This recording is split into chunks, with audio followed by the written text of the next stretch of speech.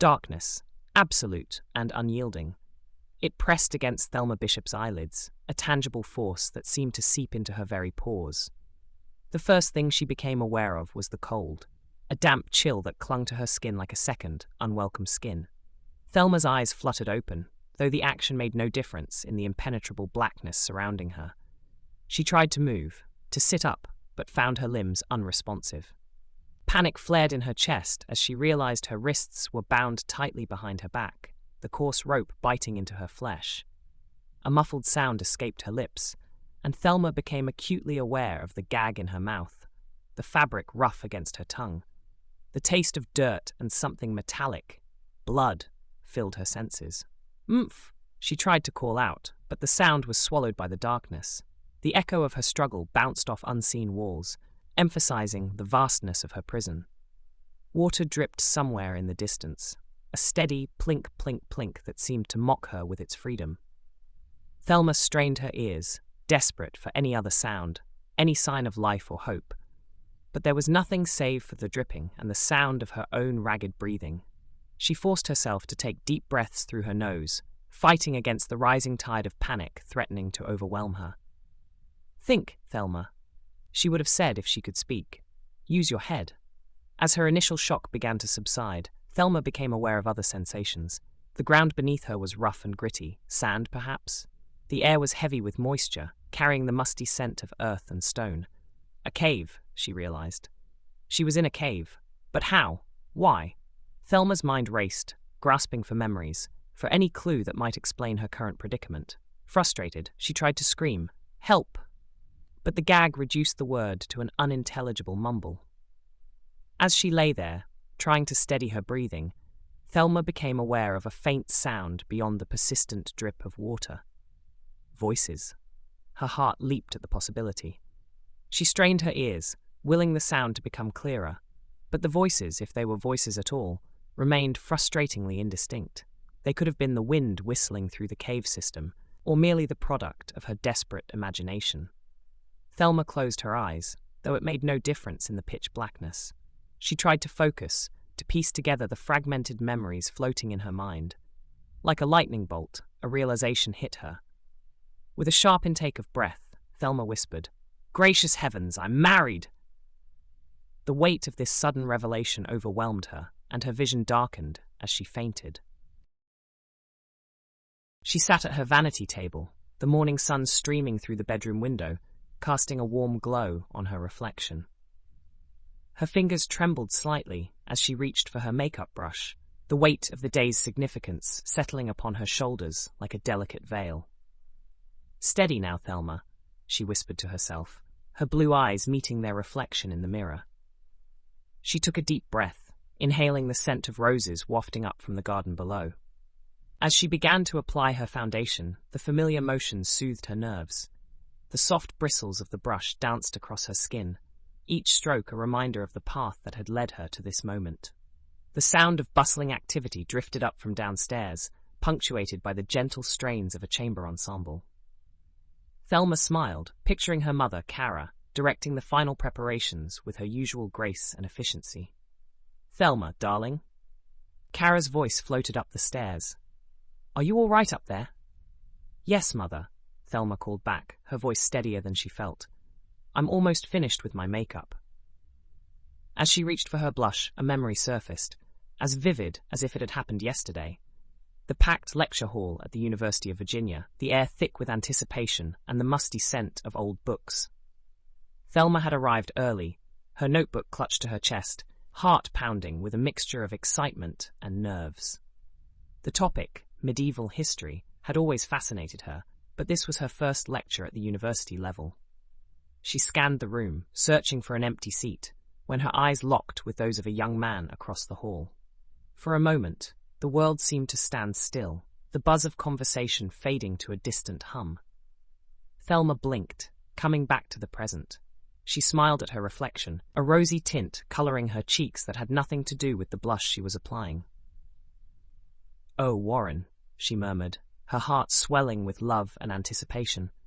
Who could have known that a chance encounter at a history lecture would lead to this day?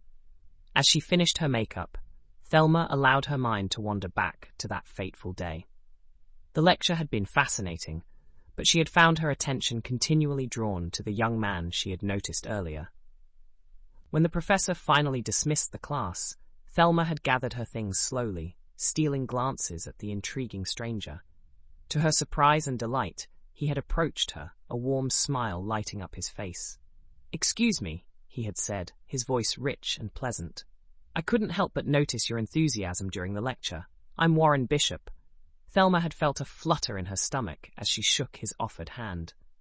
"Thelma McDuffie," she had replied, surprised by the steadiness in her voice. "It's a pleasure to meet you, Warren." From that moment, their shared passion for history had sparked an immediate bond.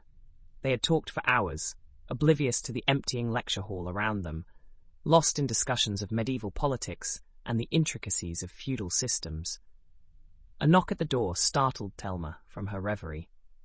"Come in," she called, setting down her makeup brush and smoothing her dressing gown.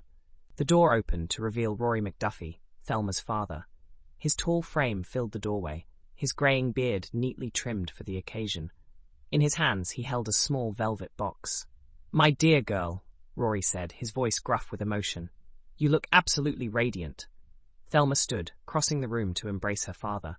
"Oh, Papa," she murmured, inhaling the familiar scent of pipe tobacco and aftershave. Rory held her at arm's length, his eyes glistening. "I have something for you," he said, presenting the velvet box. "It's been in our family for generations. I thought it might serve as your something old." Thelma opened the box with trembling fingers, gasping at the sight of the exquisite gold locket nestled within. Intricate designs adorned its surface, telling a story of love and legacy. "It's beautiful," she breathed, tracing the delicate patterns with her fingertip. Rory gently removed the locket from its box. "May I?" he asked, gesturing towards Thelma's neck. She nodded, turning to allow her father to fasten the clasp. As the cool metal settled against her skin, Thelma felt a connection to the generations of women who had worn it before her. "There," Rory said, his voice thick with emotion. "Perfect." Thelma turned back to face him, tears threatening to spill from her eyes. "Thank you, Papa, for everything." A commotion from downstairs interrupted their moment. The sound of boisterous male voices and laughter echoed up the stairs. "Ah," Rory chuckled, "that'll be John, Henry, and Willie. I'd better go down and make sure they're not causing too much trouble." Thelma smiled, picturing her father's old military buddies. "Tell them I'll be down soon," she said, giving Rory one last hug before he left the room. As the door closed behind him, Thelma returned to her vanity, carefully dabbing at her eyes to prevent her makeup from smudging. She could hear the men's voices more clearly now, their camaraderie evident even from a distance. "Oi, Rory," Willie's booming voice carried up the stairs. "Where's that beautiful daughter of yours? Don't tell me she's got cold feet." Thelma couldn't help but laugh. Leave it to Willie to make such a jest on her wedding day. She stood, smoothing out her dressing gown once more, and made her way to the door. It was time to greet her father's friends and begin the next phase of preparations. As she descended the stairs, the chatter in the foyer quieted. John Walker was the first to spot her, a broad grin spreading across his face. "Well, if it isn't the blushing bride herself," he said, giving her a playful wink. Henry Quinn stepped forward, taking Thelma's hand and pressing a gentlemanly kiss to her knuckles. "You look absolutely stunning, my dear," he said, his usually gruff voice softened with affection. And then there was Willie Mackenzie, barreling forward to envelop Thelma in a bear hug that lifted her off her feet. "There's our girl," he exclaimed, squeezing her tightly before setting her down. Thelma laughed, her earlier nerves dissipating in the warmth of their affection. "Thank you all for coming," she said, her eyes shining with happiness. As the men began to regale her with stories of her father's military days, Thelma's mind drifted once again to Warren. She wondered what he was doing at this very moment. Was he as nervous as she was? As excited? Their whirlwind romance had been the talk of the campus. Long walks through the grounds, heated debates over historical interpretations, and late-night study sessions in the library had quickly evolved into something deeper. Thelma remembered their first real date, a picnic by the James River. Warren had prepared everything himself, including a rather ambitious attempt at a Victorian sponge cake that had turned out slightly lopsided, but utterly delicious. Earth to Thelma, John's voice broke through her thoughts. Where'd you go off to, lass? Thelma blinked, focusing on the amused faces around her. Oh, I'm sorry, she said, a blush creeping up her cheeks. I was just thinking about Warren. Willie let out a hearty laugh. Of course you were. It's your wedding day, after all. Speaking of which, shouldn't you be getting into that fancy dress of yours?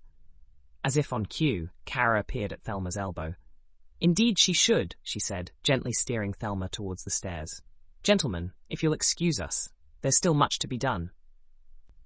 With a chorus of good-natured farewells from the men, Thelma allowed her mother to guide her back upstairs. The next hour passed in a flurry of activity as the bridal party assembled to help Thelma into her wedding gown. The dress, a masterpiece of silk and lace, had been carefully chosen after weeks of deliberation. As her bridesmaids carefully fastened each tiny button down her back, Thelma stood still, hardly daring to breathe. There, her maid of honor Sarah said at last. You can turn around now, Thelma. Slowly, Thelma rotated to face the full-length mirror. The sight that greeted her took her breath away. The gown hugged her figure perfectly before flowing out into a modest train. The lace sleeves were delicate and feminine, and the neckline accentuated the family heirloom locket. Oh, Thelma, Kara breathed, her eyes glistening with tears. You look absolutely beautiful. Thelma stared at her reflection, a mix of emotions washing over her. Excitement, love, a touch of nerves, they all swirled together in her chest, threatening to overwhelm her. I can't believe this is really happening, she whispered, more to herself than to the room at large. Sarah stepped forward, adjusting Thelma's veil with a gentle touch. Believe it, darling. You and Warren are perfect for each other. This is your day. As the bridesmaids fussed over final touches, a dab of extra blush here, a stray hair tucked away there, Thelma closed her eyes, centering herself. In her mind's eye, she saw Warren as he had been on the day he proposed. They had been in the university library, of course. Where else would two history buffs choose to spend their free time? Warren had been uncharacteristically fidgety all evening, fumbling with his books and losing his place in his notes. Finally, as the library was about to close, he had led Thelma to a secluded corner between the stacks. There, surrounded by the musty scent of old books and the soft glow of reading lamps, he had dropped to one knee. Thelma McDuffie, he had said, his voice trembling slightly as he produced a small ring box. You have brought more joy and light into my life than I ever thought possible. Will you do me the extraordinary honor of becoming my wife? Thelma had been so overcome with emotion that for a moment she couldn't speak. When she finally found her voice, her yes had echoed through the quiet library, earning them a stern shush from a nearby librarian. A gentle touch on her arm brought Thelma back to the present. Kara stood beside her, a knowing smile on her face. It's time, sweetheart, she said softly.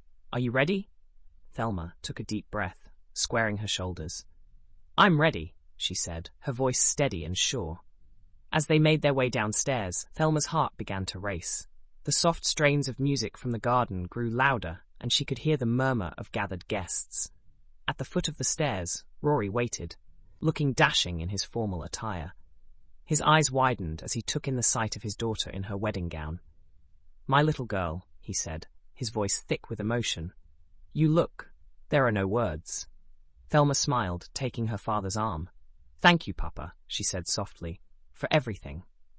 As they stepped out into the garden, a hush fell over the assembled guests. Thelma's eyes immediately sought out Warren, standing tall and handsome at the end of the aisle. Their eyes met, and in that moment, all of Thelma's nerves melted away.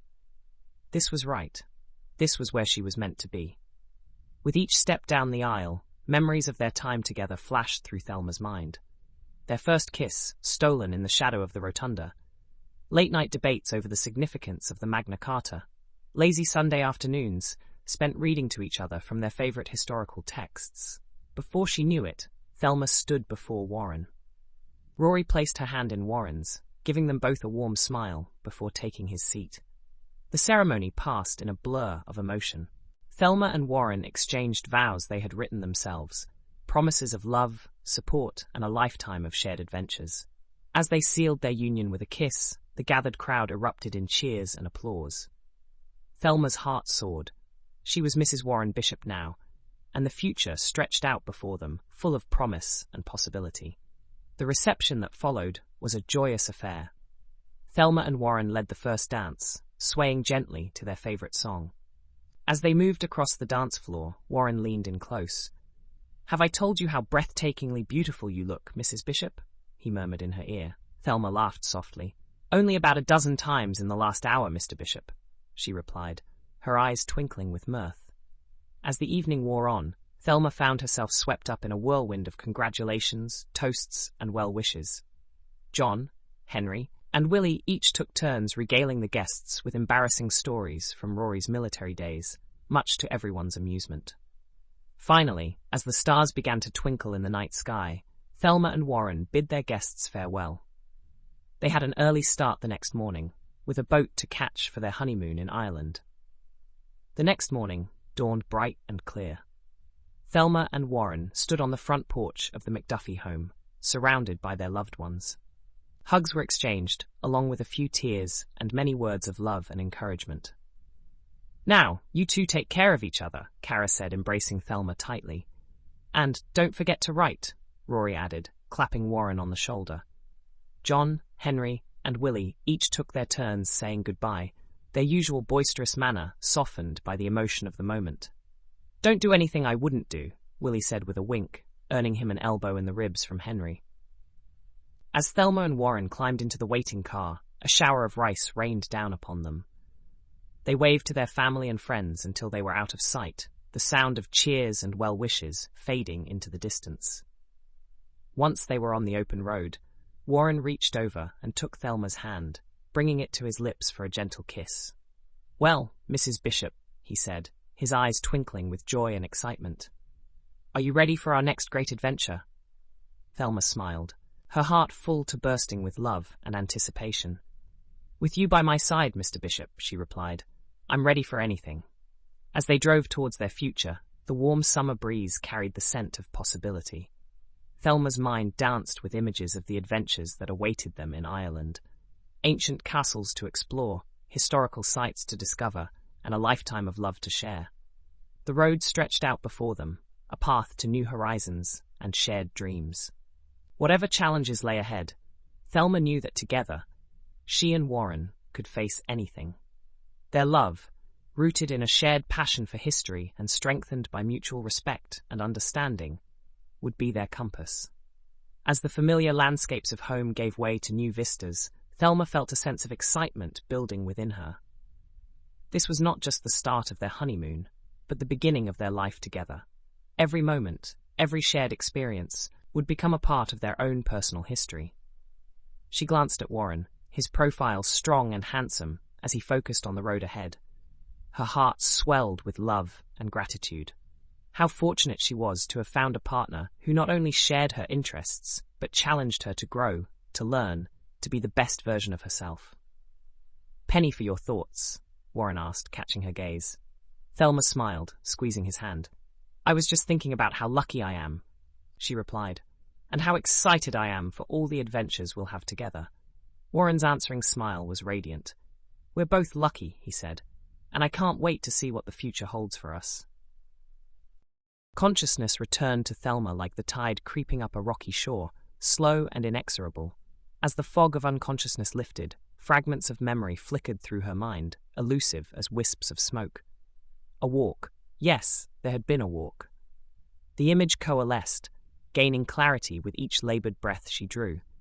She and Warren, hand in hand on the weathered path atop the Irish cliffs, the wind whipping her skirt about her legs and tousling Warren's hair. Their laughter had mingled with the cry of wheeling gulls, a joyous counterpoint to the distant thunder of waves against the shore. The bed and breakfast, a quaint haven of warmth and hospitality, had faded into the distance behind them as they'd ventured forth, drunk on the heady wine of newfound love and the promise of shared tomorrows. How quickly that promise had soured, curdled by the cruel hand of fate that now bound her in this lightless prison. The memory came in flashes, the setting sun painting the sky in brilliant hues of orange and pink, the salty tang of the sea air, Warren's hand warm and strong in hers, and then nothing. a blank space where the rest of the evening should have been. Thelma's brow furrowed in concentration. There must be more. She pushed against the void in her memory, willing it to yield its secrets. Slowly, painfully, more images began to surface. A sudden movement in the gathering dusk. The screech of tires on gravel, rough hands grabbing her, pulling her away from Warren. His voice, frantic and fading. "Thelma! Thelma!" A sob caught in her throat, muffled by the gag. The memory of Warren's terror-stricken face was almost worse than the darkness surrounding her now. Was he hurt? Was he searching for her? Or had her captors silenced him permanently? No, Thelma refused to entertain that thought. Warren was alive. He had to be. And he would be looking for her. She clung to that belief like a lifeline in the suffocating blackness. Her resolve started to grow. She couldn't just wait to be rescued. Thelma Bishop was not some helpless damsel in a fairy tale. She was a historian, a problem solver. If she could unravel the mysteries of the past, surely she could find a way out of this cave. With renewed determination, Thelma began to work at her bonds once more. She twisted her wrists, ignoring the burn of the rope against her skin.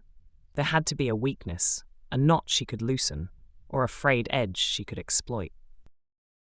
Warren Bishop stood at the edge of Hag's Head Cliff, his arm wrapped protectively around Thelma's waist. The wind whipped around them, carrying the scent of salt and adventure. He gazed out at the wild Atlantic, marveling at the raw power of nature displayed before them. "It's breathtaking," Warren murmured, his voice nearly lost in the howl of the wind. He glanced at Thelma, her red hair dancing wildly around her face. "Almost as breathtaking as you, Mrs. Bishop." Thelma laughed, the sound bright and clear despite the blustering gale. "Always the charmer, Mr. Bishop, but I must admit, this view gives even your flattery a run for its money." Warren grinned, pulling her closer. The warmth of her body against his was a stark contrast to the biting chill of the Irish wind. He couldn't remember ever feeling so content, so complete. "Can you imagine what this place must have been like centuries ago?" Thelma asked, her historian's mind never far from thoughts of the past. The stories these cliffs could tell. Warren nodded, his own passion for history ignited by her words. Vikings, perhaps? Or ancient Celtic warriors standing guard against invaders from the sea? "Oh, definitely both," Thelma replied, her eyes sparkling with enthusiasm. "And don't forget the folklore. They say Hag's Head is named after a witch who fell or was pushed from these very cliffs while chasing a young man who had stolen her heart." Warren chuckled, giving her a gentle squeeze. "Well, you've certainly stolen mine, but I promise not to chase you off any cliffs." Thelma turned in his arms, rising on her tiptoes to plant a kiss on his lips. "I should hope not. We've only been married a week. It would be a shame to cut our honeymoon short over a silly thing like plummeting to our deaths." Their laughter mingled with the cry of seabirds wheeling overhead. Warren marveled at how easily Thelma could make him laugh, even in the face of nature's fierce beauty. It was one of the countless reasons he had fallen in love with her. As they stood there, Warren's mind wandered back to the day they had met. The packed lecture hall at the University of Virginia, the air thick with anticipation, and the musty scent of old books.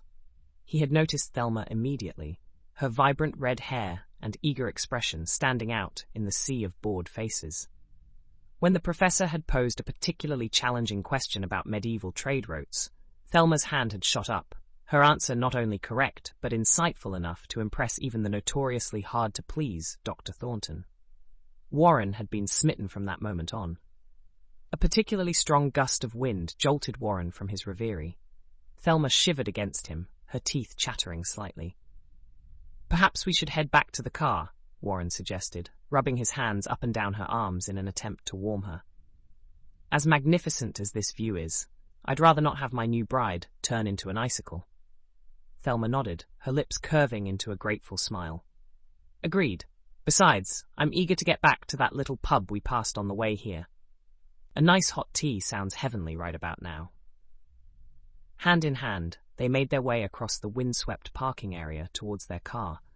The gusts seemed determined to impede their progress, pushing against them with every step.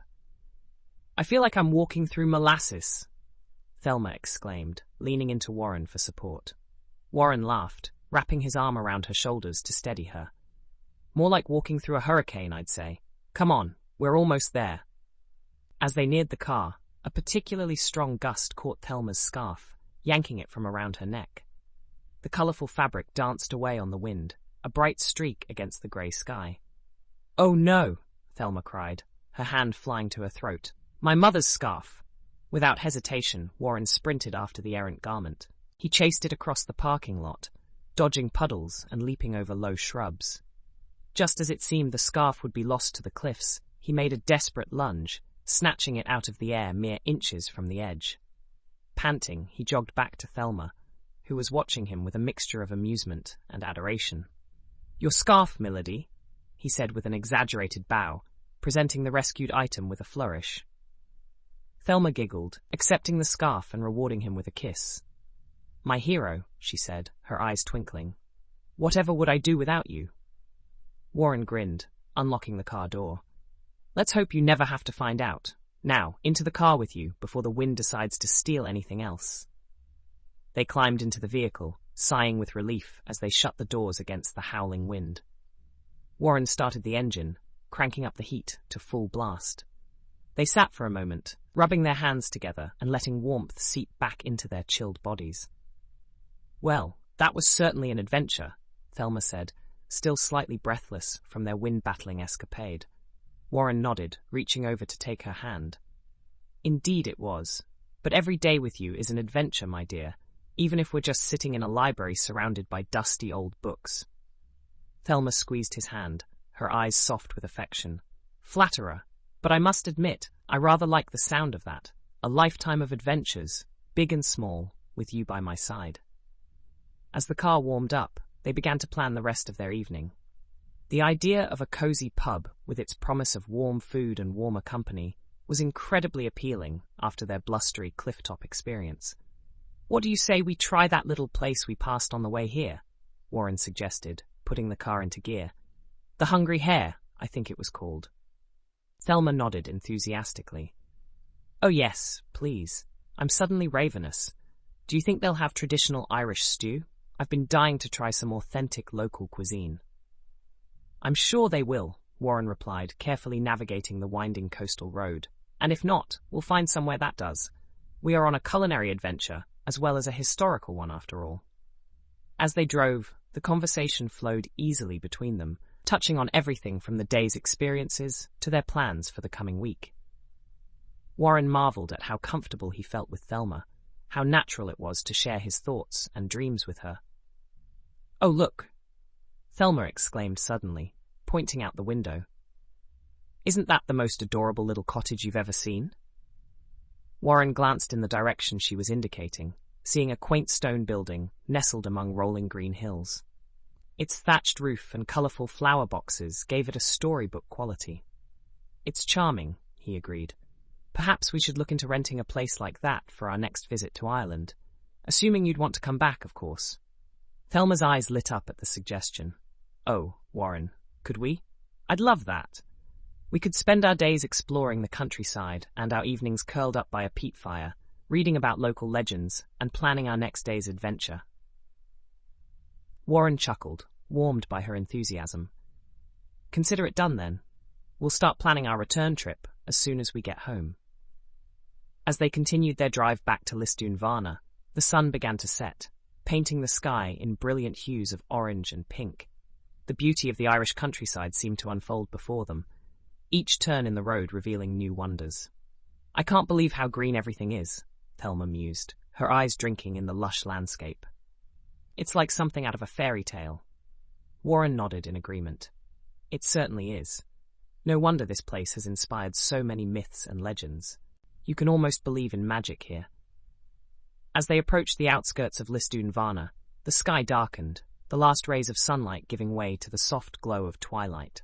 Street lamps flickered to life, casting warm pools of light along the narrow streets. "Home sweet home," Warren said as he pulled into the parking area of their bed and breakfast. "At least for the next few days." Thelma smiled, unbuckling her seatbelt. "It does feel like home, doesn't it? Mrs. O'Brien has been so welcoming." They sat for a moment, enjoying the peaceful quiet after the wild winds of Hag's Head. Warren reached over, tucking a stray strand of hair behind Thelma's ear. "Have I told you today how happy you make me?" he asked softly.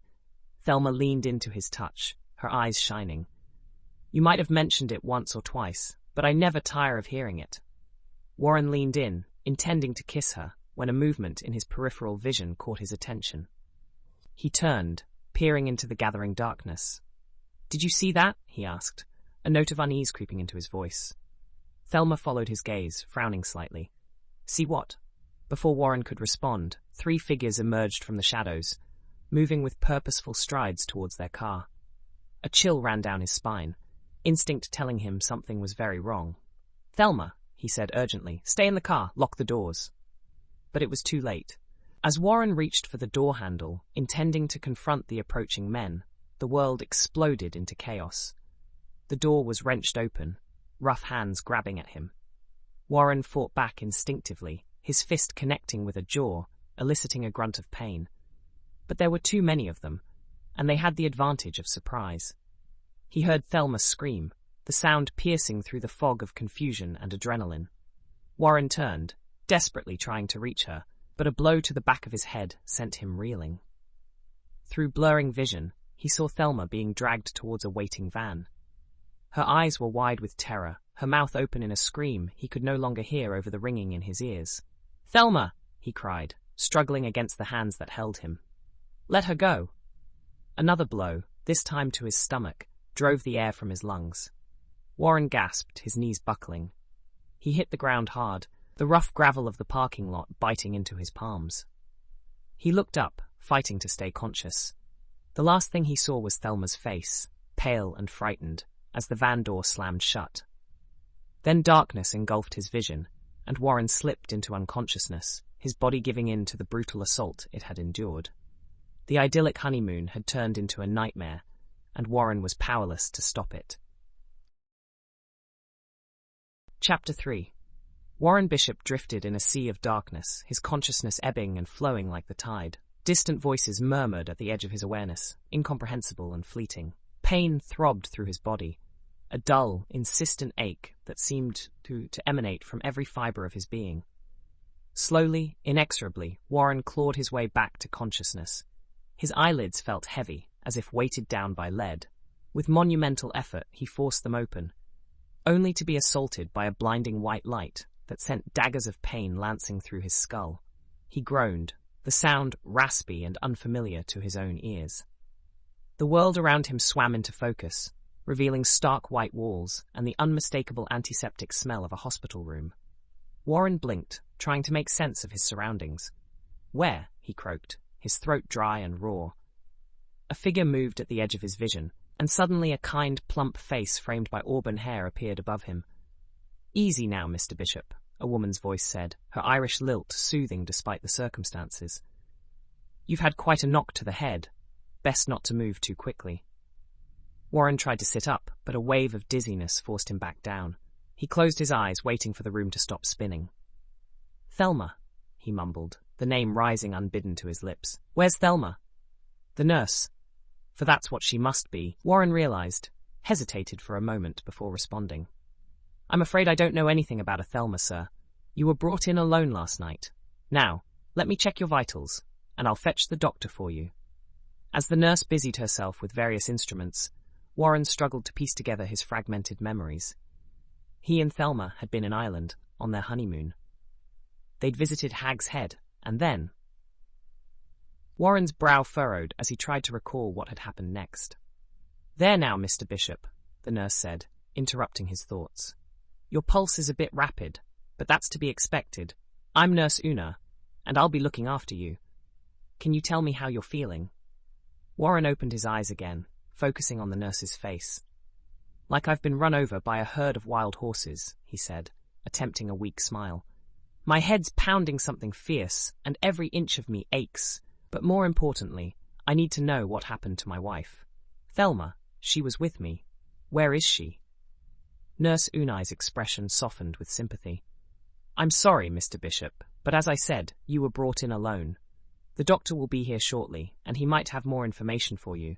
In the meantime, try to rest. You've taken quite a beating." Warren's heart raced as panic began to set in. He couldn't remember clearly what had happened, but he knew with absolute certainty that something was terribly wrong. Thelma should be here, by his side. The fact that she wasn't filled him with a dread he'd never experienced before. Before he could press Nurse Una for more information, the door to his room opened, admitting a tall man with greying hair and wire-rimmed glasses. He carried a clipboard and wore an expression of professional concern. "Ah, Mr. Bishop, you're awake.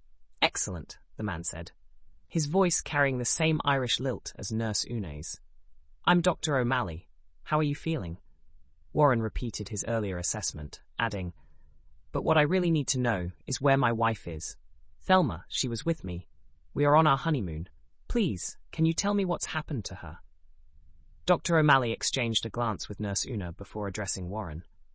"Mr. Bishop, I understand your concern, but right now we need to focus on your condition.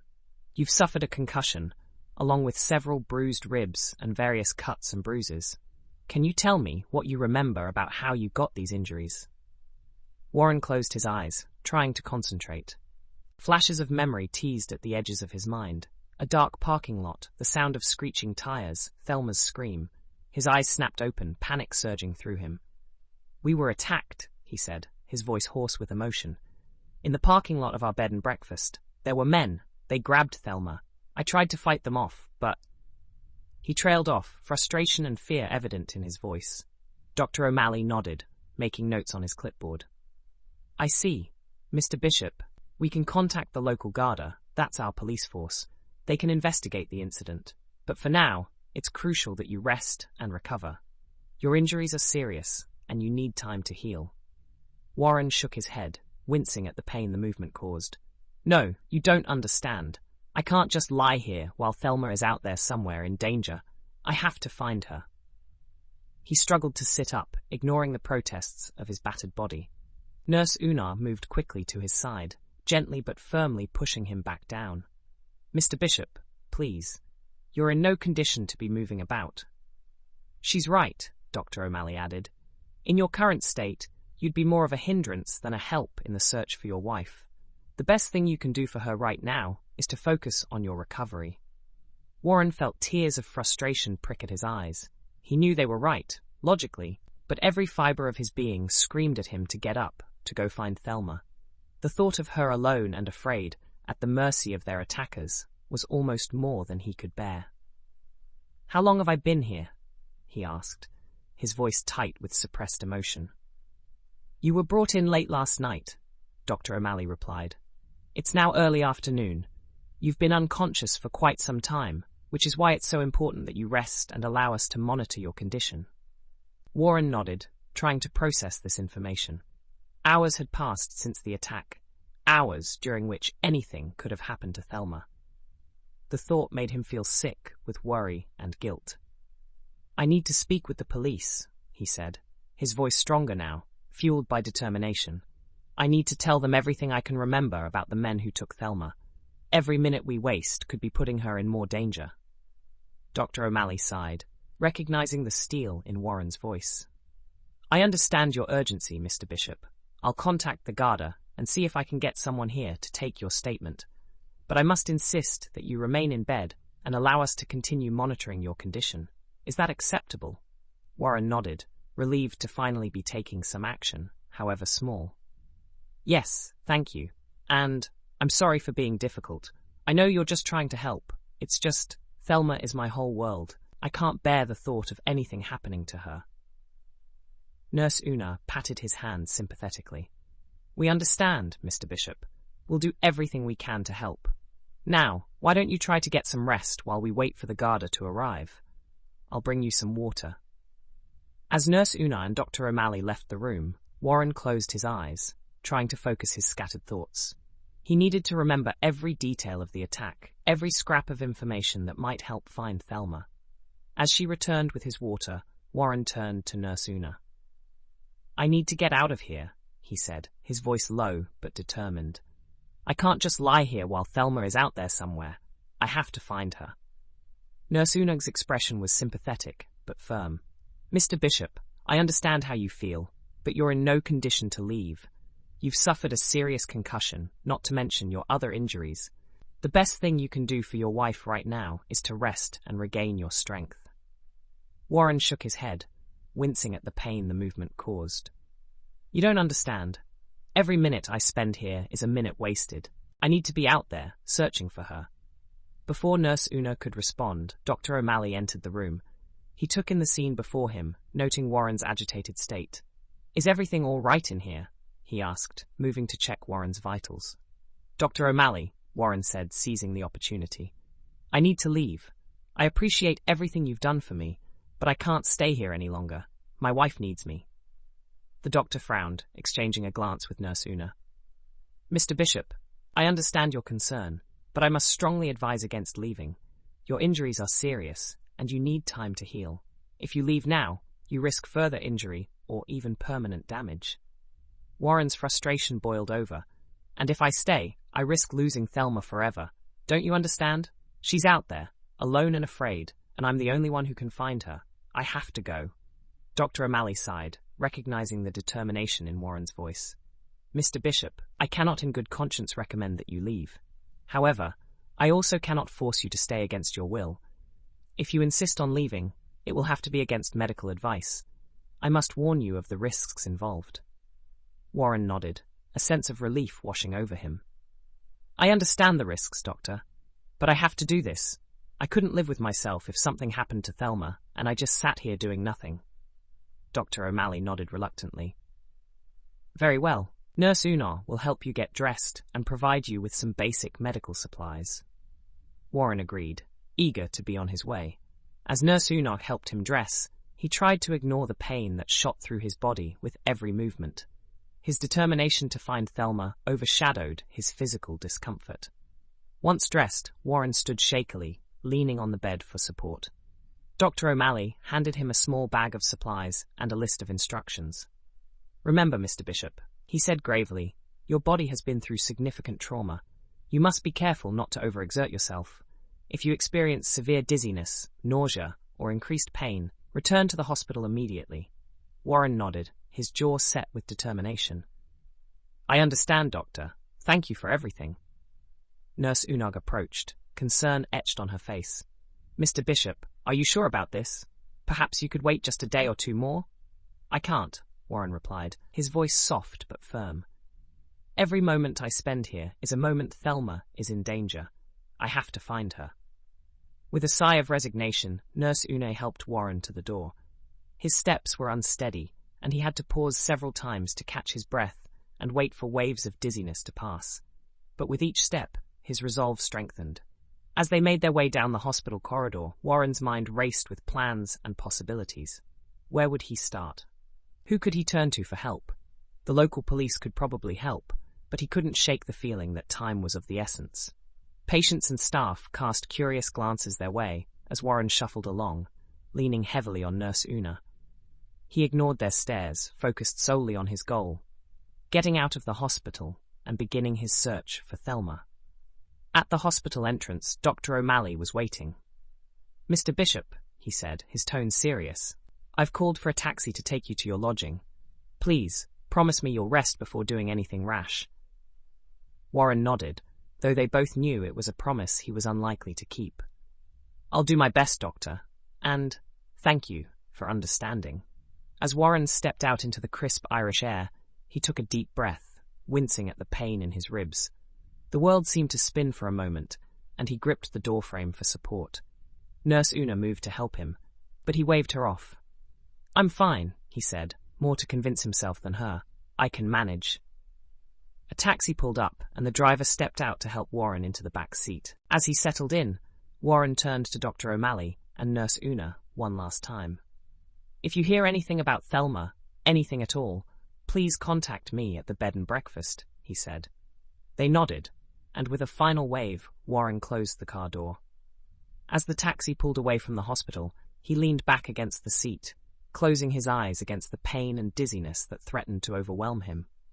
"Where to, sir?" the driver asked, glancing at Warren in the rearview mirror. Warren opened his eyes, meeting the driver's gaze. "The Emerald Glen Bed and Breakfast in Lisdoon Varna, please. And if you could hurry, I'd appreciate it." As the taxi wound its way through the narrow Irish streets, Warren's mind raced. He needed to retrace their steps, to find any clue that might lead him to Thelma. The bed and breakfast was the logical place to start. Perhaps someone there had seen something, anything that could help. The journey seemed to take an eternity, each bump and turn sending jolts of pain through Warren's battered body. But he gritted his teeth, forcing himself to focus on what he would do once he arrived. Finally, the familiar sight of the Emerald Glen bed and breakfast came into view. Warren's heart clenched as he remembered the last time he'd seen it, returning from their day at Hag's Head, blissfully unaware of the nightmare that was about to unfold. The taxi came to a stop, and Warren fumbled with his wallet, paying the driver with shaking hands. As he stepped out of the car, the world tilted alarmingly, and he had to lean against the vehicle to keep from falling. "Are you all right, sir?" the driver asked, concern evident in his voice. Warren nodded, not trusting himself to speak. He took a deep breath, steadying himself, then slowly made his way towards the entrance of the bed and breakfast. Mrs. O'Brien, the proprietor, was at the desk when Warren stumbled through the door. Her eyes widened in shock at his appearance. "Mr. Bishop!" she exclaimed, rushing around the desk to help him. "We've been so worried. What happened? Where's Mrs. Bishop?" Warren allowed Mrs. O'Brien to guide him to a nearby chair, sinking into it gratefully. "She's been taken," he said, his voice hoarse with emotion. "Kidnapped. I need to find her." Mrs. O'Brien's hand flew to her mouth, her eyes filling with tears. "Oh, good Lord," she whispered. "I'll put on some tea. You look like you could use it." As Mrs. O'Brien bustled off to the kitchen, Warren closed his eyes, trying to gather his thoughts. He needed to talk to anyone who might have seen something last night. The sound of a cup being placed on the table beside him roused Warren from his thoughts. He opened his eyes to find Mrs. O'Brien watching him with concern. "Thank you," he said, reaching for the tea with trembling hands.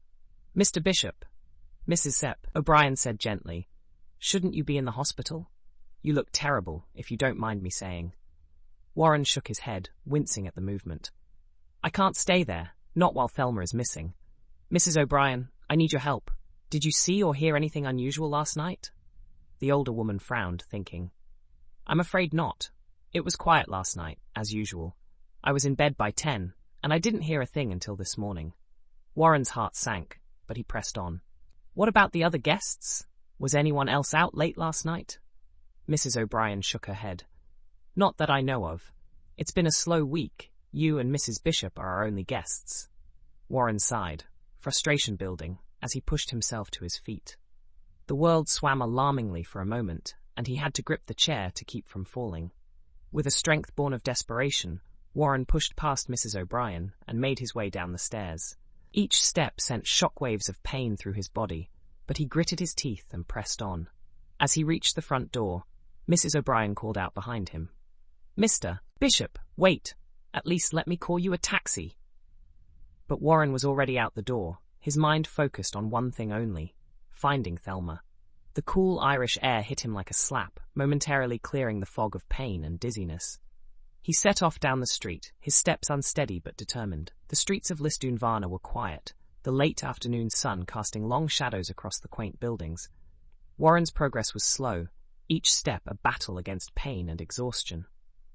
But he pushed on, driven by a love stronger than any physical discomfort. Chapter 4. The bell of the black phone trilled insistently as Kara McDuffie dashed into the room, a sheen of sweat forming on her brow from the sudden burst of movement. She lunged for the receiver, her breath coming in shallow, hurried gasps. "Hello," she panted, trying to steady her breath.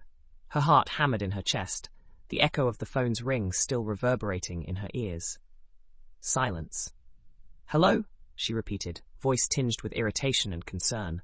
The quiet on the other end was deafening, each second stretching into an eternity. A beat. Then a voice, thick with a Gaelic accent, broke the stillness. "Hand the phone to Rory McDuffie." "What? Who is this, please?" Kara asked, confusion blooming in her chest, mingling with a growing sense of dread. "Hand the phone to Rory McDuffie now," the voice demanded, unyielding and ironclad. There was a clarity to the demand that suggested a dire urgency. Kara stammered, mind racing to make sense of the situation, and called out, "Dear, there is someone on the line who needs to speak with you." Rory, ensconced in his easy chair and buried in the evening paper, mumbled something too low to catch. Rory, he wants to speak with you, Kara emphasized, extending the phone towards her husband with a trembling hand.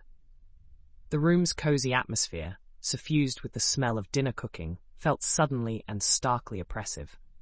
With a grumble, Rory snapped the paper shut, tossing it onto the side table.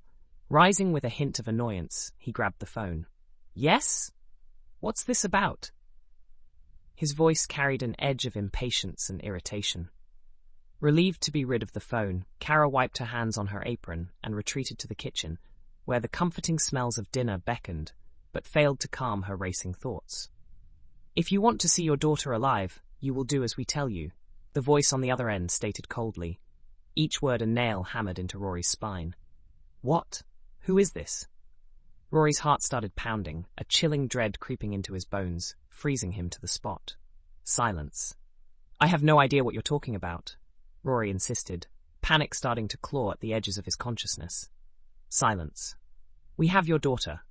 If you are smart and want to see her alive, you will pay the ransom we require, the voice persisted, each syllable deliberate and cold, an icy stab to Rory's heart. Rory's pulse quickened, each beat loud in his ears. Thelma. He clutched the phone tighter, knuckles whitening as his mind raced. Okay. Where do you have her? What do you want me to do? We don't have the kind of money for a ransom, but tell me what you want, and I'll try to get it, he pleaded, voice taut with barely controlled fear. You have everything that is required, the man said. You have 48 hours to bring us the antique. Antique? Rory's mind scrambled for understanding, rifling through memories long buried. I don't have anything I'd consider an antique here. Just name your price, and I'll get it to you, he argued, voice cracking under the weight of the situation. Mr. McDuffie, the price is simple. Bring us your family heirloom, and your daughter will live. Otherwise, she will die a horrible death. Of this we can assure you, the stranger declared with a chilling finality. Rory's world spun, the room blurring around him as he paced. Thelma, his dear Thelma. They had her. Had they hurt her? Where was she? Kara, having overheard Rory's side of the conversation, rushed back into the room, her face pale, hand clutching her apron tightly. She placed a trembling hand on her chest, eyes wide with terror and brewing questions. What is going on, Rory? Kara's voice was tense, her breath quickening as she saw the turmoil etched into his face. He threw up his hand in a futile attempt to stop her questions, but she pressed on. Did you say ransom? Rory stopped pacing abruptly, the gravity of the situation a heavy weight on his shoulders, visible in the furrows on his forehead. Heirloom. Okay. I understand what you're asking now. Please, don't hurt my daughter. What you're talking about isn't here. I've never owned that thing in my life, Rory explained, the words tumbling out in frantic desperation.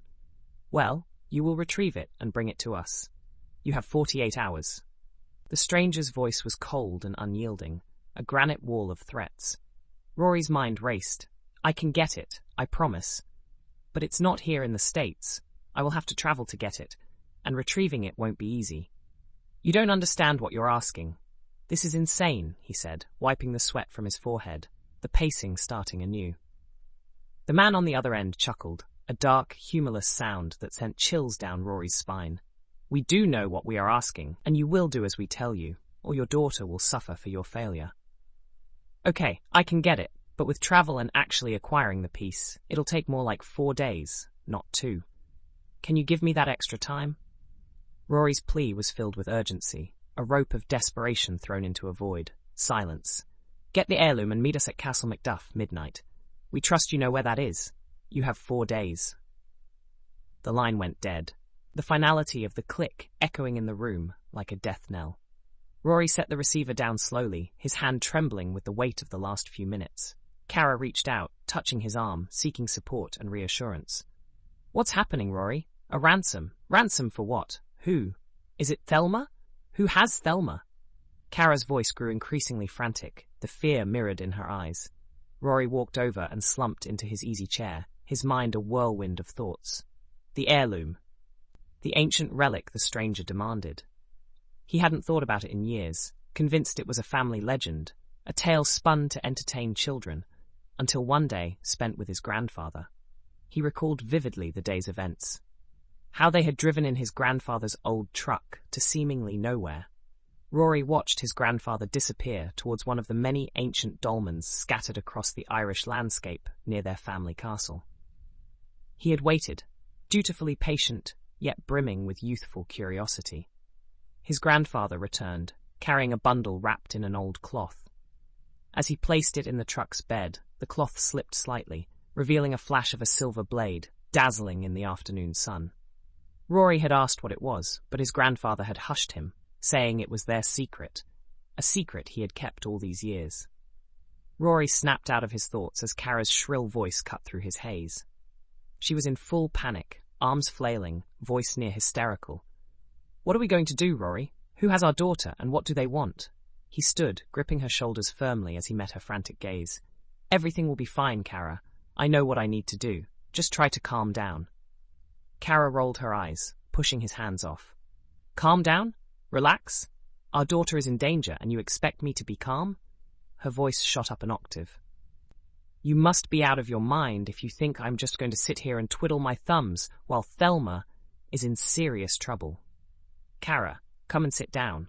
Rory coaxed her to the couch, but she remained standing, eyes wide and wild, hands clutching the back of a chair like a lifeline. "Yes, they have our daughter.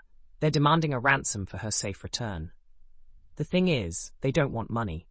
They want something else, something far more valuable," Rory said, his voice laden with the gravity of the situation. Kara's brow furrowed in confusion. "What do you mean they don't want money? What in the world do they want?" "They want an ancient family heirloom, something that's been in my family for generations. I had forgotten about it until now. I have to go get it and bring it back to them. It's the only way to get Thelma back," Rory explained, the weight of the task ahead pressing down on him like a physical burden. Rory headed to the bedroom, Kara right on his heels, the urgency of the situation propelling them both. "I have to pack. They only gave me 4 days to get there, find it, and deliver it to them," Rory said, his voice sharp with determination as he threw clothes haphazardly into his old military duffel. "Do you know where it is? What about Warren? Did they take him too?" Kara's questions came rapid fire, her anxiety bubbling over. "They didn't mention Warren. I don't know if they have him or not. I'll find out more once I get there," Rory replied, his focus laser sharp on preparing for the mission ahead. With his bag packed, he turned to Kara, pulling her into his arms. "I know it's crazy, and I know it's dangerous, but I have to do this to get Thelma back. It's the only option we've got." Kara broke from his embrace, her resolve hardening. "Well, I'm coming with you," she declared, grabbing the duffel and heading to the closet. "No, Kara, you can't go. It's too dangerous," Rory insisted, his tone leaving no room for argument. "And before you protest, I'm calling John. He and the guys will go with me. We'll be fine. I need you here in case I need to contact you." Kara paused, her hands frozen on the clothes hangers. "Do you think John will go with you?" "I do," Rory replied, "especially when I tell him what's at stake." Rory left the bedroom, duffel bag in hand. He dropped it on the couch and picked up the phone, dialing John's number with fingers fueled by urgency and desperation. "Hello?" John's voice came through the line, steady and familiar, a lifeline in the storm of chaos. "John, it's Rory. Something's happened to Thelma. I can't go into details over the phone, but can you rally the guys and meet me at your place? I'm leaving here in 5 minutes." A brief pause. "Yeah, we'll be there. See you soon." Rory hung up and turned, ready to head out the door for what would be the most harrowing journey of his life. "Be careful, Rory. Bring her home." Kara's voice was a mixture of hope and fear as she wrapped her arms around him again.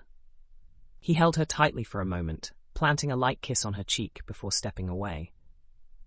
As he reached for the door, Kara called out, clearing her throat. "Aren't you forgetting something?" He turned to see her holding the duffel bag, an amused yet worried smile on her face. He rolled his eyes, taking the bag from her with a small chuckle. "And this," she added, placing his fedora on his head, a gesture as full of love as it was practical. Rory managed a weak smile. "See, I told you I needed you here." "Yes, but who's going to keep you all together while you're gone?" Kara asked, the worry evident in her eyes, the question lurking beneath the surface. "What will become of us if you don't come back?" They both looked at each other, the answer perfectly clear. A a shared understanding that needed no words.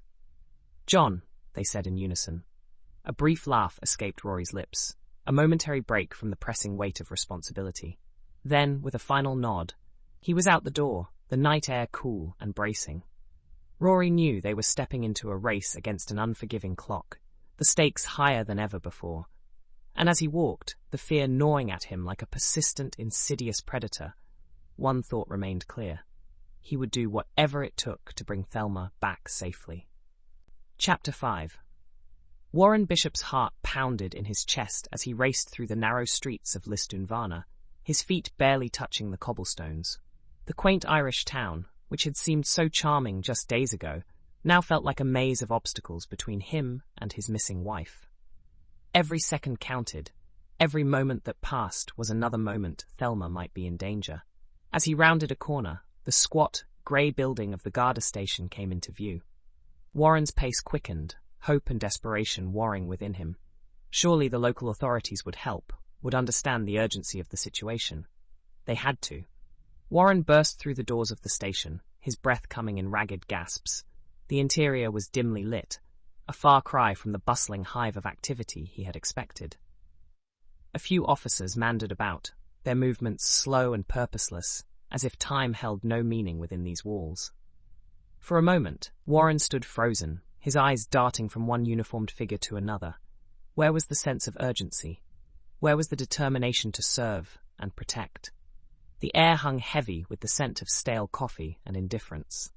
Shaking off his momentary paralysis, Warren approached the front desk. A portly officer sat there, his attention focused on a newspaper spread before him. Warren cleared his throat, trying to catch the man's eye. "Excuse me," Warren began, his voice trembling with barely contained emotion. "I need help. My wife." The officer held up a hand, not bothering to look up from his paper. "Take a number and have a seat. Someone will be with you shortly." Warren blinked, confusion and frustration warring within him. "But this is an emergency. My wife has been kidnapped." At this, the officer finally deigned to meet Warren's gaze. His eyes, a watery blue, held no spark of concern or interest. "Kidnapped, you say? And when did this happen?" "Last night," Warren replied, leaning forward, his hands gripping the edge of the desk. "We were attacked in the parking lot of our bed and breakfast. They took her, knocked me unconscious. Please, we have to act quickly." The officer sighed, a sound of profound boredom. "Right then, you'll want to speak with Detective O'Brien. He handles all our exotic cases." The way he said exotic made it clear he didn't believe a word Warren was saying. As the officer pointed to a desk across the room, Warren felt a surge of anger. In his mind, he dubbed the unhelpful man Officer Buttface, a childish act of defiance against the bureaucracy that stood between him and finding Thelma. Warren made his way to the indicated desk, where another officer sat, this one younger, but with the same air of disinterest as his colleague. "Officer Buttface too," Warren thought uncharitably. "Detective O'Brien?" Warren asked, trying to keep his voice steady. The man looked up, his expression one of mild annoyance at being interrupted. "That's me. What can I do for you?" Warren launched into his story, the words tumbling out in a rush. He described the attack, the men who had taken Thelma, the van they had used. With each detail, his voice grew more urgent, his gestures more animated. O'Brien listened, his face a mask of skepticism. When Warren finished, the detective leaned back in his chair, stroking his chin thoughtfully. "That's quite a tale, Mr. Bishop, Warren Bishop," Warren supplied, hope flickering in his chest. Perhaps now they would take action. "Mr. Bishop," O'Brien continued, "you understand that we get a lot of unusual stories from tourists. Are you sure your wife hasn't simply gone off on her own, perhaps to do some sightseeing?" Warren's hope crumbled, replaced by a surge of anger. "Sightseeing? Did you not hear a word I said? She was taken forcibly, by armed men. This isn't some misunderstanding or wild goose chase." O'Brien held up his hands in a placating gesture. Now, Mr. Bishop, there's no need for shouting. Why don't you start from the beginning? And this time, try to stick to the facts." Warren took a deep breath, forcing himself to speak slowly and clearly. He recounted the events of the previous night once more, emphasizing the violence of the attack and the very real danger Thelma was in. As he spoke, another officer passed by, pausing to exchange a few words with O'Brien. Warren caught snippets of their conversation, his blood boiling as he realized they were making jokes at his expense. "Another Yank with a tall tale," the passing officer chuckled. "What is it this time? Leprechauns make off with his pot of gold." O'Brien smirked, shaking his head. "Kidnapping, if you can believe it. Probably had a row with the missus and she stormed off." Warren's hands clenched into fists, his nails digging into his palms. He mentally dubbed the newcomer Officer Buttface 3, adding him to the growing list of unhelpful authority figures. As the third officer walked away, still chuckling, O'Brien turned his attention back to Warren. "Now then, Mr. Bishop, let's go through this one more time. You say you were attacked in a parking lot. Did anyone else witness this alleged assault?" Warren's frustration mounted with each passing second. "I don't know. It was late. The lot was empty. But there must be evidence. Tire tracks something." O'Brien sighed, reaching for a form from his desk drawer. "Well, we can file a missing persons report.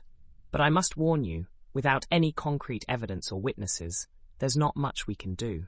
Warren stared at the form, his vision blurring with unshed tears of anger and desperation. "A missing persons report? My wife has been kidnapped. Every moment we waste here is a moment she could be." He couldn't bring himself to finish the thought. O'Brien's expression remained impassive. "I understand you're upset, Mr. Bishop, but we have procedures we must follow. Now, if you'll just fill out this form."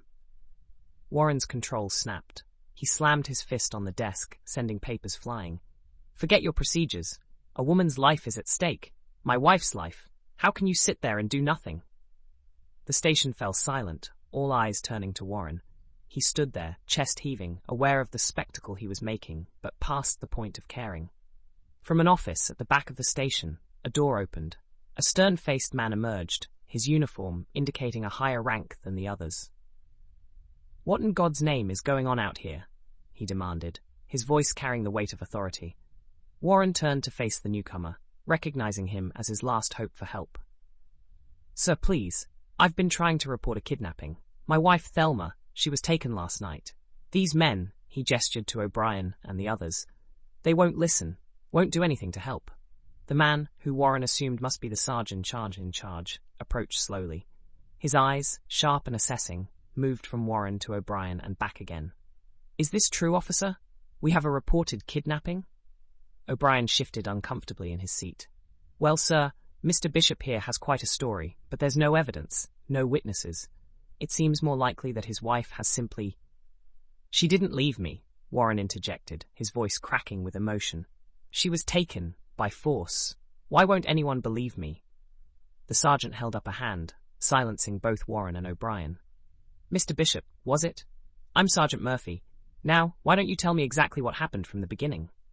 For a moment, hope flared in Warren's chest. Finally, someone who would listen, who would take action. He launched into his story once more, watching Murphy's face carefully for any sign of belief or concern.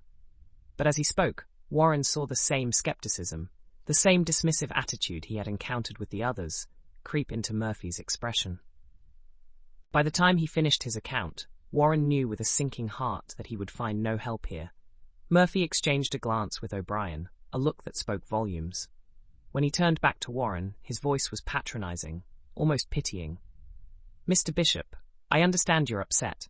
Honeymoons don't always go as planned. Sometimes couples have disagreements, and one party might need some time alone." Warren stared at Murphy in disbelief. In his mind, he added a final name to his list, Officer Buttface 4. "You think this is some kind of lover's quarrel? That Thelma just walked away in the middle of the night? Did you not hear me describe the men who attacked us? The van they used?" Murphy sighed, shaking his head. "What I hear, Mr. Bishop, is a man who's had a bit too much to drink, perhaps, and has conjured up a wild story to explain his wife's absence. Now, why don't you go back to your lodgings, get some rest, and I'm sure your wife will turn up soon enough." Warren's last shred of hope evaporated. He looked from Murphy to O'Brien, to the other officers who had gathered to watch the spectacle. Not one face showed genuine concern or a willingness to help. With a final, disgusted shake of his head, Warren turned on his heel and stormed towards the exit. Behind him, he heard O'Brien call out, "Mr. Bishop, wait! You need to file a proper report." But Warren was done. Done with their bureaucracy, their skepticism, their utter lack of humanity. As he pushed through the doors of the station, back into the cool Irish air, he knew with grim certainty that if Thelma was to be saved, it would be up to him alone. Standing on the street corner, Warren took a deep breath, trying to calm his racing thoughts. The encounter with the Garda had left him shaken, angry, and more desperate than ever. His whole body still ached, but trudged on. He couldn't rely on the authorities for help. That much was painfully clear. But what could he do on his own, in a foreign country, with no resources and no leads? As he stood there, the quite low-key sounds of Lisdoonvarna's main street continued around him. A tourist or two wandered by with maps in hand, a local hurried to work. The normalcy of it all seemed obscene in light of Thelma's absence. Warren ran a hand through his hair, a gesture of frustration and helplessness. He needed a plan, needed help, needed something. Anything that might lead him to Thelma. As he turned to walk away from the station, a snippet of conversation he had overheard at the bed and breakfast suddenly surfaced in his memory. Two elderly gentlemen had been talking over breakfast, discussing a local character. "That Liam Fitzpatrick," one had said, shaking his head in admiration. "If there's a mystery to be solved in County Clare, he's the man to do it." "Aye," his companion had agreed. "They say he can find a needle in a haystack, that one. A regular Sherlock Holmes, our Liam." At the time, Warren had paid little attention to the conversation, too wrapped up in planning the day's activities with Thelma. Now, however, the name Liam Fitzpatrick seemed like a lifeline thrown to a drowning man, a private investigator. Someone who might actually listen to his story, who might have the skills and resources to help find Thelma. It wasn't much, but it was more than he had 5 minutes ago. Slowly, Warren shuffled down the street. He had no idea where to find this Liam Fitzpatrick, but in a town the size of Lisdoonvarna, how hard could it be? As he walked, Warren's mind raced with possibilities. What if this Fitzpatrick turned out to be another dead end? What if he refused to help? What if he was too late already, and Thelma was... No. Warren pushed the thought away violently. He couldn't afford to think like that. Thelma was alive, and he would find her. He had to. The streets of Lisdoonvarna seemed to mock him with their quaintness, their utter normality. How could life go on as usual when his entire world had been turned upside down? Every passing face became a potential kidnapper, every van a possible getaway vehicle. Warren's pace quickened, limping along, his eyes scanning shop fronts and street signs for any indication of a private investigator's office. He had to find Liam Fitzpatrick.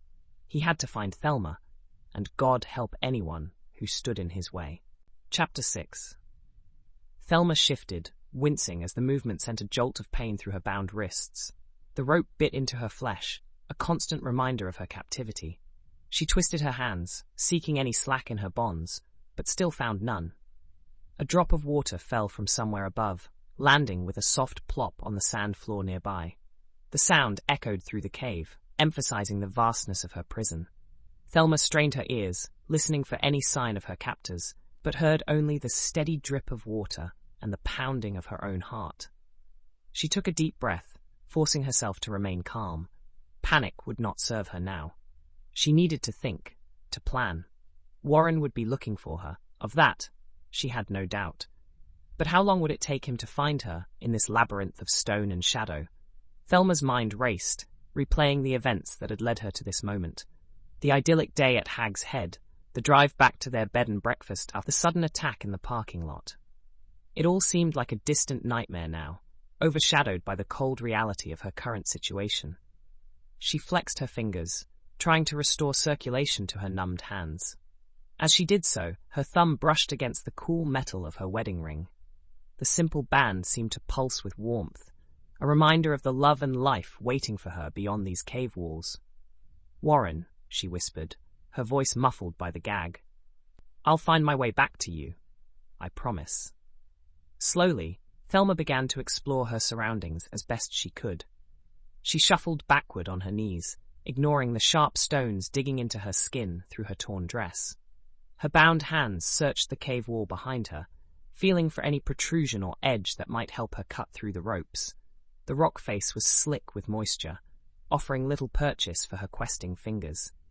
But as she moved along the wall, she felt a change in texture. a rougher patch, with jagged edges that caught at her skin. Hope flared in Thelma's chest. She positioned her bound wrists against the rough stone and began to saw the ropes back and forth. The movement was awkward and painful, the coarse fibers of the rope abrading her already raw skin. But she persevered, gritting her teeth against the discomfort. Minutes stretched into what felt like hours as Thelma worked tirelessly at her bonds. Her arms ached, muscles burning with the strain of the repetitive motion. Sweat beaded on her brow, trickling down her face to mingle with the tears of frustration she refused to acknowledge. Just as she was about to pause for rest, Thelma felt a subtle change in the tension of the ropes. One of the fibers had begun to fray. The discovery sent a surge of adrenaline through her body, renewing her efforts with fierce intensity. She redoubled her efforts, sawing the ropes against the jagged stone with renewed vigor. The pain in her wrists faded to a dull throb, overshadowed by the desperate hope of freedom. As Thelma worked, her mind drifted to happier times. She remembered once again the day Warren had proposed, his nervous smile as he dropped to one knee in the university library. The memory of their wedding day, surrounded by friends and family, brought a bittersweet ache to her heart. "I will see you again," she vowed silently, her determination growing with each frayed fiber of rope. Suddenly, a sound echoed through the cave, voices, distant but growing closer. Thelma froze, her heart racing. Were her captors returning? Or could it be a rescue party? She strained her ears, trying to make out words, but the echoes distorted the sounds. The language, when she could catch snippets of it, was unfamiliar. Gaelic, perhaps? Thelma scolded herself for not paying more attention to the local dialect during their travels. As the voices drew nearer, Thelma caught a word she recognized, fuaskilte, ransom. Her blood ran cold as the implications set in. These men weren't just common kidnappers. They were after something specific. Thelma's mind raced, trying to piece together the puzzle. What could they want? She and Warren were not wealthy by any means. Their savings had been largely invested in their new home back in Virginia. What could these men hope to gain? As she pondered this, another snippet of conversation drifted to her ears. And Glatch Guthine. A phone call? Had they contacted Warren already? Thelma's heart ached at the thought of her husband's distress. She pictured Warren pacing their room at the bed and breakfast, running his hands through his hair as he was wont to do when agitated. Would he have contacted the police by now? How long had she been here in this damp, dark cave? Time seemed to have lost all meaning in the oppressive darkness. It could have been hours or days since her abduction. The gnawing emptiness in her stomach suggested it had been a while since her last meal, but hunger was the least of her concerns right now. Thelma renewed her struggle to escape with even greater determination, ignoring the pain as the rough stone scraped her already raw wrists. She had to escape, had to warn Warren about the ransom demand. They didn't have the kind of money these men were likely asking for. As she worked, Thelma's thoughts turned to her father and the stories he used to tell her as a child, tales of their family's ancient legacy, of relics imbued with mysterious powers. She had always dismissed them as fanciful bedtime stories, but now, could it be possible? Was there some truth to those old legends? The locket her father had given her as a wedding gift, could that be what these men were after? The realization hit Thelma like a physical blow. If there was any truth to her father's stories, if the locket truly held some power or value beyond the sentimental, then she had inadvertently put not just herself, but her entire family in danger. A wave of guilt washed over her, threatening to drown her in despair. But Thelma Bishop was not one to succumb to hopelessness. She would find a way out of this, would warn her family of the impending danger. With renewed vigor, Thelma attacked the ropes binding her wrists. The rough stone had done its work. She could feel the fibers weakening, giving way under her relentless assault. Just a little more, she told herself. Just a little longer. As she worked, Thelma drew strength from the legacy she had so long dismissed. If her ancestors had indeed protected this relic for generations, surely some of that strength, that determination, flowed in her veins as well. The voices of her captors had faded, moving to another part of the cave system. Thelma took advantage of their absence, working furiously at her bonds. She ignored the burning in her muscles, the raw ache of her abraded skin. Freedom was so close she could almost taste it. With a final, desperate effort, Thelma felt the ropes give way. Her hands came free so suddenly she nearly lost her balance, catching herself against the damp cave wall. For a moment, she simply sat there, flexing her fingers, reveling in the simple joy of movement. But there was no time to waste. Thelma quickly removed the gag from her mouth, taking deep breaths of the musty cave air. It tasted sweeter than the finest wine after the long hours of forced silence. Now came the truly difficult part. Thelma peered into the darkness, trying to discern some path, some way out of this underground labyrinth. The faint sound of running water reached her ears, barely audible over the pounding of her heart. Water meant a way out, she reasoned. Caves were formed by water, after all. If she could find the source of that sound, perhaps she could find her way to freedom. Thelma rose unsteadily to her feet, her legs protesting after hours of inactivity. She took a tentative step forward, arms outstretched to feel her way through the darkness. The sandy floor was soft beneath her feet, forcing her to move with agonizing slowness. As she inched her way forward, Thelma's mind raced with plans and possibilities. Once she escaped, she would need to warn Warren, to contact her father. The locket, she reached for it instinctively, only to find it missing from around her neck. Had her captors taken it? Or had she lost it in the struggle? The loss of the family heirloom was a blow, but Thelma couldn't dwell on it now. Her priority had to be escape. She could worry about recovering the locket once she was free, and had warned her loved ones of the danger. Suddenly, a sound froze Thelma in her tracks. Footsteps, echoing through the cave, and voices growing louder with each passing second. Her captors were returning. Panic threatened to overwhelm her, but Thelma forced it down. She had come too far to give up now. Quickly, she felt her way back to where she had been held, gathering up the cut ropes. With trembling hands, she loosely retied them around her wrists, praying her captors wouldn't look too closely. Just as she finished arranging herself to appear still bound, a light appeared at the far end of the cave.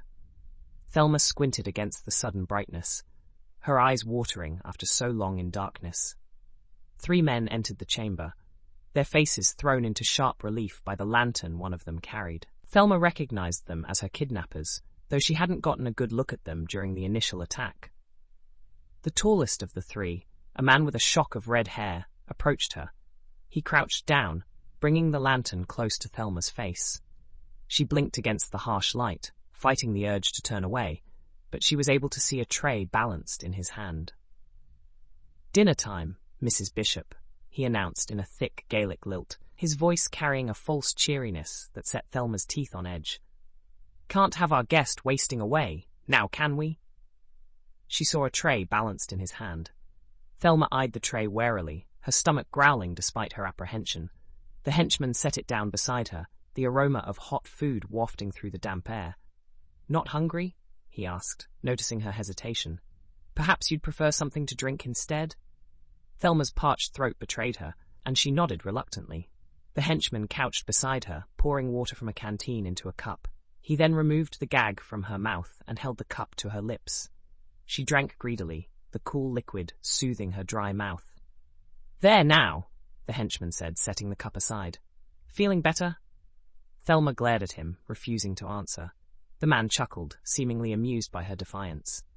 "No need for such hostility, Mrs. Bishop. I've got good news for you. The boss has spoken with your father. He'll be joining us soon." Thelma's heart raced at the mention of her father. "What do you want with him?" she demanded, her voice hoarse. The man leaned in close, his breath hot on her face.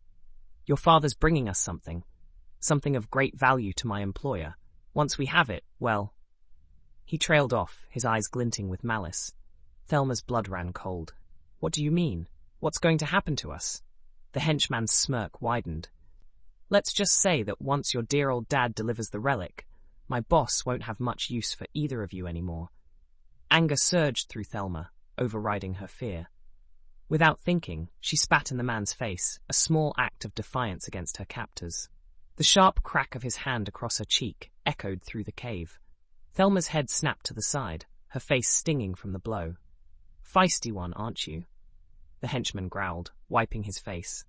He stood up, towering over her, Might want to save that spirit, you'll need it soon enough. As he turned to leave, he paused at the cave entrance. Enjoy your stay, Mrs. Bishop, he called over his shoulder, his laughter echoing off the damp walls. Thelma watched him go, the light fading as they left. She was once again alone in the darkness. Her cheek was throbbing. She grinned slyly, though, as she untied the bonds from around her wrists. Outside the cave, the lead henchman approached another man, lounging against a weathered tree. "Angus," he barked, "take a few men and head to the castle. See if you can find the relic there." Angus straightened, a glint of excitement in his eyes. "You think it might be hidden there?" The man shrugged. "Worth a look. The old man's taking his sweet time, and the boss is getting impatient. If we can find it ourselves, all the better." As Angus gathered a group of men and set off towards the castle, the henchman cast one last glance at the cave entrance. A slow, cruel smile spread across his face. Soon, he thought. Soon they'd have what they came for, and then, well, loose ends had a way of taking care of themselves. Chapter 7. The crisp night air bit at Rory's cheeks as he paced back and forth in front of the hangar, his footsteps crunching on the gravel. Above him, stars glimmered in the inky sky like distant beacons of hope, but Rory paid them no mind. His thoughts whirled in a chaotic storm, centered on one thing only: Thelma. Kidnapped. How in the world was he going to get her home safely? The task ahead seemed nigh impossible, a fool's errand, and yet Rory's resolve was as hard as iron. He would do whatever it took, even if it meant going alone. But Lord, how he prayed his old comrades would join him on this mad quest. Rory ran a hand through his hair, exhaling a cloud of vapor into the frigid air. The weight of responsibility pressed down on him, threatening to crush his spirit. But he wouldn't let it. Thelma was counting on him. "Hold on, sweetheart," he murmured. "Your old man's coming for you." The low rumble of an approaching engine caught Rory's attention. He turned, squinting into the darkness. A pair of headlights cut through the gloom, growing larger as they neared. Rory's pacing ceased as John Walker's 1938 Cadillac came into view, its sleek black paint seeming to absorb what little light there was. Only the chrome trim and white walls stood out against the inky backdrop. The car pulled up alongside the hangar with a soft crunch of gravel. The driver's side door swung open, and John Walker unfolded his tall frame from behind the wheel. Moonlight glinted off his black flight jacket and matching trilby as he strode toward Rory, cutting an imposing figure. "John," Rory said in acknowledgement, his voice steady despite the tension thrumming through him. "Rory," John replied, his tone carrying the weight of unspoken questions. Before Rory could say more, the Cadillac's other doors opened. Henry Quinn emerged from the passenger side, his plaid coat and flat cap a stark contrast to John's darker attire. From the back seat came Willie Mackenzie, clad in a well-worn field jacket and his own flat cap. The two men joined Rory and John, forming a small circle. Despite their different appearances, all four men shared a look of grim determination in their eyes. "Henry, Willie," Rory nodded to each in turn. "Thanks for coming." Henry clapped a hand on Rory's shoulder. "Course we came. Wouldn't be anywhere else." Willie merely grunted, his eyes darting about as if searching for unseen threats. A gust of wind swept across the airfield, carrying with it the promise of a long, cold night. Rory suppressed a shiver, more from nerves than the chill. "Let's get in out of the cold," he suggested, moving toward the hangar's side door. "Got a lot to talk about." Rory pulled open the heavy metal door, wincing at the loud creak of hinges badly in need of oil. He ushered the others inside, taking one last look at the star-studded sky before following them in. The hangar's cavernous interior greeted them, a cluttered blend of tools, crates, and aircraft parts. Their footsteps echoed off the high ceiling as they made their way to the far corner, where a battered desk served as an impromptu command center. John settled himself behind the desk, removing his hat and running a hand through his salt and pepper hair. Rory, Henry, and Willie gathered chairs from around the makeshift office area, the scrape of metal on concrete unnaturally loud in the tense silence. Rory placed his chair near the desk but remained standing, too keyed up to sit. He paced behind it, one hand stroking his chin as he tried to order his thoughts. John cleared his throat, breaking the uneasy quiet. "All right, Rory. You want to tell us why we're out in the freezing cold tonight?" You said something happened with Thelma. Rory's pacing ceased. He gripped the back of his chair, knuckles whitening as he let out a long sigh. She's been kidnapped, he said, the words tasting like ash in his mouth. Being held somewhere in Ireland, they called Kara and me, made ransom demands. The other men reacted with varying degrees of shock and concern. John's eyebrows shot up, while Henry muttered a curse under his breath. Willie's perpetual scowl deepened further. Good Lord, John breathed. Kidnapped, you say? Rory nodded grimly. And they're making demands. If I don't follow through... His voice cracked slightly, the enormity of the situation pressing down on him. They said they'll kill her. A heavy silence fell over the group. John leaned forward, elbows on the desk. How much are they wanting? Rory shook his head. It's not money they want. That'd be simpler in a way. No, they're after an antique, something that's been in my family for centuries. His frustration was evident as he continued. I don't even have the dumb thing. Tried to explain, but they wouldn't listen. Just told me I had to deliver it, or else. Henry spoke up, curiosity overriding his initial shock. What's this antique they're after? Must be valuable, eh? Rory resumed his pacing, agitation clear in every movement. I'm not even sure if it's valuable, beyond being old. Only saw it once, when I was a lad. My grandfather showed it to me. He paused, aware of how mad he was about to sound. It's a sword. They claim it's magical, or some such nonsense. John leaned back in his chair, scratching his head. Well, that's a humdinger, he commented dryly. Rory slumped into his chair, nodding in weary agreement. Aye, a humdinger for sure. And it gets worse. They've given me 4 days to find it and bring it to them. Willie, who had been quietly cleaning his nails with a pocket knife, scoffed. Well, good luck with that. John shot Willie a warning look before turning back to Rory. You said you don't have this antique. Do you even know where it might be? No, I don't have it, Rory admitted. Got a few ideas where to look, but won't know for sure till I get there. Like I said, it's just an old sword. My grandfather and I once dug it up from a hidden spot on our property in Ireland. Beyond that, he shrugged. It's just been a family legend. John leaned forward, his interest clearly piqued. Rory, Henry, here's asked you a few times what this antique is. I'd sure like to know what's so special about it that someone would go to the trouble of kidnapping Thelma. Rory met John's gaze briefly before his eyes dropped to the floor. He stood, resuming his anxious pacing as he rubbed his hands on his pant legs. It's just some old sword, he began, his voice low.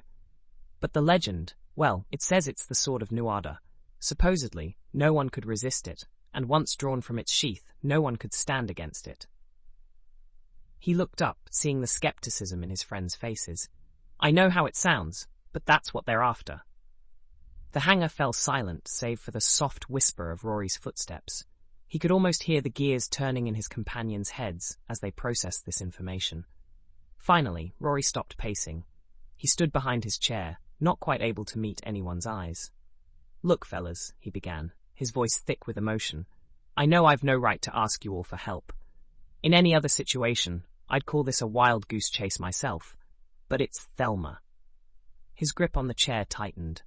I can't just do nothing. I'm asking for your help. If I'm to have even half a chance at this, it'll only be because you're with me. The tension in the room was palpable as Rory finished his plea. He leaned heavily on the back of his chair, waiting for a response, any response, from his old comrades. Seconds stretched into minutes, the silence broken only by the faint ticking of John's wristwatch. Rory's heart pounded in his chest, each beat seeming to echo in the cavernous space. At last, Henry broke the quiet. Rory, he began, his voice hesitant. I've known you for over 10 years now. We've had each other's backs through thick and thin. He paused, a conflicted expression crossing his weathered features. My first thought is, I ought to be thinking of my wife and kids, but... John sighed heavily, nodding in agreement. This could very well be a suicide mission, Rory. You don't know what you're walking into. Once you turn over that antique, if you can even find it, what happens next? He shook his head. I'd suggest contacting the authorities in Ireland. Let them handle it. Rory's heart sank. He opened his mouth to argue, but before he could speak, a quiet voice cut through the gloom. I'm with you, Rory. All eyes turned to Willie, who had been so silent they'd almost forgotten he was there. John's eyebrows shot up in surprise. You what? He asked, incredulous. Willie, you complain about everything under the sun. Even when things are going great, you've got something negative to say. You'd be the last person I'd expect to go along with this madness. Willie folded his knife with a snap, tucking it into his pocket. His perpetual scowl deepened as he met John's gaze. Rory's a friend, he said simply. He's asked for our help. His plan might not be the best to you and me, but he needs to get his daughter back, so I'm going to help him do that. The grizzled mechanic's eyes swept over the group. The two of you can decide for yourselves what's best. But in my book, anyone who wouldn't help a friend in need like this, well, they ain't much of a friend at all. With that, Willie sat back in his chair, arms crossed over his chest. The hanger fell silent once more as his words sank in. Well, John said with a wry smile, when you put it like that. The tension in the room broke like a dam. All four men burst into laughter, the sound echoing off the hangar walls. It wasn't that anything was particularly funny, more a release of the pent-up stress and worry that had been building since Rory's phone call. As the laughter died down, Rory sank into his own chair, feeling as if a great weight had been lifted from his shoulders. So, Rory, John said, leaning forward with his elbows on the desk. What's this plan of yours? How are we going to bring Thelma home safe and sound? Rory took a deep breath, organizing his thoughts. Well, first things first, we need to get to Ireland. That's where you come in, John. Once you get us there, we'll need gear and supplies. He turned to Henry. Don't you have some contacts over there now? Maybe you could reach out to them, see what they can do for us. Both men nodded, already making mental notes. Rory looked to Willie. And Willie, you're the best mechanic I know. Make sure you've got whatever tools you can travel with. No telling what we might need. Roger that. Willie grunted, a hint of pride in his gruff voice. As for me, Rory continued, I think I've got the sword's location narrowed down to 3 spots. We'll retrieve it, and, well, that's about as far as my plan goes at the moment. We've got some time between now and then to work out the rest. John drummed his fingers on the desk, brow furrowed in thought. Rory, he said slowly, why do you think they want this sword of yours? What's so all-fired important about it that they'd go to the trouble of kidnapping Thelma instead of just trying to buy it off you? Rory fell silent, his expression clouding over as he considered how to answer. The other men could see the change on his face, sensing the weight of whatever he was about to say. Now, I don't know the whole story, Rory began cautiously. Can't fill you in on all the details, because I don't rightly know them myself. But there's a legend about this sword.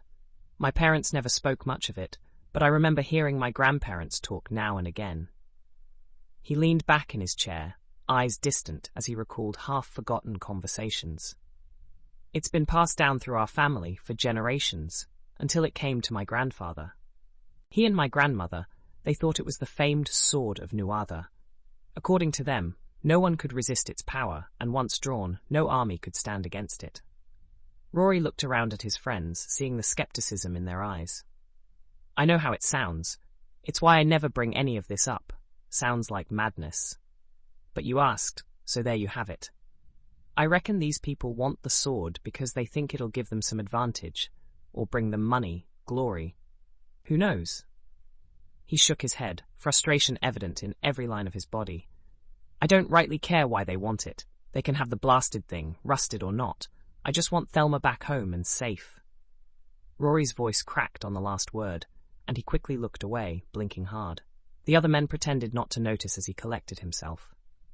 After a moment of heavy silence, Henry spoke up, a hint of forced levity in his tone. Well, that explains why you're a multi-millionaire and the sworn king of Ireland. It all makes sense now.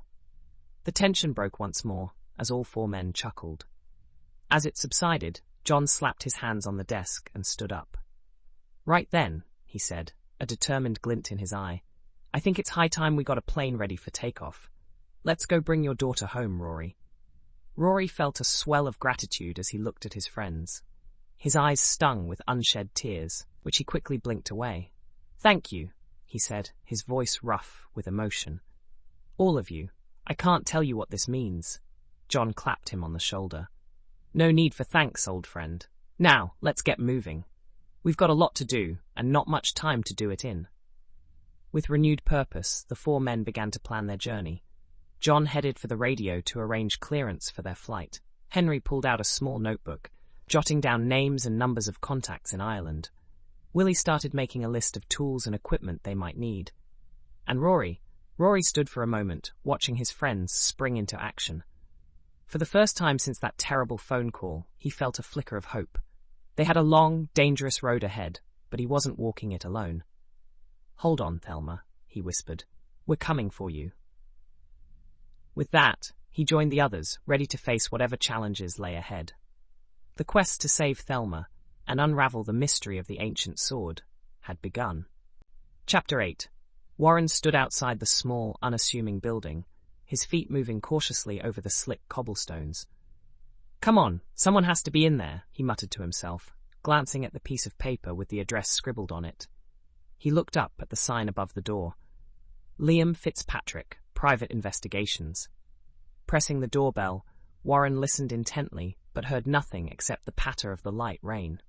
He frowned, jaw clenched, and pressed the bell a second time. Urgency gnawed at him. Every second he waited was another second. Thelma remained in danger.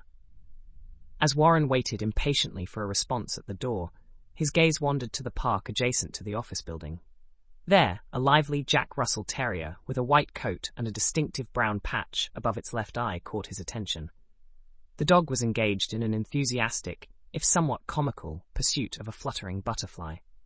With single-minded determination, the pup bounded and leaped, always just missing its elusive target.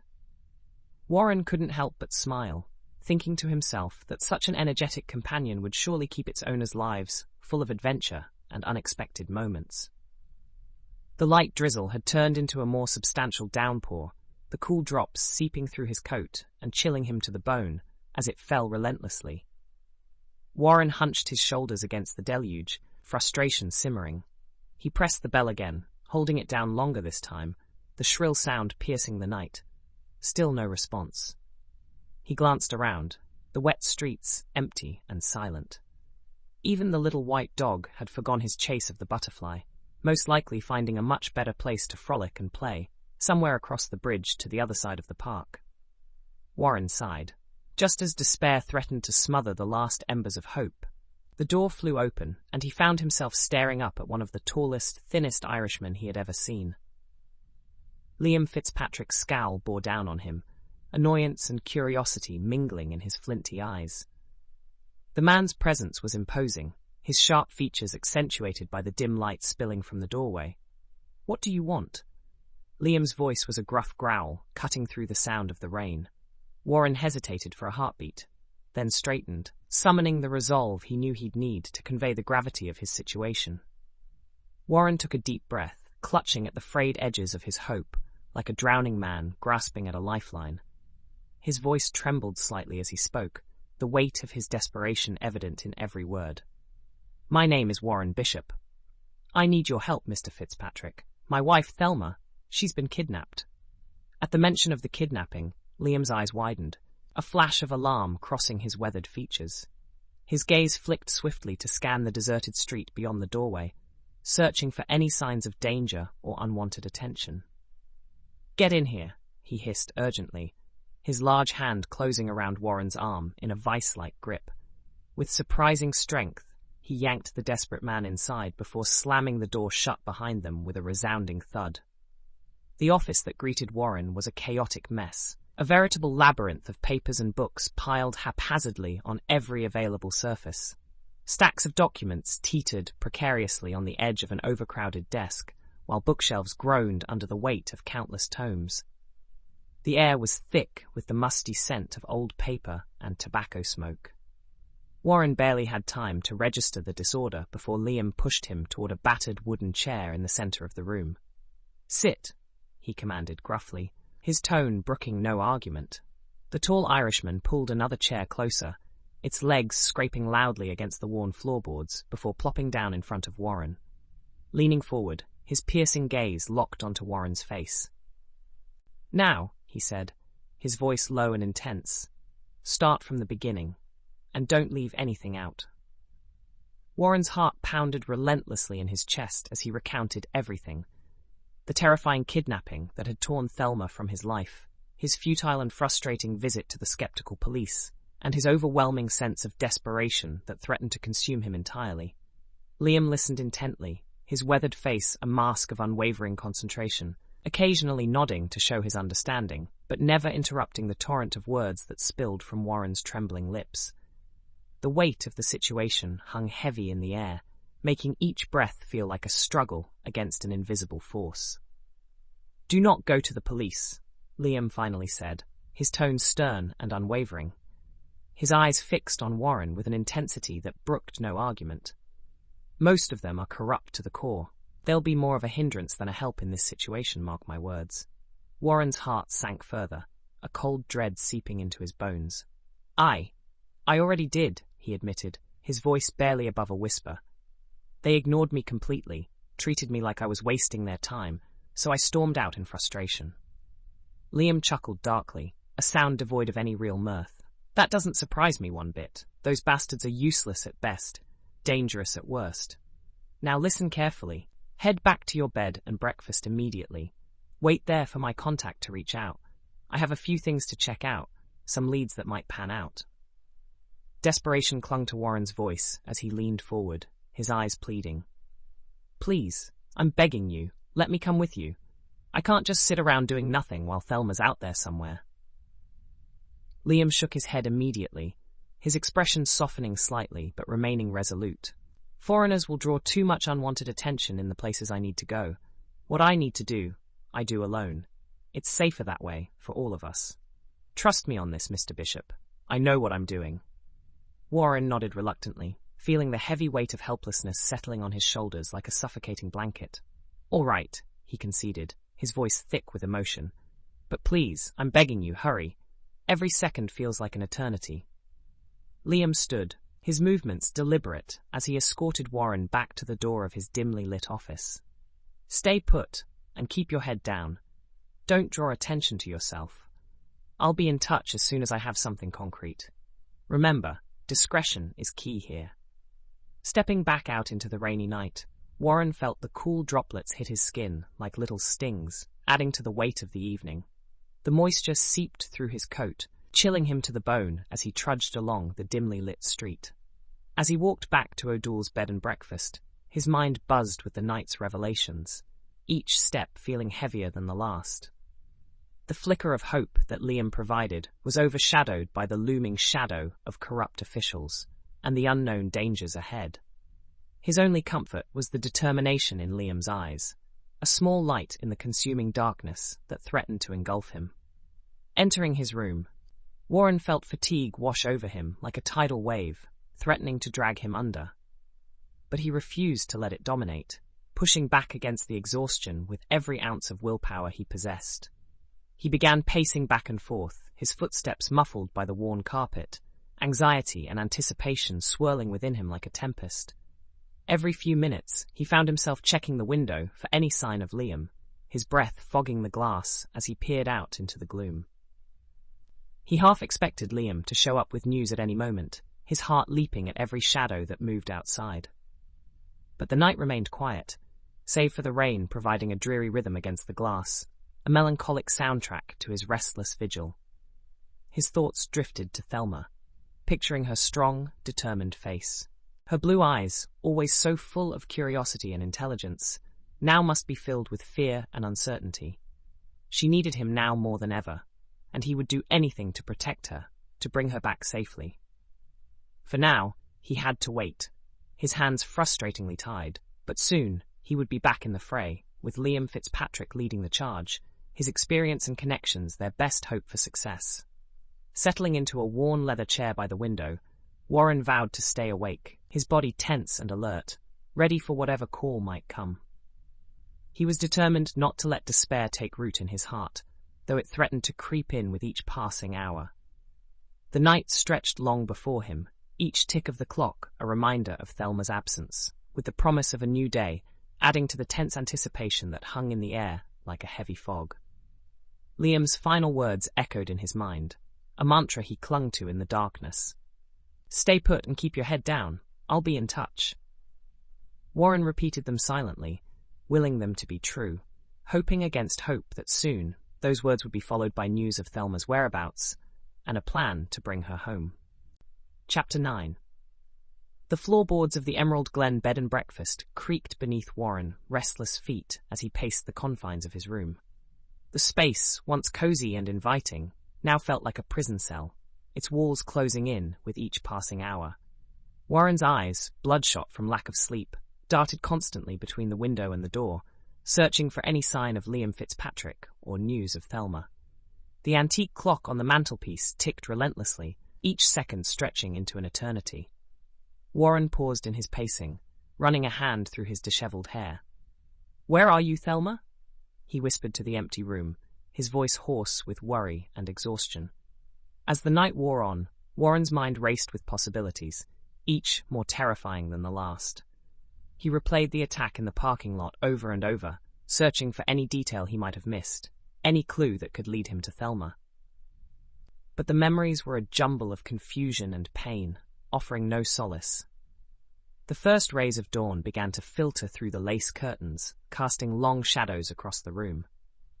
Warren moved to the window, his movements stiff and pained from the beating he'd endured. The quiet street below offered no answers, no hope. Just the same cobblestones and quaint shop fronts that had seemed so charming just days ago. Warren pressed his forehead against the cool glass, closing his eyes against the rising tide of despair. "I'll find you, Thelma," he murmured, his breath fogging the pain. "I swear it." A soft knock at the door startled Warren from his reverie. His heart leaped, hope surging through him. Could it be Liam with news? Or perhaps even Thelma herself?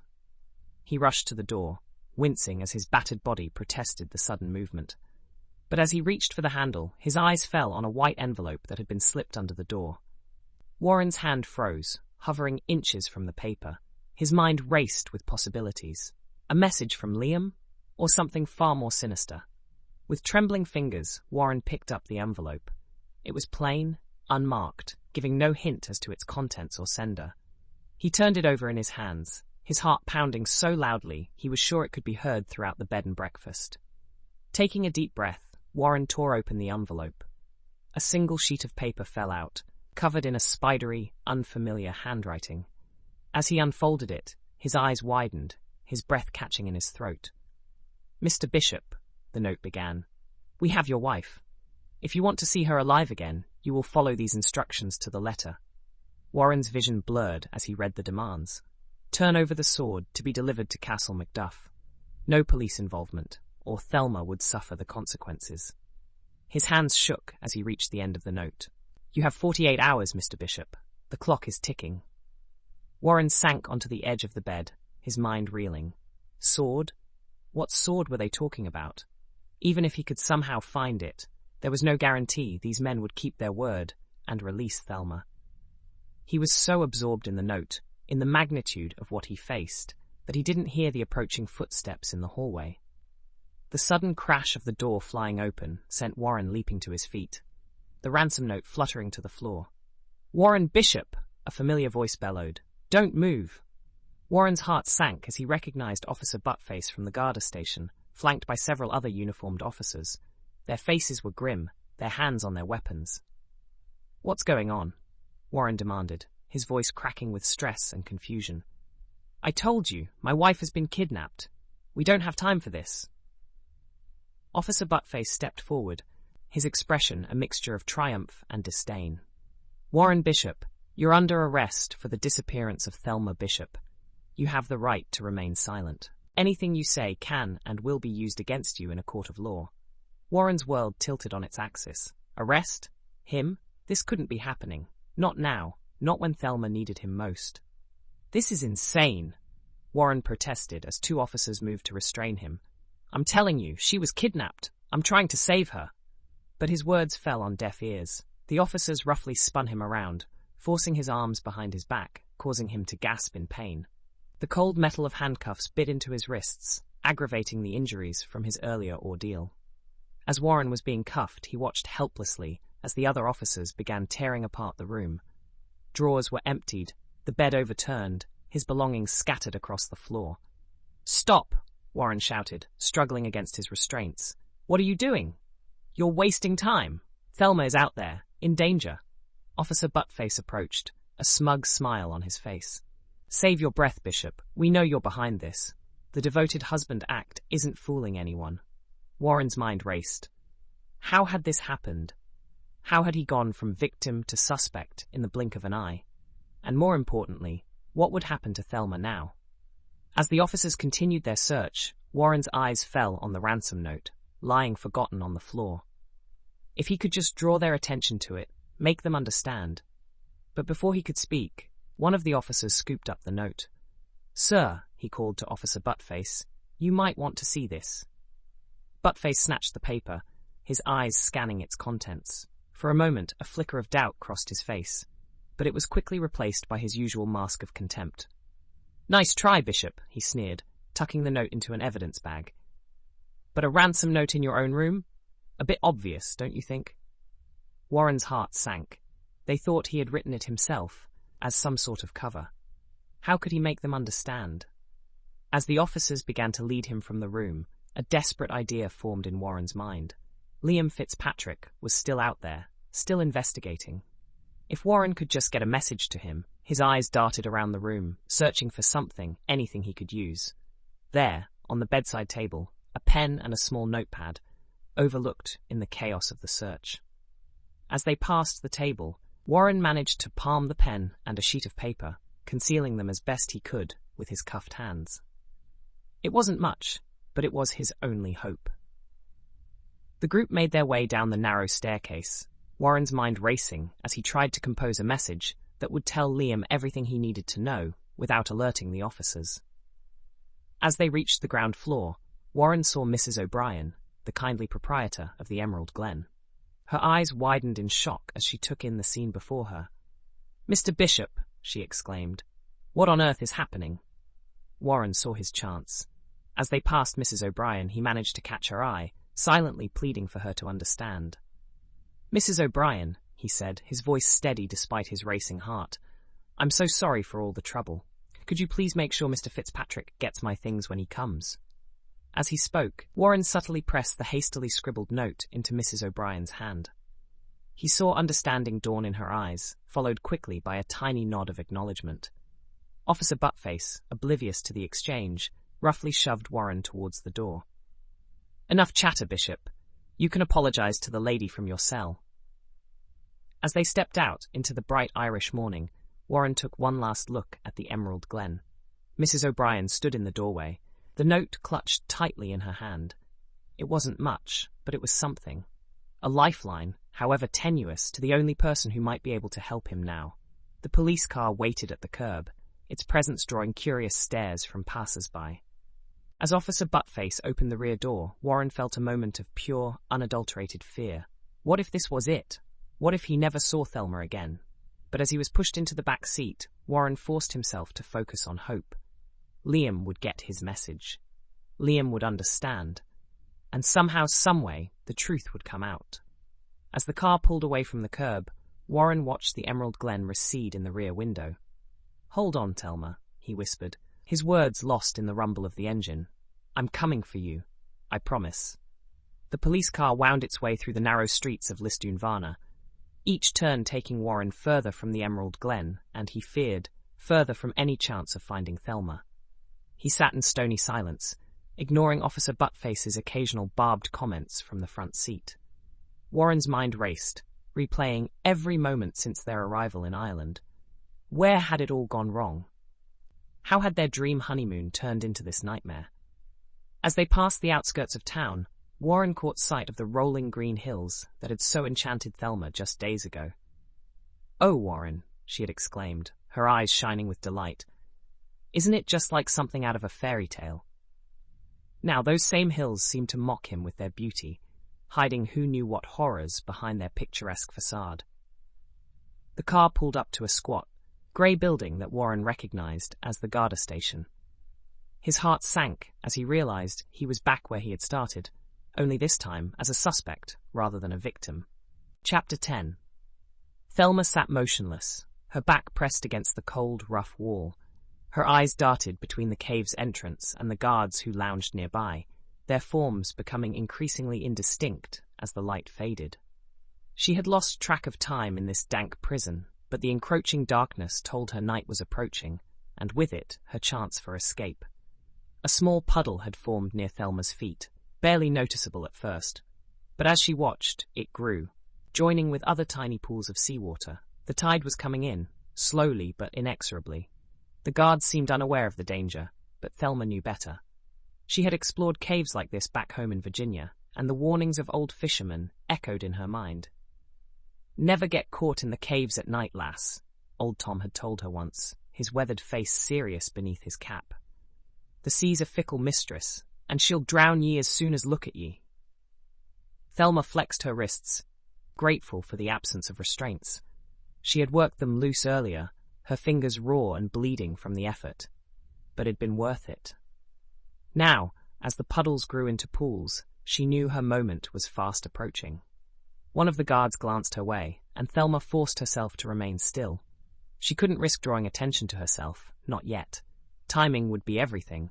Too soon, and they'd easily recapture her. Too late, and she'd be trapped, doomed to drown in the rising waters. "It's not a great plan," Thelma muttered to herself, her voice barely a whisper, but at least it's a plan. The guard nearest to her shifted, stretching his arms above his head with a yawn. "The me skith," he grumbled in Gaelic, the words meaningless to Thelma, but the tone of complaint unmistakable. Another guard laughed, responding in the same language. Their conversation drifted over Thelma, incomprehensible, but oddly comforting in its normalcy. It was easy to forget, listening to them, that these men were her captors, that her life hung in the balance. A splash drew Thelma's attention back to the floor. The puddle at her feet had grown considerably, now large enough to reflect the dim light from the cave's entrance. Time was running out. Thelma took a deep breath, steeling herself for what was to come. She had one chance at this, one opportunity to break free and warn her father about the danger he faced. She couldn't afford to fail. With deliberate slowness, Thelma shifted her weight, preparing to spring into action. But the movement, slight as it was, caught the eye of the nearest guard. He frowned, pushing himself to his feet and approaching her with a suspicious scowl. "Day and core, atha a tiggin doot?" he demanded, his voice gruff. When Thelma couldn't respond, not understanding the language, he reached down and yanked her forward roughly. Thelma's heart pounded as the guard's eyes widened, noticing her unbound wrists. He shouted something in Gaelic, his voice echoing off the cave walls. In an instant, 2 more guards were at his side, surrounding Thelma with expressions ranging from anger to amusement. Struggling to her feet, Thelma felt a wave of dizziness wash over her. Her legs, weak from being held prone for the entirety of her captivity, trembled beneath her. For a moment, doubt crept in. Could she really do this? Was she strong enough to fight her way past these men? One of the guards, a tall, broad-shouldered man with a scar across his cheek, smirked down at her. The expression ignited something in Thelma, a fierce determination that burned away her uncertainty. This man, with his smug superiority, would be her first victim. Without warning, Thelma lunged forward, channeling all her strength and desperation into the movement. Her forehead connected with the guard's nose with a sickening crack. His smirk vanished, replaced by a look of shocked pain as he stumbled backward, blood streaming down his face. "You little," he began, but his words were cut off by a scream of agony as he collapsed to the ground, clutching his shattered nose. Thelma didn't pause to savor her victory. In one fluid motion, she pivoted, her legs swinging up in a powerful kick that connected solidly with the second guard's groin. He doubled over with a strangled gasp, his face turning an alarming shade of purple. 2 down, 1 to go. But before Thelma could turn her attention to the third guard, strong arms wrapped around her from behind, pinning her arms to her sides. She struggled against the iron grip, acutely aware of the water now lapping at her ankles. Time was running out. "Kylin Dana," the guard holding her chuckled, his breath hot against her ear. "You fight well for such a small thing." Thelma growled, renewing her efforts to break free.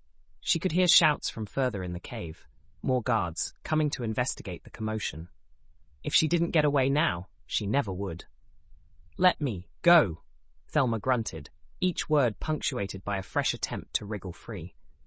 The guard's only response was another low chuckle, clearly amused by her efforts. Frustration and fear warred within Thelma. She couldn't let it end like this, couldn't let these men win. With a surge of desperate strength, she stomped down hard on the guard's foot. The effect was immediate. The guard's grip loosened as he yelped in pain, instinctively lifting his injured foot. It was all the opening Thelma needed. In a move that would have made her self-defense instructor proud, Thelma planted both feet firmly on the ground and bent forward sharply. The guard, caught off balance, flew over her head, landing face first on the cave floor with a dull thud. Thelma didn't hesitate. She delivered a swift kick to the prone guard's face, ensuring he wouldn't be getting up anytime soon. Then, breathing heavily, she surveyed the scene around her. 3 bodies lay on the ground, groaning or unconscious. The puddles had become pools, the water now reaching halfway up her calves. And in the distance, she could hear the shouts of more guards approaching. There was no time to revel in her victory, no time to catch her breath.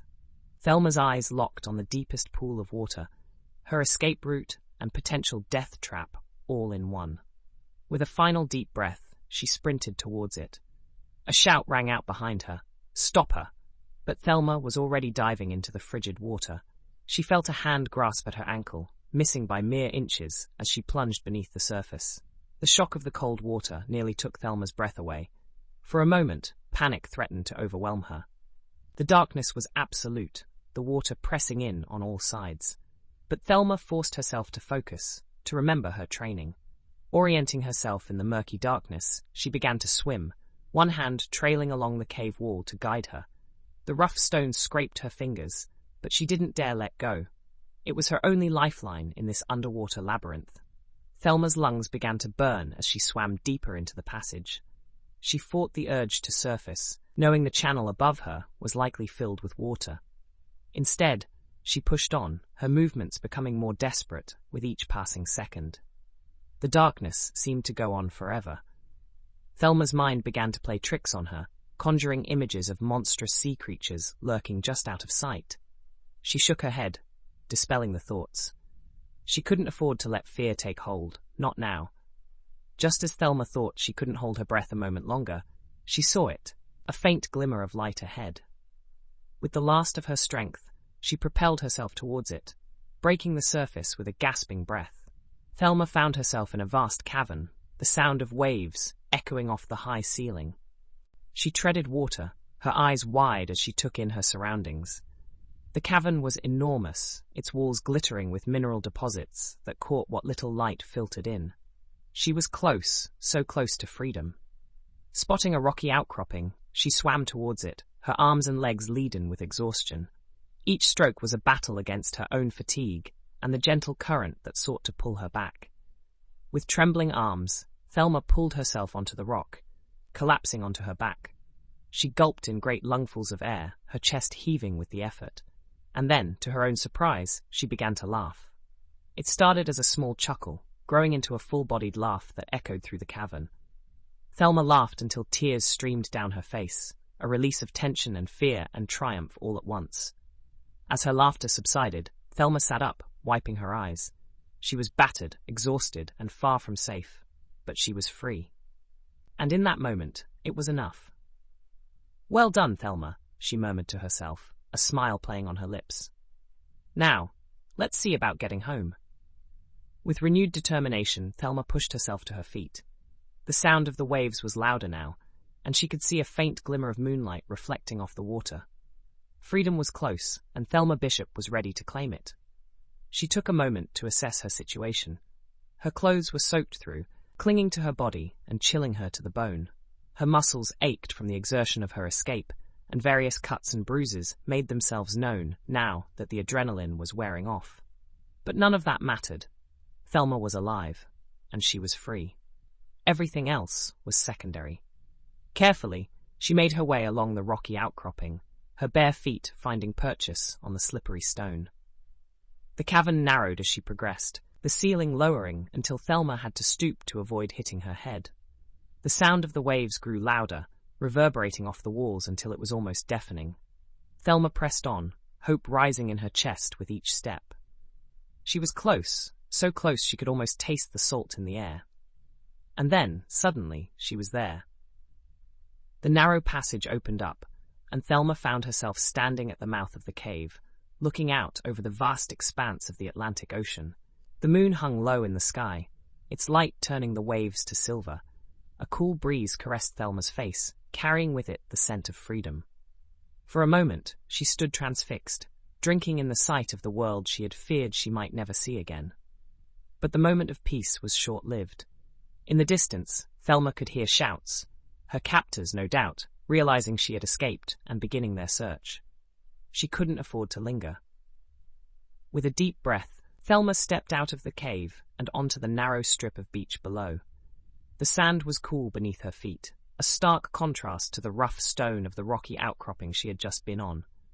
She allowed herself a moment to wiggle her toes in it, savoring the simple pleasure.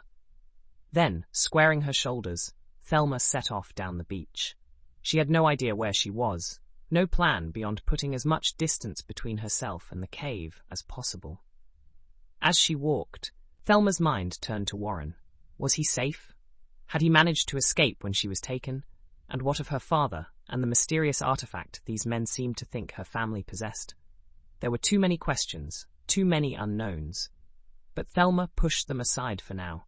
First, she needed to find help, to alert the authorities. Then, and only then, could she begin to unravel the mystery that had led to her kidnapping. The beach stretched out before her, a silver ribbon in the moonlight. Thelma walked on, her steps growing stronger with each passing moment. She had survived, had beaten the odds. And whatever challenges lay ahead, she would face them head-on. For Thelma Bishop was many things: historian, wife, daughter. But above all, she was a survivor, and as she walked into the uncertain future, she carried with her the strength and determination that had seen her through her ordeal. The night was long, and the path ahead uncertain, but Thelma Bishop was free, and she was ready to face whatever came next. Chapter 11. The heavy wooden door of O'Malley's pub creaked open, admitting a gust of cool evening air and the tall, broad-shouldered figure of Liam Fitzpatrick.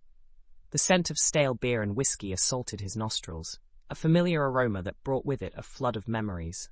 Some good, some best, left forgotten. Liam paused just inside the entrance, allowing his eyes to adjust to the dim interior. The pub was a cacophony of sounds and sights. The clink of glasses, the low murmur of conversation punctuated by occasional bursts of raucous laughter, the flicker of candlelight casting long shadows across weathered wooden tables. His gaze swept the room, taking in every detail, with the practiced eye of a man accustomed to noticing what others might miss. A group of farmers huddled in one corner, their faces ruddy from drink and animated discussion. A pair of young lovers sat close together in a booth, oblivious to the world around them. And there, hunched over the bar like a gargoyle guarding its post, was the man Liam had come to see. Seamus Byrne cut a pitiful figure, his once broad shoulders now stooped with age and hard living. A half-empty glass of whiskey sat before him, his gnarled hands wrapped around it as if it were a lifeline. Liam noted the tremor in those hands, the unkempt grey hair, the threadbare jacket that had seen better days. With a deep breath, Liam made his way through the crowded pub, nodding to familiar faces, but not stopping to chat.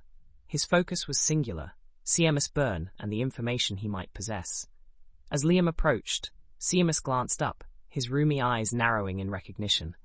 A grunt of acknowledgement escaped his lips, barely audible over the din of the pub. "Evening, Seamus," Liam said, sliding onto the bar stool next to the older man. "Mind if I join you?" Seamus grunted again, this time with a slight shrug that Liam interpreted as grudging assent. The barkeep approached, eyebrow raised in silent inquiry. "Pint of Guinness, if you please," Liam said, fishing a few coins from his pocket and placing them on the bar. As the barkeep moved away to fetch his drink, Liam turned his attention back to Seamus. The old man had yet to speak, his gaze fixed on the amber liquid in his glass, as if it held the secrets of the universe. "Fierce weather we've been having," Liam commented, his tone casual. "Thought summer might never arrive, but it seems to be making an appearance at last." Seamus grunted once more, a sound that could have meant agreement or dismissal. Liam pressed on, undeterred. Heard there was quite a commotion down at Flanagan's farm last week. Something about a prize bull getting loose and terrorizing the village green. You hear anything about that, Seamus?" This at last elicited a response. Seamus turned his head slightly, fixing Liam with a watery gaze. "What are you after, Fitzpatrick? You didn't come here to gossip about the weather or Flanagan's bloody bull." Liam allowed a small smile to play across his lips. Direct and to the point, that was Seamus Byrne. It was one of the things Liam had always appreciated about the man, even if it did make his job more challenging at times. "You're right, Seamus," Liam conceded, his voice low. "I'm here on business, as it happens. Been hearing some interesting rumours lately. Thought you might be able to shed some light on them." Seamus's eyes narrowed further, suspicion etched in every line of his weathered face. "What kind of rumours?" Liam leaned in closer, his voice dropping to barely above a whisper. "Rumours about some unusual hiring going on in the area. Big operation, from what I hear." "You wouldn't know anything about that, would you, Seamus?" The old man's reaction was subtle, but to Liam's trained eye, it spoke volumes. A slight tensing of the shoulders, a quick dart of the eyes towards the exit. Seamus knew something, all right, but when he spoke, his voice was carefully neutral. "Don't know nothing about no hiring," he muttered, lifting his glass to his lips and taking a long swallow. Liam waited patiently as Seamus set the glass down, his eyes never leaving the old man's face. "Come now, Seamus," he said, his tone gentle but insistent. "You've always had your ear to the ground. If there's something going on, you'd be the one to know." Seamus's face hardened, a stubborn set to his jaw. "I told you, Fitzpatrick, I don't know nothing. And even if I did, I wouldn't be telling you. I'm not getting involved in whatever it is you're poking your nose into." Liam sighed, a sound of regret tinged with determination. He had hoped it wouldn't come to this, but Seamus was leaving him little choice. "That's a shame, Seamus," Liam said, his voice still low but with an edge of steel beneath the softness. "Because, you see, there's something else I've been hearing lately. Something about a certain incident down at the docks last month. Something involving a shipment that never quite made it to its intended destination." The effect on Seamus was immediate and dramatic. The old man froze, his hand halfway to his glass. Slowly, he turned to face Liam, his eyes wide with a mixture of fear and anger. "You wouldn't," Seamus hissed, his voice barely audible. Liam met his gaze steadily. "I don't want to, Seamus, but this is important. Something big is happening, and I need to get to the bottom of it. People could be in danger. Now, are you going to help me, or do I need to have a chat with the Garda about certain discrepancies in the harbour master's logs?"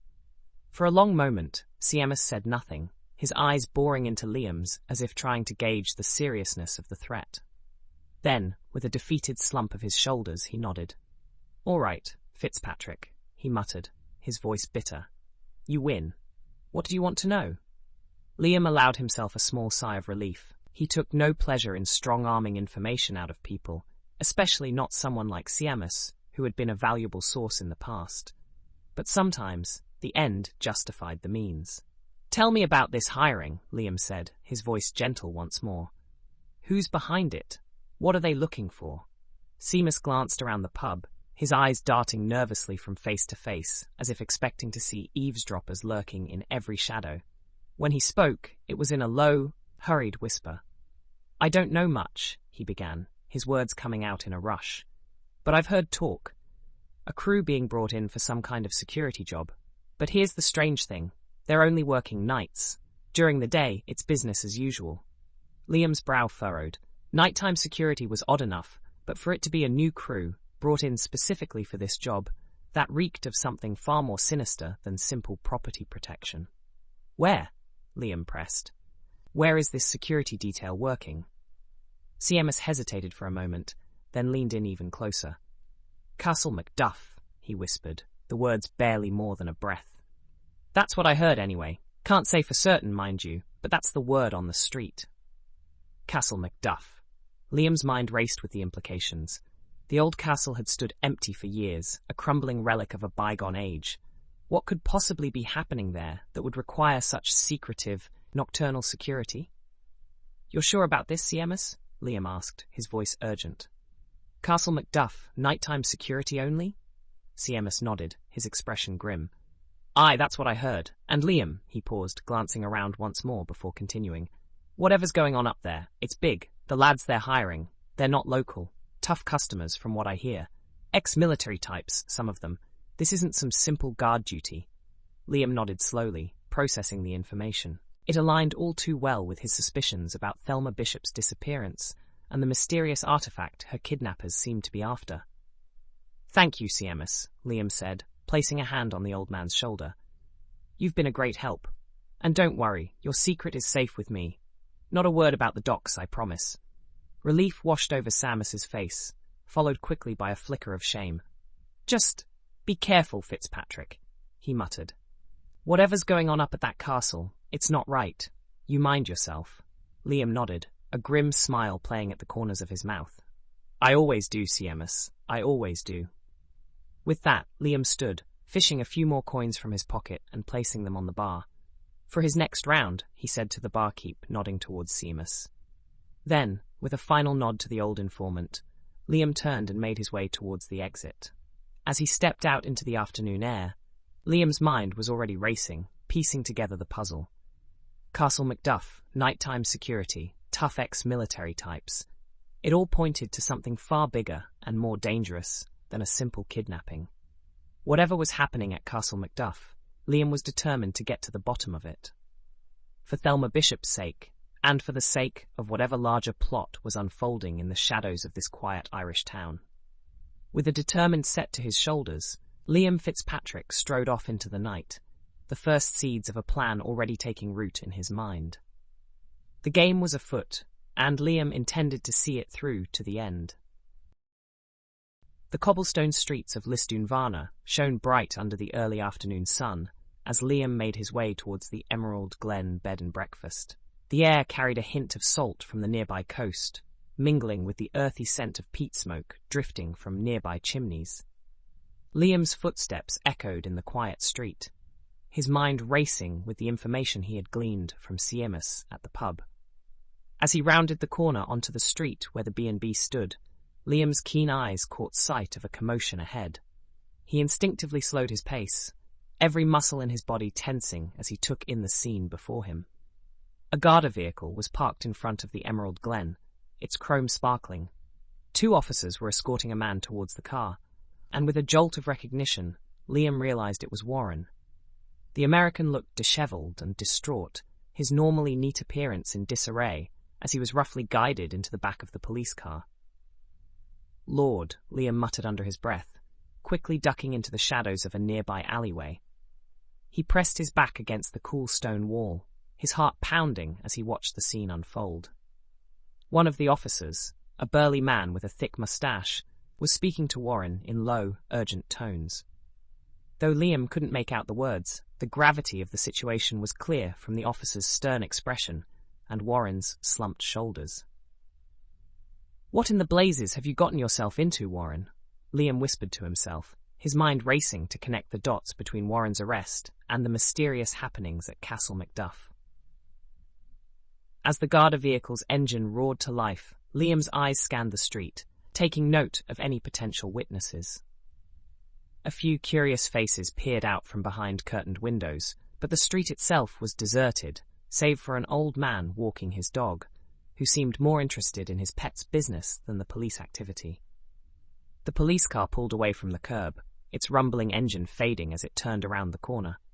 Liam remained in his hiding spot for several long moments, listening intently for any signs of lingering police presence. When he was satisfied that the coast was clear, he emerged from the alleyway, straightening his jacket and adopting a casual air. Liam's mind whirled with possibilities as he approached the Emerald Glen. Warren's arrest complicated matters significantly. If the American was in police custody, how could he possibly meet the kidnappers' demands?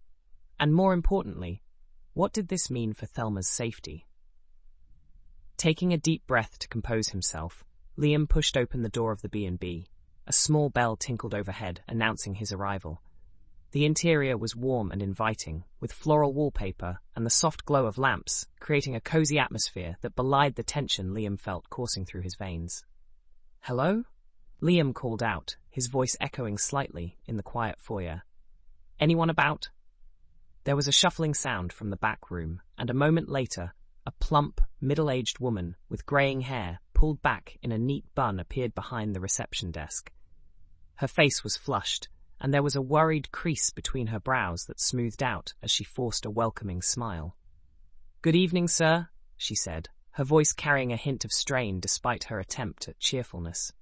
"Welcome to the Emerald Glen. How may I help you?" Liam approached the desk, offering the woman a warm smile. "Good afternoon, ma'am. I'm here to meet with Warren Bishop.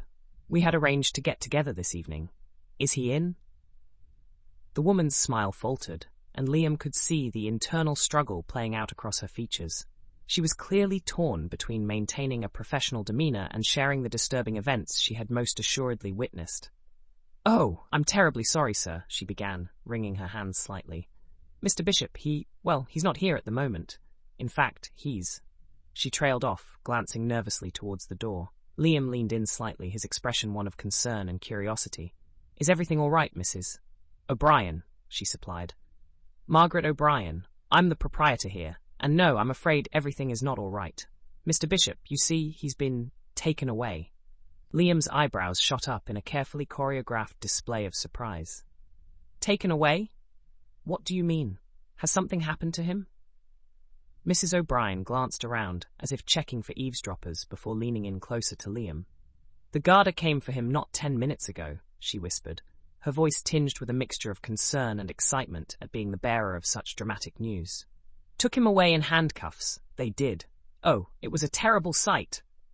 Liam allowed his eyes to widen in shock. "The Garda? But why? What on earth could Warren have done?" Mrs. O'Brien shook her head, her bun wobbling slightly with the movement. "I haven't the foggiest, sir.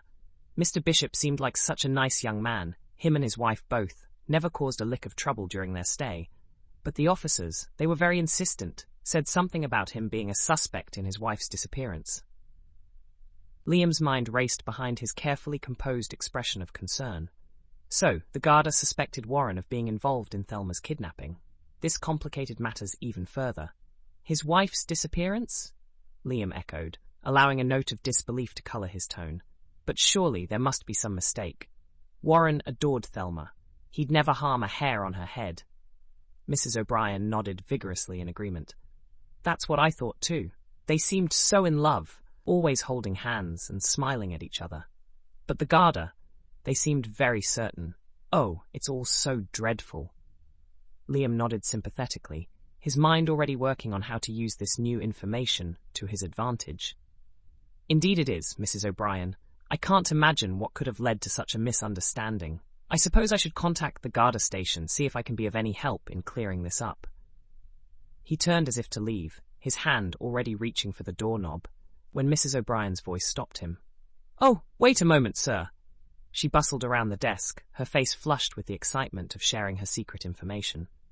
"Mr. Bishop, he left something for you. A note. He was most insistent that I give it to you if you came by."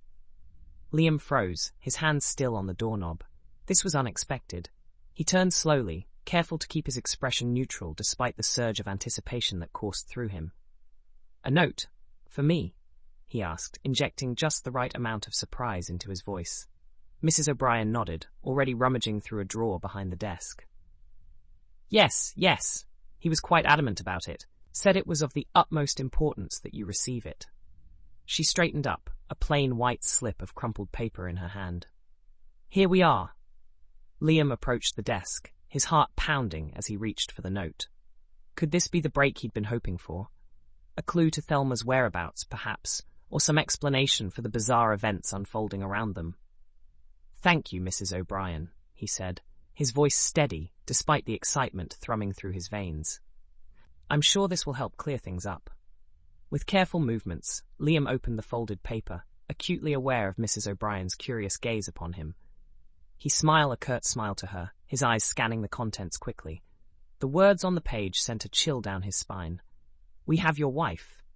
You will do exactly as we tell you, or she will die. Come to Castle Macduff at dusk, and come alone. Do not involve the Garda, or she will die." Liam's mind raced as he processed the implications of the note. This was it. the confirmation he needed that Thelma's disappearance was indeed connected to the strange goings-on at Castle Macduff. But why had Warren left this note for him? Was it a deliberate clue, knowing Liam would continue the investigation? Or was this a desperate plea for help from a man who knew he was about to be arrested? Keeping his face carefully neutral, Liam folded the note. He looked up to find Mrs. O'Brien watching him expectantly, her eyes wide with curiosity. "Well," she prompted, unable to contain herself. "What does it say? Is it about Mrs. Bishop?" Liam offered her a reassuring smile, even as his mind whirled with the implications of what he'd just read. "Nothing to worry about, Mrs. O'Brien. Just some business matters Mr. Bishop wanted to make sure were taken care of. I'm sure this whole misunderstanding will be cleared up in no time." Mrs. O'Brien's face fell slightly at the lack of juicy details, but she nodded, seemingly relieved that there was nothing more sinister afoot. "Oh well, that's good then. I do hope they sort everything out quickly. Such a lovely couple, the Bishops." Liam nodded, tucking the paper securely into the inner pocket of his jacket. "I'm sure they will, Mrs. O'Brien. Thank you for your help. You've been most kind." As he turned to leave, Liam's mind was already racing ahead, formulating plans and contingencies. The note had confirmed his suspicions about Castle Macduff, but it had also raised new questions. Who were these kidnappers? What did they want? And how was he going to rescue Thelma without alerting the Garda or endangering her life further? With a final nod to Mrs. O'Brien, Liam stepped out into the bright afternoon sun. The street was quiet now, no sign of the earlier police activity. But Liam knew that beneath the peaceful facade of Lisdoonvarna, a dangerous game was unfolding, and he was determined to see it through to the end, no matter the cost. As he walked away from the Emerald Glen, Liam's steps were purposeful, his mind focused on the challenges ahead. Castle Macduff loomed in his thoughts, a dark and foreboding presence. Whatever secrets it held, whatever dangers lurked within its ancient walls, Liam Fitzpatrick was ready to face them head-on. The game was afoot, and Liam intended to win. Chapter 12. The steady hum of the twin engines filled the cabin as John Walker's Beechcraft Model 18 began its final descent towards the Irish coast. Rory sat rigid in his seat, his weathered hands gripping the armrests with white-knuckled intensity. The emerald landscape below, normally a sight to stir his heart with pride and longing, now blurred before his eyes as memories of the past 2 decades flooded his mind. Thelma, his little girl. Except she wasn't so little anymore, was she? Rory's chest tightened as he thought of all the years he'd missed, all the moments forever lost to the ravages of war and its aftermath. Her first steps, her first words, her first day of school, all gone, experienced only through the faded photographs and second-hand accounts of his wife. "Steady on there, old boy." John's voice cut through Rory's reverie, the pilot's eyes flicking briefly from the instrument panel to his passenger. "You look like you're about to jump out of your skin." Rory forced a wan smile, his fingers relaxing their death grip on the armrests. "Just anxious to get on the ground, I suppose," he replied, his voice gruff with emotion he couldn't quite suppress. John nodded, his attention returning to the controls as he made a slight adjustment to their heading. "Won't be long now. Another 15 minutes. Give or take." 15 minutes. In the grand scheme of things, it was nothing, a mere blink of an eye compared to the years Rory had already lost. And yet, as the plane continued its descent, each second seemed to stretch into eternity, giving Rory's guilt-ridden mind ample time to torment him with what-ifs and might-have-beens. He closed his eyes, trying to shut out the memories, but they came unbidden, as vivid and painful as if they'd happened yesterday. The day he'd shipped out, Margaret standing on the dock with little Thelma in her arms, barely more than an infant. The ache in his chest as he'd waved goodbye, not knowing if he'd ever see them again. The mud and blood of the trenches, the constant fear, the letters from home that were his only lifeline to sanity. And then, the moment that should have been one of the happiest of his life, tainted by the circumstances in which he'd received the news. Huddled in a makeshift dugout, the sound of artillery fire in the distance, as he'd read Margaret's tear-stained letter announcing Thelma's birth.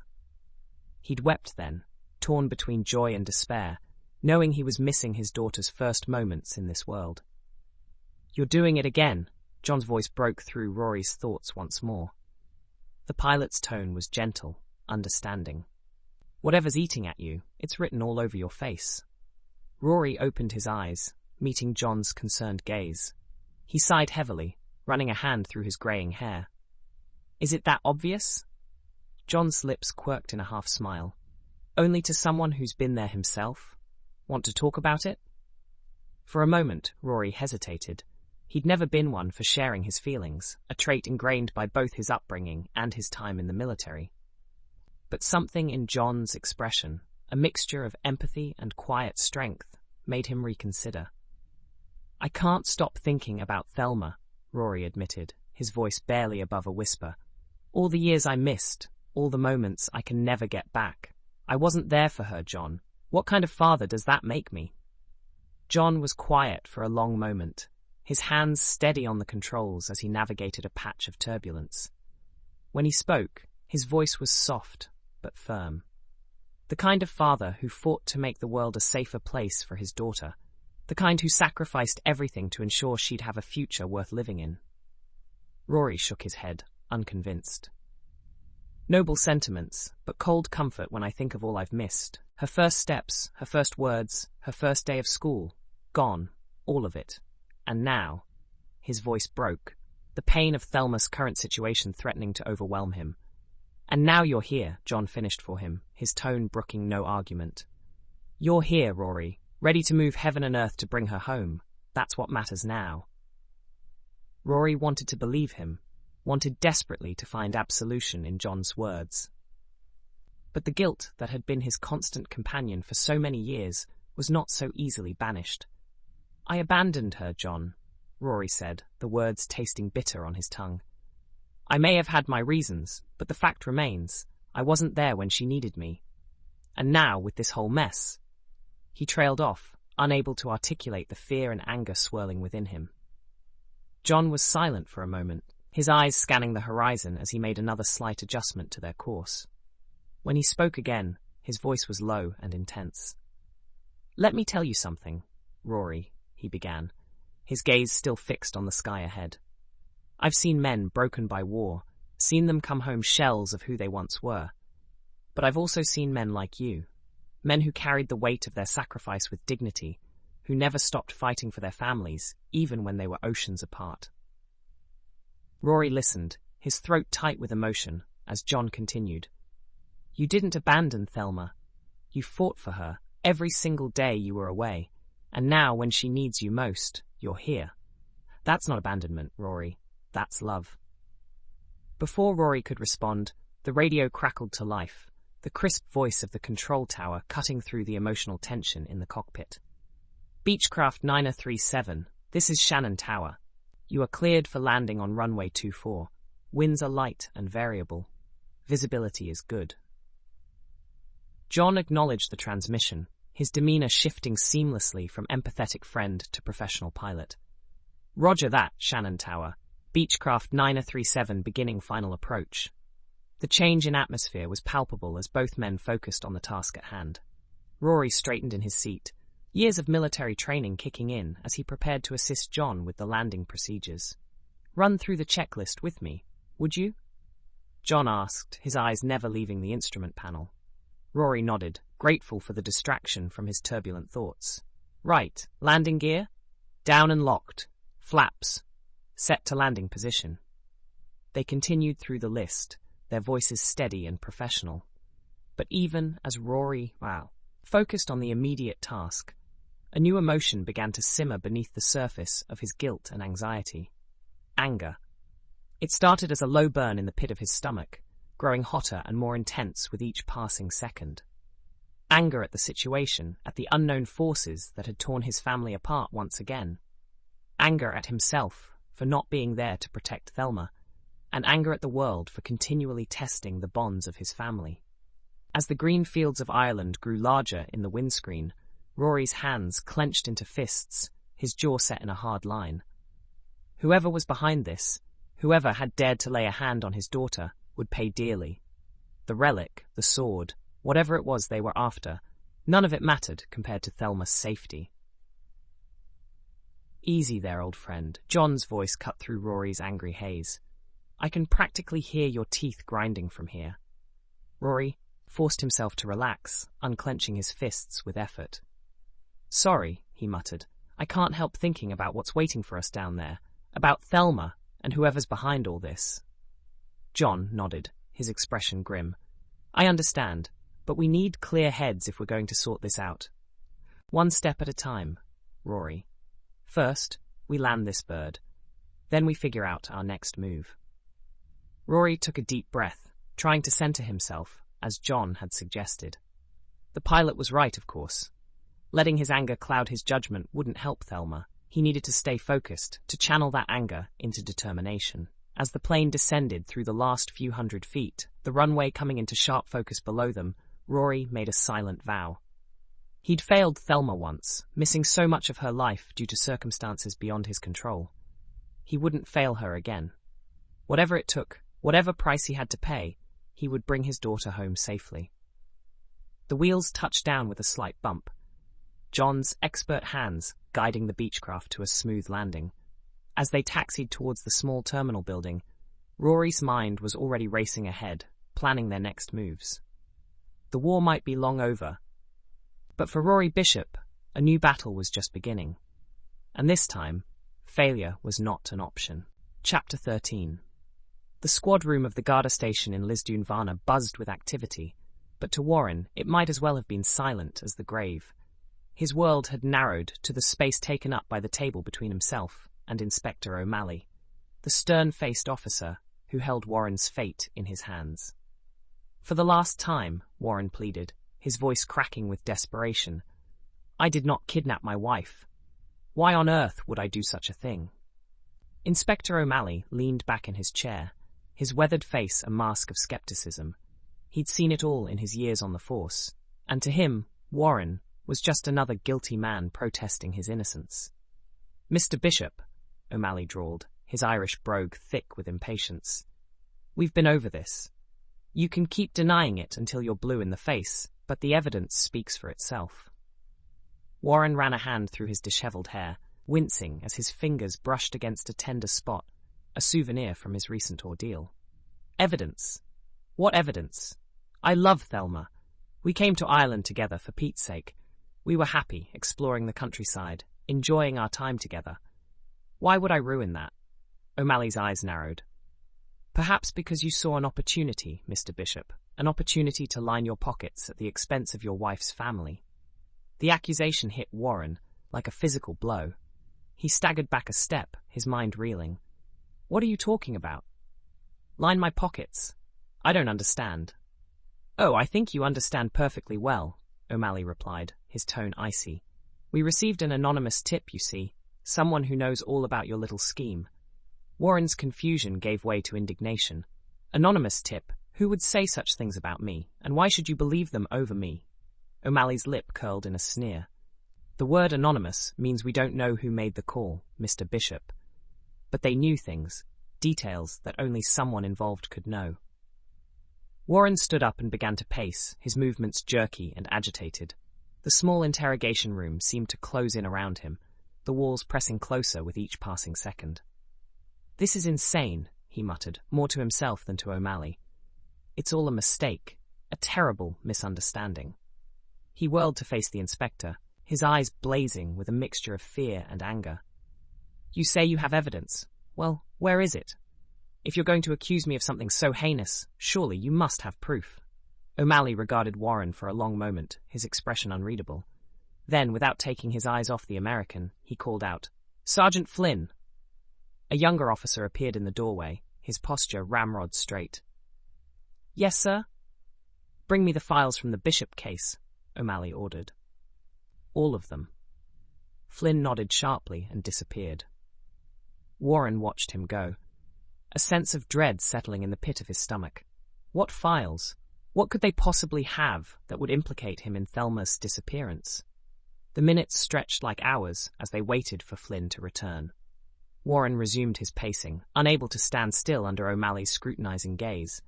His mind raced, trying to make sense of the situation. How had a simple vacation turned into this nightmare? Finally, Flynn reappeared, a stack of papers in his hands.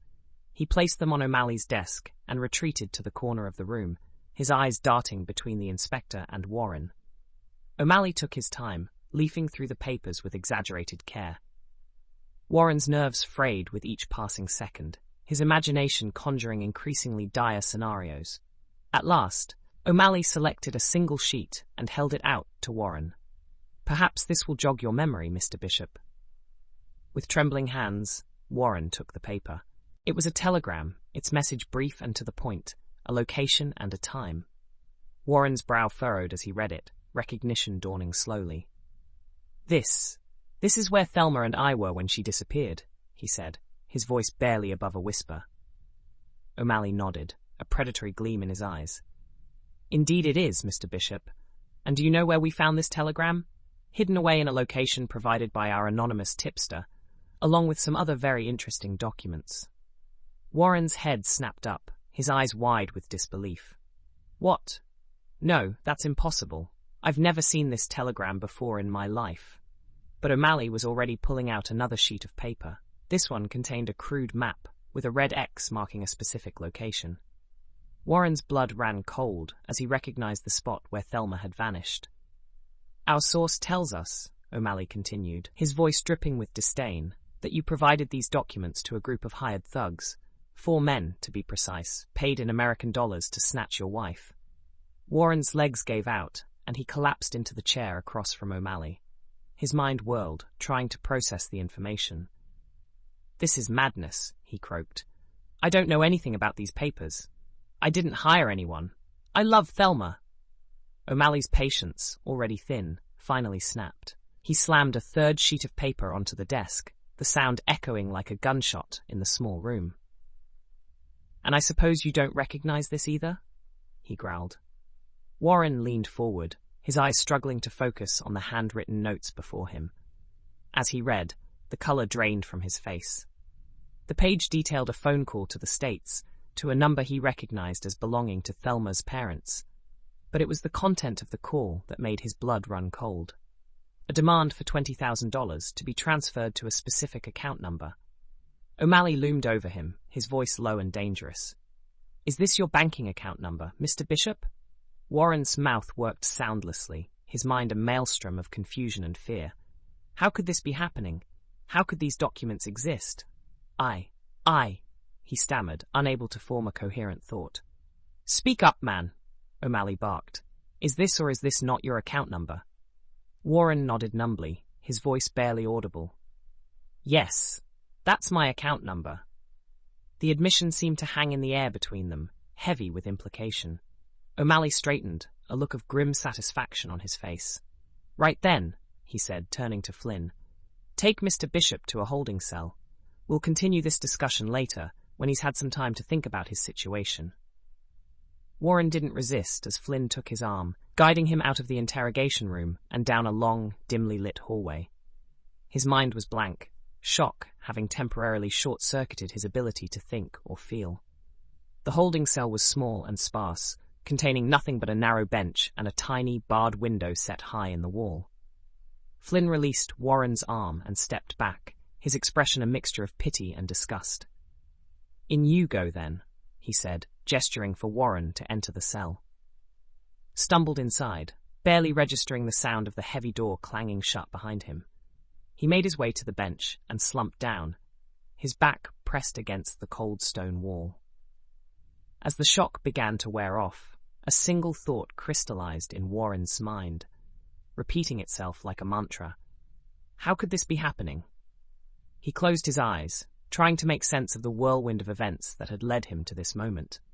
The vacation with Thelma, her sudden disappearance, and now these accusations, it was all too much to process.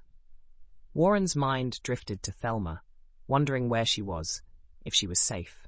Was she as confused and frightened as he was? Did she think he had something to do with her kidnapping? The very idea made him sick to his stomach. Thelma was his world, the one person who truly understood him. The thought of her believing, even for a moment, that he could betray her in such a way was almost more than he could bear. As the minutes ticked by, Warren's initial shock gave way to a maelstrom of emotions. anger at the false accusations, fear for Thelma's safety, and a deep, gnawing worry about what would happen next. He replayed the interrogation in his mind, searching for some clue, some detail that might explain how he had ended up in this impossible situation. But no matter how he looked at it, he could find no logical explanation for the evidence O'Malley had presented. The telegram, the map, the handwritten notes, they were all fabrications. They had to be. But who would go to such lengths to frame him, and why? Warren's head throbbed, a combination of stress and the lingering effects of his earlier ordeal. He pressed his palms against his eyes, trying to will away the pain and confusion. "Think, Warren," he muttered to himself. "There has to be an explanation. There has to be a way out of this mess." But as the hours crawled by, no brilliant insights came to him. He was trapped, not just in the physical confines of the cell, but in a web of lies and deception that he couldn't begin to unravel. As evening came, the cell beginning to dim into shadows, Warren's thoughts turned to the future. What would happen to him now? Would he be charged with Thelma's kidnapping? Extradited back to the States? And what of Thelma herself? Was she hurt, scared, wondering why he hadn't come to rescue her? Was she still in Ireland, or had her kidnappers taken her elsewhere? Warren gasped as that thought crossed his mind. He hadn't even thought about it until now. She may not even be in Ireland anymore. The questions piled up, each one more daunting than the last, until Warren felt as though he might suffocate under the weight of them all. Finally, exhausted both physically and mentally, Warren stretched out on the hard bench. Sleep seemed impossible, but he knew he needed to rest, to gather his strength for whatever challenges tomorrow might bring. As he drifted off into a fitful slumber, one thought echoed in his mind, a desperate prayer. Please, let Thelma be safe. And please, help me find a way to prove my innocence. The Garda station in Lisdoonvarna stood as a bastion of law and order, its weathered stone facade a testament to the countless cases it had seen over the years. But on this particular evening in 1939, it was about to witness something quite out of the ordinary. Liam Fitzpatrick strode through the doors of the station, his footsteps echoing off the worn floorboards. A jaunty whistle escaped his lips, at odds with the somber atmosphere that typically permeated such places. He moved with the easy confidence of a man who knew exactly what he was about, his keen eyes taking in every detail of his surroundings. The station bustled with activity, officers moving to and fro, the air thick with the smell of strong coffee and stale cigarette smoke. Liam paid them no mind, his gaze fixed on a particular desk at the far end of the room. There, hunched over a stack of papers, sat Inspector O'Malley, his brow furrowed in concentration. As Liam approached, he noted the tension in O'Malley's shoulders, the way the inspector's pen scratched furiously across the paper. Whatever case had the man's attention, it was clearly vexing him. Liam allowed himself a small smile. He had a feeling he was about to add to that vexation. Without preamble, Liam dropped into the chair across from O'Malley's desk, propping his feet up on the corner with a casual air that bordered on insolence. The inspector's head snapped up, his eyes narrowing as recognition dawned. "Fitzpatrick," O'Malley growled, his voice a mix of irritation and resignation. "To what do I owe the pleasure?" Liam grinned, tipping an imaginary hat. "Ah, Inspector. Lovely evening, isn't it? The sun shining, the birds singing, and here you are, cooped up in this dreary office. It's a crime, really." O'Malley's scowl deepened. "If you've come to waste my time with your usual nonsense, Fitzpatrick, I'll have you know I'm in no mood. We've a serious case on our hands, and I've no time for your games." Liam's expression sobered, though a glint of amusement remained in his eyes. "As it happens, Inspector, that's precisely why I'm here, to help you with your serious case." O'Malley leaned back in his chair, skepticism etched in every line of his face. "Oh, and how, pray tell, do you propose to do that? Last I checked, you weren't on the Garda payroll." "No, indeed," Liam agreed cheerfully. "But I do have a certain knack for these things, as you well know, and in this particular instance, I believe I can help you right a very serious wrong."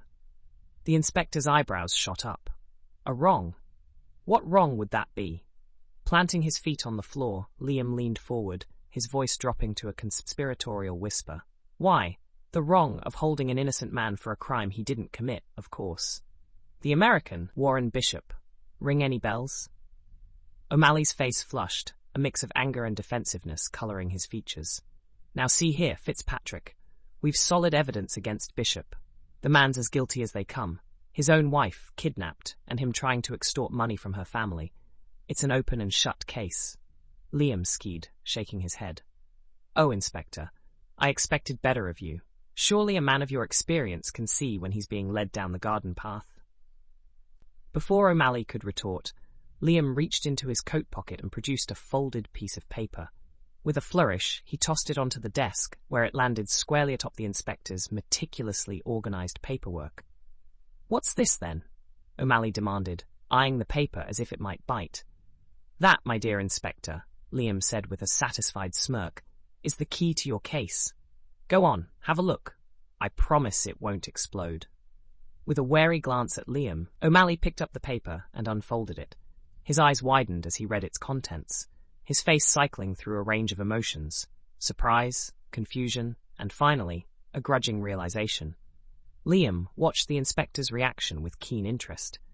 He could practically see the gears turning in O'Malley's head as the man struggled to reconcile this new information with his preconceived notions of the case.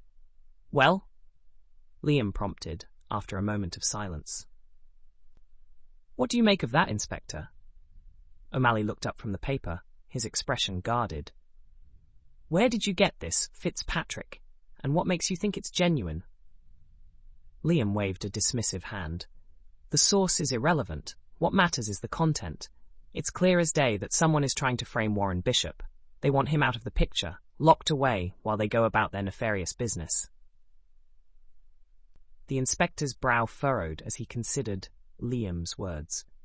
But the evidence we have is circumstantial at best, Liam interrupted, and likely planted by the same people who are behind this whole mess. Think about it, O'Malley. What's more likely, that an American tourist suddenly decided to kidnap his own wife and extort her family, or that someone with a vested interest in keeping Bishop out of the way set him up? O'Malley leaned back in his chair, his fingers drumming a thoughtful tattoo on the desk. For a long moment, he said nothing, his gaze distant as he mulled over the implications of Liam's revelation. Finally, with a heavy sigh, the inspector reached for his telephone. Constable Murphy, he barked into the receiver, bring the American Bishop to my office. Now. As O'Malley replaced the handset, Liam allowed himself a small smile of triumph. It wasn't often he got to see the inspector admit to a mistake, even tacitly. This was shaping up to be an interesting day indeed. What seemed like hours passed slowly, punctuated by the occasional sound of footsteps in the corridor outside and the distant murmur of voices. Warren dozed fitfully, his dreams a confused jumble of images. Thelma's smiling face, O'Malley's accusing glare, the damning evidence spread out on the interrogation room table. Warren sat up, wincing at the stiffness in his muscles. The events from earlier came rushing back, and for a moment he hoped it had all been a terrible nightmare. But the cold reality of the cell around him quickly dispelled that notion. This was real, all too terrifyingly real. Warren stood, stretching his aching limbs as best he could in the confined space. He paced the length of the cell, 3 steps one way, turn, 3 steps back, his mind racing as he tried to formulate a plan. He needed to contact someone, to get help. But who? He was in a foreign country, with no real connections beyond the few acquaintances he and Thelma had made during their travels. And even if he could reach out to someone, who would believe him over the evidence the Garda had? As he pondered his options, the sound of approaching footsteps caught his attention. Warren turned towards the cell door, his heart rate quickening. Was it O'Malley, coming to continue the interrogation? Or perhaps someone bringing news about Thelma? The key rattled in the lock, and the door swung open to reveal a young officer Warren hadn't seen before. The man's face was impassive as he addressed Warren. Mr. Bishop, if you'll come with me, please. Inspector O'Malley wants to speak with you again. Warren nodded, swallowing hard as he followed the officer out of the cell. As they walked down the corridor, he steeled himself for another round of accusations and denials. But this time, he vowed, He would not let O'Malley rattle him. He would stay calm, think clearly, and find a way to prove his innocence. Because he had to. For Thelma's sake, and for his own, he had to find a way out of this nightmare. The wait for Warren's arrival stretched into minutes that seemed to crawl by with agonizing slowness. Liam used the time to observe O'Malley, noting the way the inspector's eyes kept darting back to the ransom note, his expression a mix of frustration and grudging curiosity. At last, the sound of approaching footsteps broke the tense silence. Liam turned to see Constable Murphy leading a dishevelled and bewildered-looking Warren towards the desk. The American's wrists were still bound in handcuffs, and his face bore the haggard look of a man who had spent the day or so contemplating a bleak future. O'Malley stood as they approached, his face an inscrutable mask. "Remove those cuffs, Constable," he ordered, his tone gruff, but not unkind. As Murphy complied, fumbling slightly with the keys, Warren's gaze darted between O'Malley and Liam, confusion evident in his eyes. "What's going on?" he asked, his voice hoarse. "Have you found Thelma?" O'Malley cleared his throat, clearly uncomfortable with the situation. "Mr. Bishop," he began, "it seems there have been some developments in your case. New evidence has come to light that suggests you may not have been involved in your wife's disappearance after all." Warren's eyes widened, a spark of hope lighting in their depths. "I've been telling you that all along. I would never hurt Thelma. Never!" The inspector held up a hand, silencing Warren's protests. "Be that as it may, Mr. Bishop, we still have a serious situation on our hands. Your wife is missing, and whoever is behind her disappearance clearly went to great lengths to implicate you." Liam chose this moment to interject, rising from his chair with fluid grace.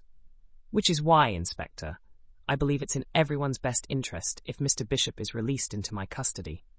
I have resources that might prove useful in getting to the bottom of this mess." O'Malley's eyes narrowed, suspicion clear in his gaze. "And what exactly do you propose to do, Fitzpatrick? This is still an active Garda investigation." Liam smiled, a wolfish grin that didn't quite reach his eyes. "Oh, I wouldn't dream of interfering with your investigation, Inspector. I simply think Mr. Bishop here might benefit from a fresh perspective on his predicament. And who knows, we might just stumble upon a clue or two that could help bring Mrs. Bishop home safely." The inspector considered this for a long moment, his gaze flicking between Liam and Warren. Finally, with a resigned sigh, he nodded. "Very well, Fitzpatrick, but I want it understood that Mr. Bishop is to keep us informed of any developments. If the kidnappers make contact again, I expect to be notified immediately. Is that clear?" Warren nodded eagerly, relief washing over his features. "Of course, Inspector. Anything to help find Thelma." With a curt nod, O'Malley waved them towards the door. "Off with you, then. And Fitzpatrick," he added as Liam turned to leave, "don't make me regret this decision." Liam offered a mock salute, his eyes twinkling with barely suppressed mirth. "Wouldn't dream of it, Inspector. You can count on me." With that, Liam ushered Warren out of the office and through the bustling station. He could feel the eyes of the other officers on them as they passed, curiosity and suspicion mingling in their gazes. But Liam paid them no mind, his thoughts already racing ahead to the next steps in his investigation. As they stepped out into the bright Irish sunshine, Warren suddenly stopped short, his hand shooting out to grasp Liam's arm. "Wait," he said, his voice urgent. "What's going on, Liam? How did you convince the inspector to let me go?"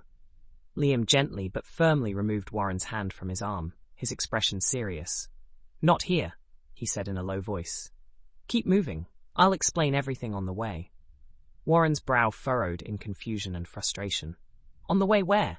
Look, I appreciate your help back there, but I need to know what's happening. Thelma is still out there somewhere, and I—" "Castle Macduff," Liam interrupted, his voice brooking no argument. "That's where we're headed, and if we're going to have any hope of finding your wife, Mr. Bishop, I suggest you trust me and keep moving. Time is not on our side." With that, Liam set off down the street at a brisk pace, leaving Warren no choice but to follow. As they walked, Liam's mind raced, piecing together the clues he had gathered so far. Castle Macduff loomed large in his thoughts, a foreboding presence that held the key to this entire mystery. Whatever awaited them at the castle, Liam knew one thing for certain: the game was most assuredly afoot, and the stakes were inching higher and higher. With Warren by his side and the weight of Thelma's fate on his shoulders, Liam Fitzpatrick was ready to face whatever challenges lay ahead. The hunt was on, and he intended to see it through to the bitter end. Chapter 14. The wheels of John Walker's Beechcraft Model 18 touched down on Irish soil with a gentle bump, stirring Rory from his contemplative silence. As the aircraft taxied to a stop on the small, secluded airstrip, Rory's eyes scanned the horizon, drinking in the familiar sight of his homeland. The rolling green hills, shrouded in a light mist, stirred memories both fond and painful. In the distance, he could make out the faint outline of ancient stone walls, remnants of a history that had always fascinated him. The soft whine of the engines died down, leaving only the whisper of wind across the tarmac, a sound that seemed to welcome him back to a place he'd never truly left behind. "Right, lads," Rory said, his voice gruff with emotion he refused to acknowledge. "Let's get moving. We've not a moment to waste." The cabin door swung open with a metallic groan, and Rory was the first to step out, his well-worn boots crunching on the loose gravel runway. The cool Irish air hit him like a physical force, carrying with it the familiar sense of peat smoke, heather, and damp earth. For a moment, he allowed himself to close his eyes, savouring the sensation of being home after so many long years away. The breeze ruffled his hair and caressed his face, a gentle welcome from the land he'd left behind. Rory took a deep breath, filling his lungs with the crisp air, feeling a mix of emotions wash over him: nostalgia, anticipation, and a hint of apprehension about what lay ahead. Behind him, John Walker emerged from the cockpit, his movements crisp and efficient. "Nice landing, if I do say so myself," the pilot quipped, a hint of pride in his voice. Rory grunted in acknowledgement, already focused on the task at hand. "Aye, smooth as silk. Now let's get our gear unloaded. We've a long journey ahead." Willie was next to exit the plane, grumbling under his breath as he hefted his duffel bag. "Good Lord, what have we got ourselves into this time, Rory? Gallivanting across the bloody Atlantic on some wild goose chase." "Stow it, Willie," Rory snapped, though there was no real heat in his words. He'd known the irascible Irishman long enough to recognize his complaints as a form of nervous energy rather than genuine dissent. The constant grumbling was as much a part of Willie as his thick accent and calloused hands. "You're here because you're the best mechanic I know, and we might need those skills before this is over," Rory said, his tone a mixture of exasperation and fondness. He clapped Willie on the shoulder, feeling the tension in the older man's muscles. Besides, who else would keep this old bird running smoothly? John may be a fine pilot, but he's not exactly known for his mechanical prowess. Henry, the last to disembark from the plane, said nothing as he stepped onto the tarmac, his keen blue eyes constantly scanning their surroundings for potential threats. The ex-military man's vigilance was a comfort to Rory, who knew they'd need every advantage in the coming days. Henry's square jaw was set with determination, his posture rigid and alert, a testament to his years of training and experience. As he joined the group, his hand instinctively brushed against the pocket knife he always carried, a habit that spoke volumes about his readiness for any situation. Rory couldn't help but feel a sense of security wash over him, knowing that Henry's watchful presence would be invaluable in the challenges that lay ahead. As they began unloading their gear from the plane's cargo hold, Rory allowed his mind to wander, considering the bizarre series of events that had led them to this moment. His daughter, Thelma, kidnapped by unknown assailants for reasons he couldn't fathom. The mysterious relic that seemed to be at the center of it all, its significance still shrouded in secrecy. And now, a return to the land of his birth under circumstances he could never have imagined, not even in his wildest dreams. The weight of their mission pressed heavily upon him as he hefted a duffel bag onto his shoulder, the familiar sense of his homeland stirring long-buried memories. Rory couldn't shake the feeling that this journey would change everything, for better or worse, and he silently prayed for the strength to face whatever challenges lay ahead. "So, Rory," John's voice broke through his reverie, "what's our next move? I assume you've got more of a plan than just landing us in the middle of nowhere." Rory hefted a heavy crate from the hold, grunting with the effort. I've got a plan, or at least the beginnings of one. We've got a contact meeting us here shortly. He'll provide us with transportation and some necessary equipment. Willie's eyebrows shot up at this. Equipment? What kind of equipment are we talking about here? I thought this was a rescue mission, not some cloak and dagger nonsense. Before Rory could respond, the distant rumble of an approaching vehicle caught their attention. In an instant, the atmosphere shifted from casual conversation to high alert. Henry's hand instinctively moved to the concealed weapon at his hip, his fingers brushing against the cold metal as he prepared for any eventuality. John's posture stiffened, his eyes narrowing as he scanned the horizon, while Willie's weathered face creased with concern. The three men exchanged quick glances, silently communicating their readiness for potential trouble. The sound grew louder, echoing across the barren landscape, as they braced themselves for whatever, or whoever, was about to arrive. Rory held up a hand, signaling for calm. Easy, lads. This'll be our contact now. No need for itchy trigger fingers. As the car drew closer, Rory studied it intently, his sharp eyes taking in every detail. It was an older model Ford, its once shiny paint now dulled by years of sun and dust, common enough in these parts not to draw undue attention from locals or passing travellers. The vehicle rumbled to a stop, kicking up a small cloud of dirt and gravel. The driver, when he emerged, was a nondescript man in his mid-50s, with the weathered face of a farmer etched with deep lines from years of working under the harsh sun.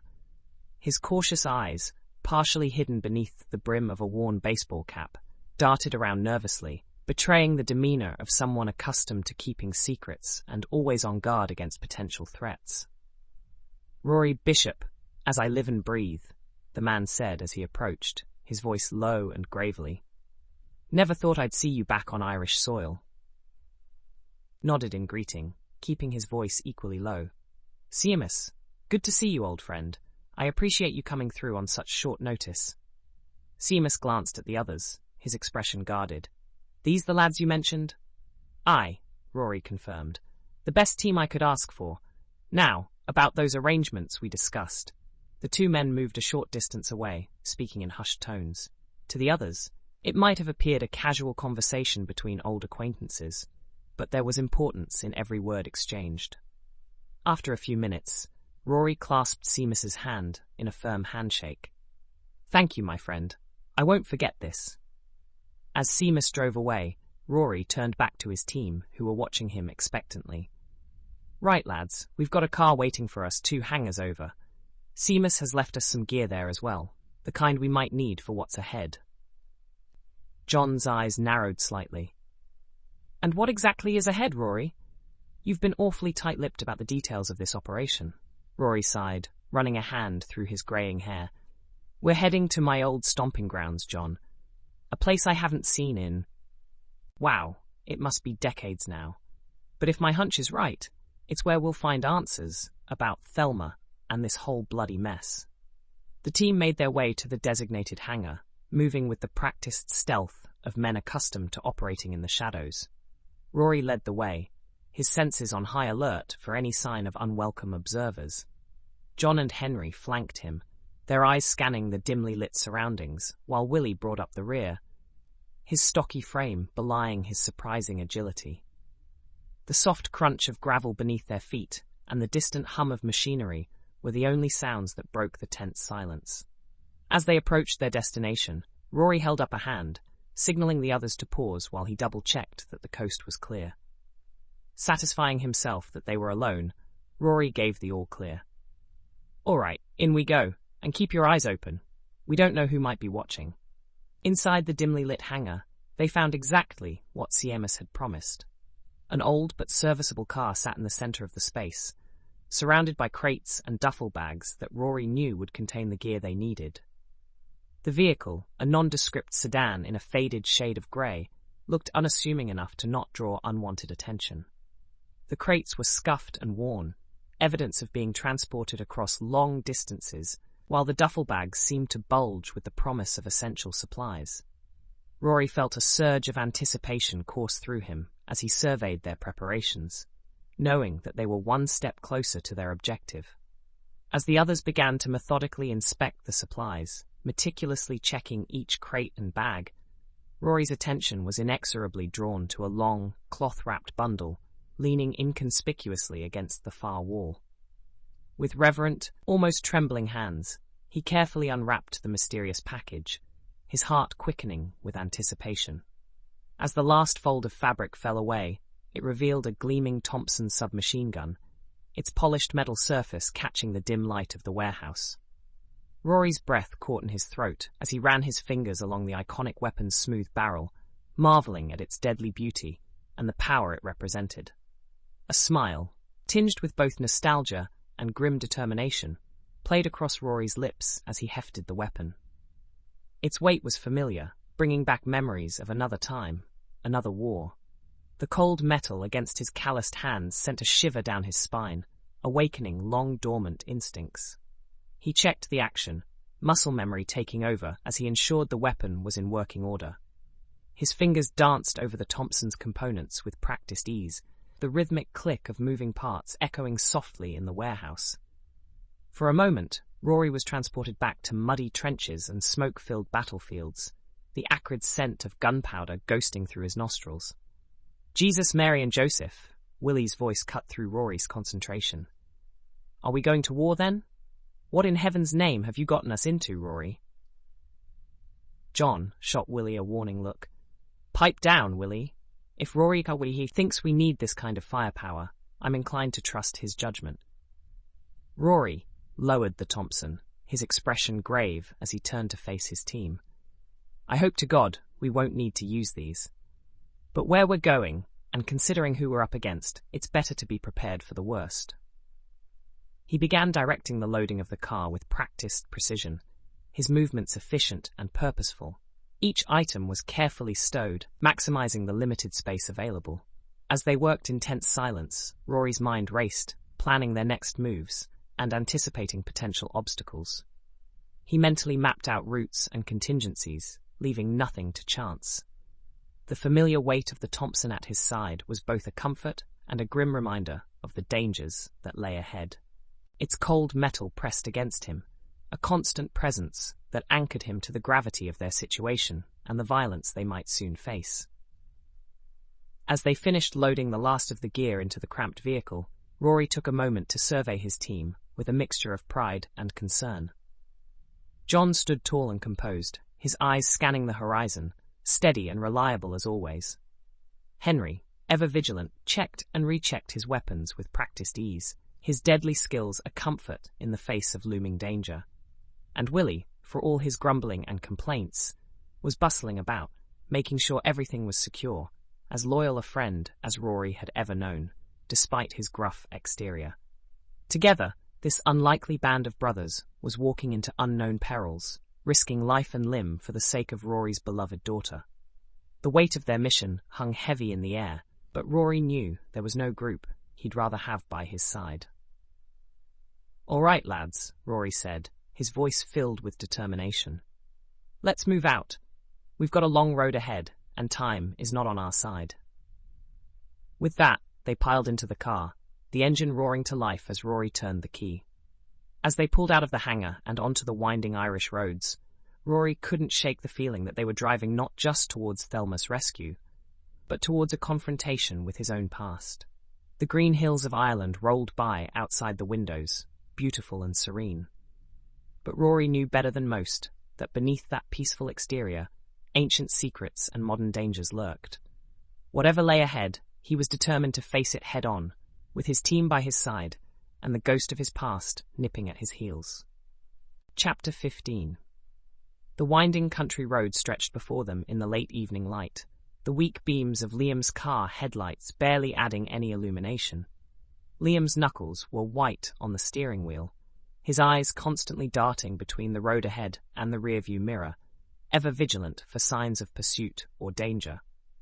Beside him, Warren sat in tense silence, his gaze fixed on the horizon where the looming silhouette of Castle Macduff was slowly coming into view. The American's face was a study in conflicting emotions, hope warring with fear, determination with uncertainty. As they drew nearer to the castle, Liam eased his foot off the accelerator, allowing the car to slow to a crawl. His keen eyes scanned the roadside, searching for a suitable spot to pull over and observe their target undetected. "There," Liam muttered, more to himself than to Warren. He guided the car towards a small crop of trees that would provide some cover. Warren leaned forward in his seat, squinting through the windshield at the dark bulk of the castle. His breath caught as he noticed movement in the grounds surrounding the ancient structure. "Liam," Warren whispered, his voice tight with a mixture of excitement and apprehension. "Do you see that? There are people moving around outside the castle. Look, you can see their lights in the dusk." Liam's eyes narrowed as he followed Warren's gaze. Indeed, pinpricks of light could be seen moving about the castle grounds, like fireflies dancing in the night. But Liam knew better than to mistake these for anything so benign. "Aye, I see them," Liam confirmed, his voice grim. Without warning, he pressed down on the accelerator, causing the car to lurch forward. Warren's head snapped around, his expression one of confusion and alarm. "What are you doing? Shouldn't we stop and investigate?" Liam shook his head, his jaw set in a determined line.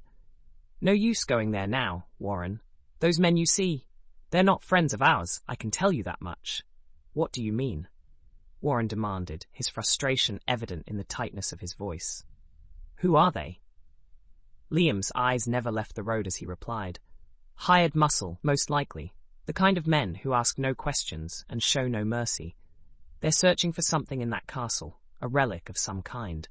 And I'd wager my last shilling that whoever hired them is the same person behind your wife's kidnapping." Warren's face paled in the dim light of the dashboard. "You mean, those men have guns? They're dangerous?" "As dangerous as they come," Liam confirmed grimly. "Which is why we're not sticking around to say hello." With a swift turn of the wheel, Liam executed a sharp U-turn, sending gravel flying as the car's tires struggled for purchase on the uneven road.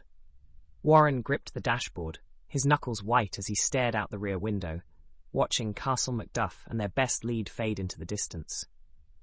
As the castle disappeared from view, shrouded once more in the misty Irish evening, Warren slumped back in his seat. The weight of their situation seemed to press down on him, etching new lines of worry on his already haggard face. "This is madness," Warren muttered, running a hand through his disheveled hair. "My wife is out there somewhere, possibly in the hands of those thugs, and we're driving away from our only lead." Liam's expression softened slightly as he glanced at his companion. "I understand your frustration, Warren, but charging in there half-cocked would only get us killed, and that won't do Thelma any good at all." Warren nodded reluctantly, acknowledging the truth in Liam's words. For a moment, silence reigned in the car, broken only by the steady hum of the engine and the crunch of gravel beneath the tires. Then, as if struck by a sudden thought, Warren straightened in his seat. "I need to make a phone call," he declared, his voice filled with a new sense of purpose. Liam raised an eyebrow, curious. "Oh, who do you need to call at this hour?" "Thelma's parents," Warren replied, his tone brooking no argument. "They need to know what's happening. I should have called them earlier, but with everything that's been going on." Liam studied Warren's face for a moment, noting the mix of determination and guilt in the other man's eyes. "Are you sure that's wise?" he asked cautiously. "We don't know who might be listening in on international calls, especially given the current situation." Warren's jaw set stubbornly. "I'm sure. They deserve to know, Liam. And maybe they might have some information that could help us. Thelma might have said something to them, something that didn't seem important at the time, but could be a clue now." Liam considered this for a moment, weighing the potential risks against the possible benefits. Finally, he nodded. "All right, Warren. If you're certain this is what you want to do, I won't stop you. But we'll do it from my office. It's secure, and we can be sure no one's listening in." Relief washed over Warren's face. "Thank you, Liam. I appreciate that. And thank you for everything you're doing to help find Thelma. I don't know what I'd do without your help." Liam's lips quirked in a small, wry smile. "Don't thank me yet, lad. We've still got a long road ahead of us. But we'll find her, Warren. I promise you that. As they drove back towards town, the lights of Lisdoonvarna slowly coming into view, Liam's mind raced with possibilities. The relic at Castle Macduff, the armed men searching for it, Thelma's kidnapping, all these pieces were connected somehow, he was sure of it. But how? And more importantly, how could they use this information to find Thelma and bring her home safely? One thing was certain, the game was far from over, and Liam Fitzpatrick was determined to see it through to the end, no matter the cost. The car lurched to a stop outside Liam's building in the heart of Lisdoonvarna. Warren blinked, his eyes adjusting to the darkness after the long drive from Castle Macduff. The street was quiet, save for the distant sounds of a pub down the road and the gentle patter of a light drizzle on the cobblestones. Liam killed the engine and turned to Warren. "Here we are, then." My humble abode and office rolled into one. Warren nodded, his mind still reeling from the events of the past few days. As he stepped out of the car, the cool Irish air hit him, carrying with it the scent of rain and peat smoke. It was a far cry from the Virginia summers he was accustomed to, and for a moment, a pang of homesickness washed over him. Liam led the way to the door, fumbling with a set of keys. "Mind the step," he warned as they entered. "It's a bit tricky in the dark." The office was just as Warren remembered it from the day before. It was small and cluttered, every available surface covered in stacks of papers, old newspapers, and what appeared to be case files. Warren's eyes were drawn to a large corkboard on one wall, covered in photographs and scraps of paper connected by a web of red string. It was the sort of thing he'd seen in detective novels, but never imagined existed in real life. Liam flicked on a lamp, casting a warm glow over the room. "It's not much," he said with a shrug, "but it serves its purpose." Warren barely heard him. His gaze had settled on an old rotary phone sitting on a desk in the corner. It seemed to loom larger than life, a tangible connection to the world he'd left behind, to Thelma's parents, who still didn't know. "The phone's there if you need it," Liam said, following Warren's gaze. "Take your time. I'll give you some privacy." Warren nodded mutely, his throat suddenly dry. As Liam retreated to another room, Warren approached the desk as if in a trance. His hand hovered over the receiver, trembling slightly. What would he say? How could he possibly explain what had happened? The events of the past 2 days seemed like a fever dream, too fantastical to be believed. And yet, here he was, in a strange office in Ireland, about to make the most difficult phone call of his life. Warren took a deep breath, steeling himself. Then, before he could lose his nerve, he picked up the receiver and began to dial. The familiar clicks of the rotary dial seemed unnaturally loud in the quiet office. There was a moment of silence, and then the line began to ring. Each trill sent a jolt of anxiety through Warren's body. He found himself gripping the edge of the desk with his free hand, his knuckles white with tension. 1 ring, 2, 3. With each unanswered call, Warren's dread grew. What if they weren't home? What if something had happened to them, too? His mind raced with possibilities, each more terrible than the last. Finally, after what seemed an eternity, there was a click on the line. A familiar voice, tinged with worry, came through the static of the international connection. "Hello." It was Kara, Thelma's mother. Warren's breath caught in his throat. For a moment, he couldn't speak, overwhelmed by the reality of the situation. "Hello?" Kara repeated, her tone growing more anxious. "Who's there?" Warren swallowed hard, forcing the words past the lump in his throat. "Kara? It's Warren." There was a sharp intake of breath on the other end of the line. "Warren? Oh, thank God, we've been so worried. Where are you? Where's Thelma?" The questions came rapid fire, each one a dagger to Warren's heart. He closed his eyes, gathering his strength. "Kara, there's something I need to tell you. About Thelma. She's been taken." The words hung in the air, heavy and terrible. Warren heard a muffled sob on the other end of the line, and his grip on the receiver tightened. "Warren, what's happened?" Kara's voice was barely above a whisper. And so Warren began to speak. The words poured out of him in a torrent. A jumbled account of their arrival in Ireland, the mysterious disappearance at Castle Macduff, his arrest and subsequent release. He spoke of Liam, Fitzpatrick, and their frantic search for clues, of the shadowy figures they'd seen at the castle earlier that night. "I swear to you, Kara," Warren finished, his voice hoarse from talking, "I will find her. I'll bring Thelma home, no matter what it takes." There was a long silence on the other end of the line. Warren held his breath, waiting for the recriminations, the anger he felt he deserved. But when Kara finally spoke, her voice was eerily calm. "Warren, we know." Warren blinked. Sure, he must have misheard. "You? No." "Yes," Kara continued, her voice steady despite the undercurrent of fear. "Rory received a phone call. Someone. They're demanding a ransom. They said they'd kill Thelma if we don't comply." The world seemed to tilt on its axis. Warren gripped the edge of the desk even tighter, his mind reeling. "Kara, please tell me what kind of ransom. How? When?"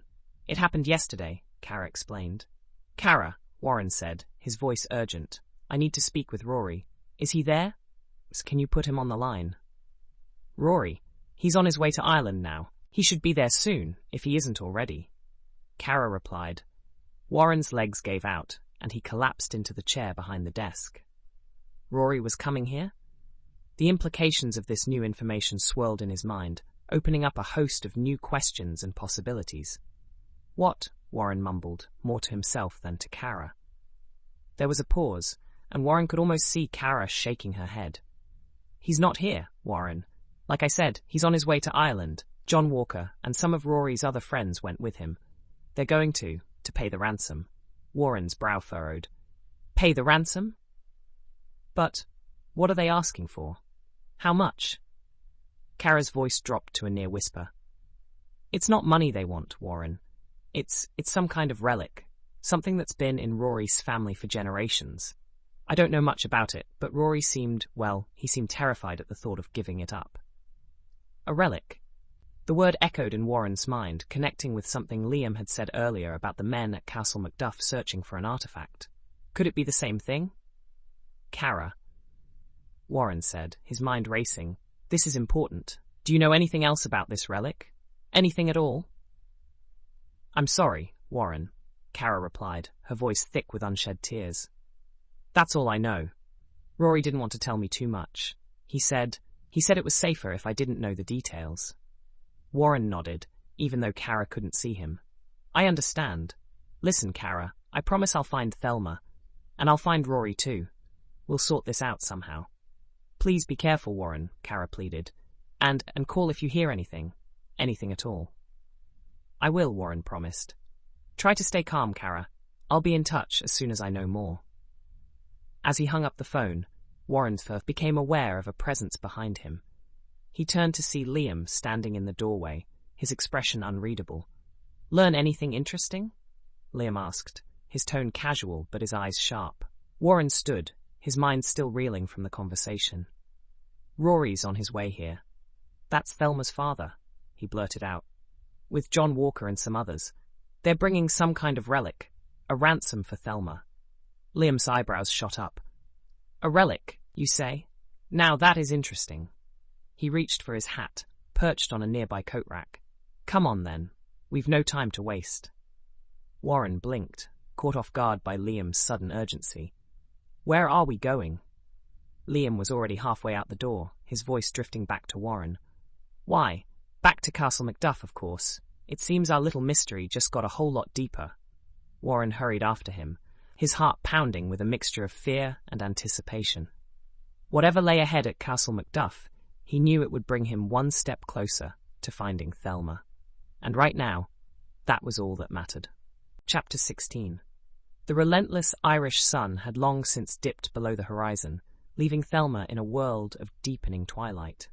The beach, which had seemed endless in the daylight, now stretched before her like a vast shadowy wasteland. Each step was a battle against exhaustion, her feet sinking into the cool, damp sand with a finality that mirrored her fading hope. The rhythmic crash of waves against the shore, once soothing, now served as a haunting reminder of her isolation. Salt-laden air clung to her skin, and the wind, picking up as night fell, whipped her red hair across her face. Thelma's muscles ached with every movement, her body protesting the grueling journey she'd undertaken. Darkness encroached, but she pressed on, driven by a desperate determination, even as doubt gnawed at the edges of her resolve. Thelma's eyes, stinging from the relentless salt spray, scanned the imposing cliffs looming to her right. The jagged rocks stretched skyward, their shadows growing longer as twilight approached. Somewhere up there, hidden among the craggy outcrops and dense vegetation, lay salvation.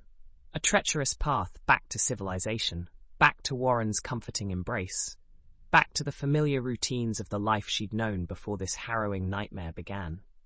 But as the last vestiges of daylight faded, painting the sky in muted hues of purple and orange, so too did her chances of finding that elusive path. The encroaching darkness seemed to mock her efforts, transforming the once promising cliffs into an impenetrable wall of despair. "Come on, Thelma," she muttered, her voice barely audible above the rhythmic crash of waves. "Think. There has to be a way up there." But thinking had become a luxury her exhausted mind could scarcely afford. Hours of fruitless searching had taken their toll, leaving her with nothing but an aching body and a spirit on the verge of breaking. Her limbs felt leaden, each step a monumental effort that threatened to topple her fragile balance. The relentless pounding of the waves seemed to echo the throbbing in her temples, a constant reminder of her increasingly desperate situation. As darkness settled around her like a suffocating blanket, Thelma found herself battling not just the physical challenges of her predicament, but the creeping tendrils of despair that threatened to extinguish the last flickering embers of hope within her breast. A gnarled piece of driftwood, bleached bone-white by countless days of sun and salt, caught her weary eye in the rapidly fading light. In a sudden moment of pure, unbridled frustration, Thelma lashed out with all her remaining strength, her foot connecting solidly with the weathered wood and sending it skittering wildly across the coarse sand. The hollow, mournful sound it made as it bounced along the desolate beach echoed her own profound emptiness, a stark reminder of her isolation and despair. "Stupid, useless thing," she spat, glaring at the offending piece of wood as if it were responsible for her predicament. With a heavy sigh that seemed to come from the very depths of her being, Thelma turned. Her shoulders slumped in defeat, ready to retrace her steps yet again along the seemingly endless stretch of sand. But as she pivoted, her breath caught in her throat, and her heart skipped a beat. Where moments ago there had been nothing but empty beach, a solitary figure now stood, tall and imposing against the darkening sky. The man, dressed in attire that seemed oddly out of place for the desolate shoreline, regarded her with an expression of mild curiosity, his head tilted slightly to one side, as if she were some peculiar specimen he'd stumbled upon. Thelma felt a chill run down her spine, her exhaustion momentarily forgotten as she stared, wide-eyed, at this unexpected intruder in her solitary world. He was older, perhaps in his late 50s or early 60s, with silver hair that caught the last remnants of twilight, shimmering like spun moonlight. His face bore the distinguished lines of age, etched with the wisdom of years lived fully.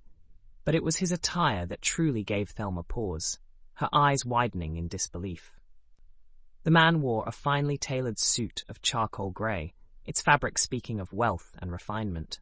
A crisp white shirt peeked out from beneath a perfectly fitted waistcoat, adorned with an intricate pattern of silver threads.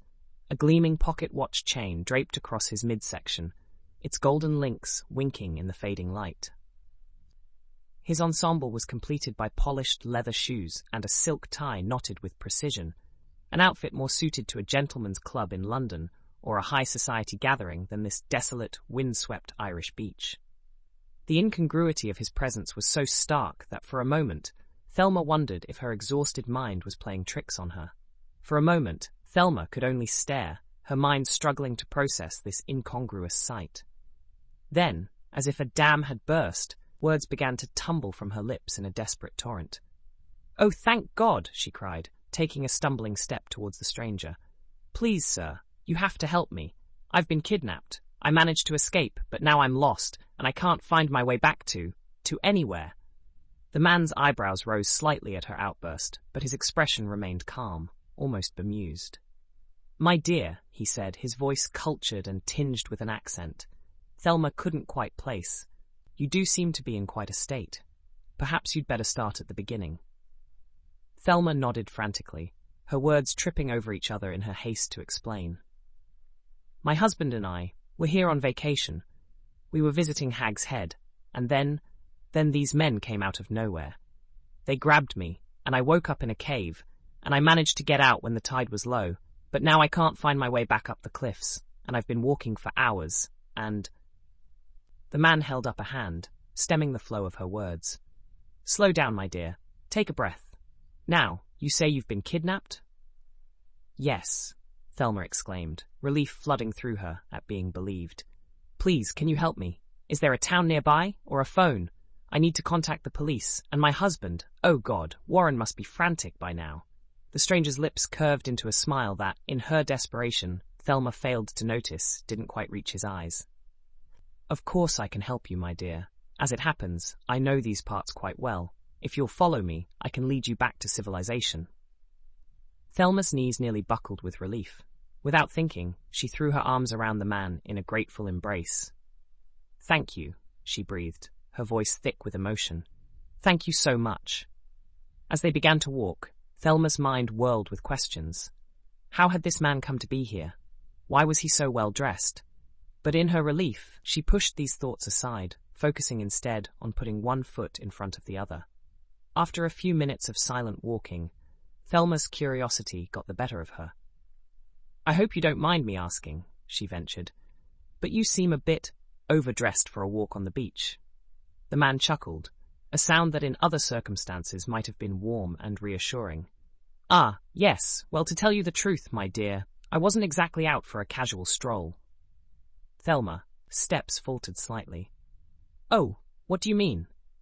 The man stopped walking and turned to face her fully. In the deepening darkness, his features seemed to sharpen, taking on a predatory cast that sent a chill down Thelma's spine. What I mean, Mrs. Bishop, he said, his voice losing all pretense of warmth, is that I was looking for you. Thelma's heart began to race, her instincts screaming at her to run. But her legs seemed rooted to the spot, paralyzed by a growing sense of dread. I don't understand, she stammered. How do you know my name? Who are you? The man's smile widened, revealing teeth that gleamed in the moonlight. Allow me to introduce myself properly. My name is Luther Deegan, and you, my dear Thelma, may know me better as your captor. The world started to whirl. Thelma stumbled backward, her mind reeling as it tried to process this horrifying revelation.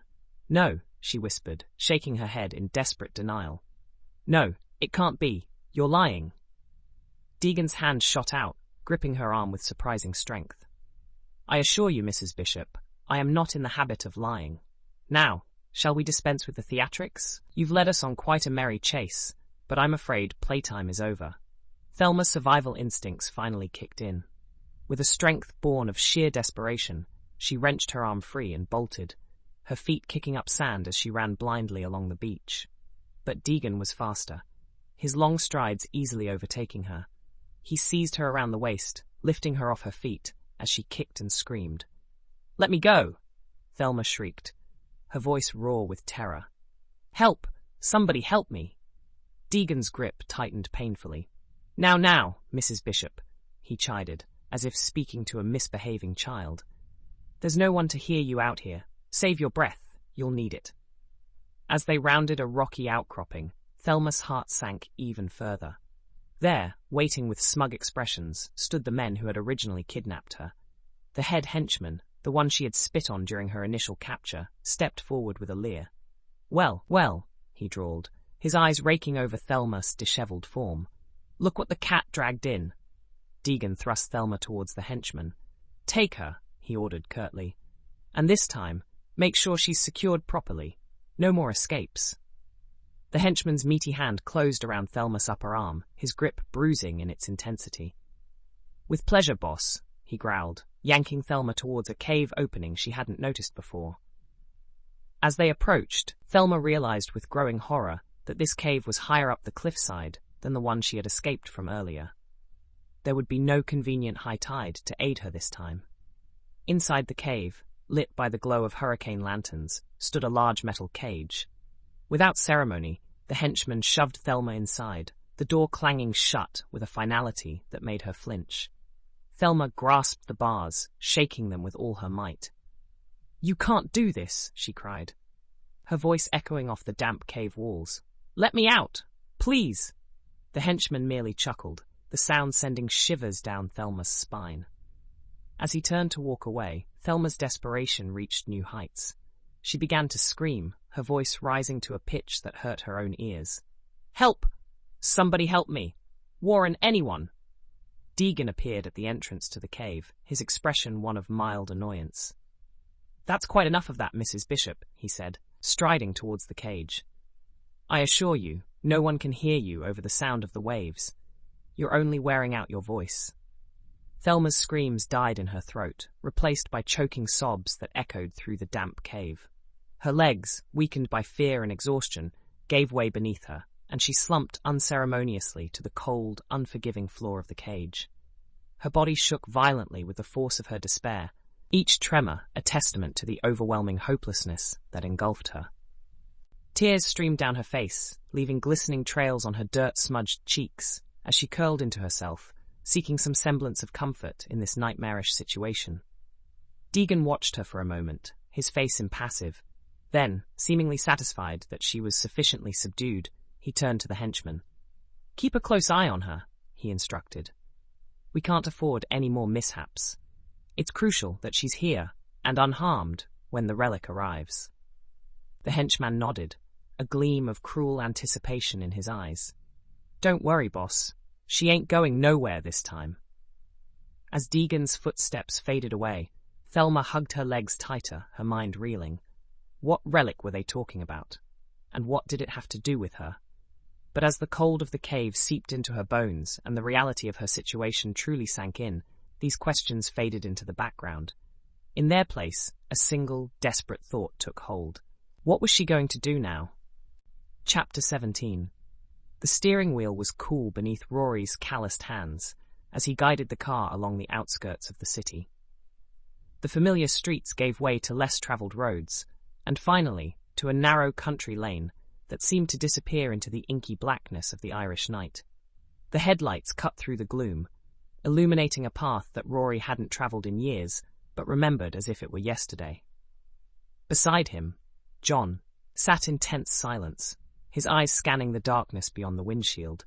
In the back seat, Willie fidgeted restlessly, while Henry remained still as a statue, his military training evident in his posture even now. Rory's mind raced with memories and plans as he navigated the winding road. The weight of the situation pressed down on him like a physical force. His daughter, Thelma, was out there somewhere, in danger. And the key to saving her lay hidden in the very place he'd sworn never to return to. After 15 minutes of driving in silence, Rory spotted a familiar bend in the road. Without a word, he eased the car onto the shoulder, killed the lights and cut the engine. The sudden silence was deafening. For a long moment, no one moved. Then Willie's voice broke the stillness, tinged with nervous energy. "What are we?" A sharp elbow from Henry cut him off mid-sentence. Rory caught Henry's eye in the rearview mirror and gave a slight nod of appreciation. Now wasn't the time for questions. As their eyes adjusted to the darkness, a shape began to take form in the distance. About 100 meters to their right, the imposing silhouette of Castle Macduff emerged from the gloom. Even shrouded in darkness, its presence was formidable, a looming reminder of past glories and hidden dangers. Rory took a deep breath, steeling himself for what lay ahead. Without a word, he opened the car door and stepped out into the cool night air. The others followed suit, their movements careful and quiet in the stillness. At the trunk, Rory began distributing their gear. Each man donned a pack, its contents carefully chosen for the task ahead. Next came the weapons, a pistol for each of them, and rifles slung over their shoulders. The weight of the gun in Rory's hand was both familiar and unsettling. It had been years since he'd had cause to use one, but some skills, it seemed, never truly faded. With a jerk of his head, Rory indicated a nearby ridge. The men followed him, their footsteps muffled by the damp grass. As they crested the rise, Rory dropped into a crouch, the others mirroring his action. From this vantage point, Castle Macduff loomed larger than ever. Rory could make out the faint outline of windows, dark and lifeless, and the crenellated battlements that crowned the structure. Somewhere within those ancient walls lay the key to finding Thelma and the relic. "Right, lads," Rory began, his voice barely above a whisper. "Here's the lay of the land. We need to get inside and retrieve a key. It's not the relic itself, mind you, but it'll lead us to it." Willie's sharp intake of breath was audible in the quiet night. "You mean the relic isn't even here?" he hissed, his voice a mix of surprise and indignation. 3 pairs of eyes turned to glare at Willie, who had the good grace to look abashed. Rory shook his head, a wry smile tugging at the corners of his mouth despite the gravity of the situation. "No, Willie," he explained patiently. "The relic and the key have been kept separate for centuries, precisely to prevent situations like this. Someone might find the key, but without knowing where to look next, they'd be no closer to the relic itself." John leaned in, his eyes sharp with interest. "Smart thinking. So where exactly is this key, then?" Rory's gaze returned to the castle, his mind's eye reconstructing the interior he hadn't seen in decades. "4th floor, north corner room," he said, pointing to a darkened window. "There's a bookshelf there, 3rd from the top. Look for a red and black journal. The key's hidden inside." Henry nodded, committing the details to memory. "And the guards, what kind of resistance should we expect?" Sproul furrowed as he considered the question. In truth, he wasn't entirely sure what awaited them inside. The castle had changed hands several times over the years, and he had no way of knowing who might be occupying it now. "Hard to say," he admitted. "Could be anything from a skeleton crew of caretakers to a full security detail.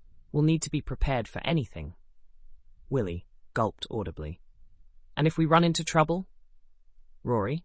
His hand unconsciously tightened on the grip of his pistol. "We avoid it if we can. This isn't about starting a war. It's about getting in, finding that key, and getting out. Quick and quiet, understood?" The others nodded their agreement, faces set with determination. Rory took a moment to study each of them. John, his steady and reliable friend, Henry, the consummate soldier, and Willie, nervous but loyal to a fault. They were an unlikely team, perhaps, but Rory wouldn't have chosen anyone else for this mission. "Right then," Rory said, his voice low but firm. "Let's go over the plan one more time. We'll approach from the east side. There's an old servants' entrance there that should still be accessible. Once inside, we make for the north tower. Remember, 4th floor, 3rd bookshelf from the top, red and black journal. Any questions?" The men shook their heads, their expressions a mix of anticipation and apprehension. Rory nodded, satisfied. "All right, lads, let's move out. And remember, whatever happens in there, we stick together. No heroics, no lone wolf acts. We go in as a team, and we come out as a team." As they began to move towards the castle, Rory felt a familiar tension coiling in his gut. It had been years since he'd undertaken a mission like this, and the stakes had never been higher. But with Thelma's life on the line and the fate of the relic hanging in the balance, failure simply wasn't an option. The ancient stones of Castle Macduff loomed before them, silent sentinels guarding secrets that had lain dormant for generations. As Rory led his team towards the shadowy entrance, he couldn't shake the feeling that they were about to awaken something that had long been sleeping, something that might change all their lives forever. The night air clung to Rory, skin like a damp shroud as he led his team towards Castle Macduff. Every step brought them closer to danger, and with each passing moment, the weight of their mission pressed more heavily upon his shoulders. The moon, a thin crescent in the sky, offered little illumination. As they neared the castle's outer walls, a cacophony of sounds shattered the eerie silence. Voices, muffled but unmistakably agitated, drifted on the night breeze. The rhythmic thud of metal striking earth punctuated the air, a jarring counterpoint to the urgent whispers. Rory held up a fist, signaling the others to halt. He crouched low, inching forward until he could peer around the corner of the ancient stonework. What he saw made his blood run cold. In the castle's courtyard, illuminated by harsh floodlights, a group of men toiled in the earth. Their shovels bit into the soil with frantic energy, flinging dirt and debris in all directions. Overseeing the operation was a figure Rory didn't recognize, a tall man in an expensive suit, utterly out of place in this scene of manual labor. "Heavens to Betsy," John whispered, his breath warm against Rory's ear. What in the blazes are they looking for? Rory shook his head, his mind racing. Nothing good, I'd wager. But it's not our concern. We're here for the key, nothing more. He turned to face his team, taking in their tense expressions. Listen up, lads. There's more of them inside. I can hear 'em moving about. We'll need to be quick and quiet. In and out, no heroics. Understood? Henry and Willie nodded solemnly, while John's hand tightened on the grip of his pistol. Rory took a deep breath, steeling himself for what lay ahead. Right then. Follow me, and for the love of God, watch where you step. With the grace of a man half his age, Rory slipped around the corner and into the shadows cast by the castle walls. The others followed, their footsteps barely audible on the damp grass. They skirted the edge of the courtyard, keeping to the deepest patches of darkness until they reached a small door set into the stone. His hand hesitated over the ancient iron handle. How many times had he passed through this entrance in his youth, never imagining he'd return under such circumstances? With a silent prayer, he pushed the door open. The hinges, mercifully well-oiled, made no sound as the door swung inward. A musty odor wafted out, carrying with it the scent of age and secrets long buried. Rory motioned the others inside, his eyes straining to penetrate the gloom of the castle's interior. As they entered, the sounds from outside became muffled, replaced by new noises echoing through the stone corridors. The crash of objects being overturned, the dull thud of boots on aged floorboards, and always, the urgent voices of men searching for something they couldn't find. Stairs, Rory mouthed, pointing to a narrow spiral staircase tucked into an alcove. One by one, they began their ascent, each step carefully placed to avoid any telltale creaks. The second floor greeted them with silence, the searching parties evidently focused elsewhere.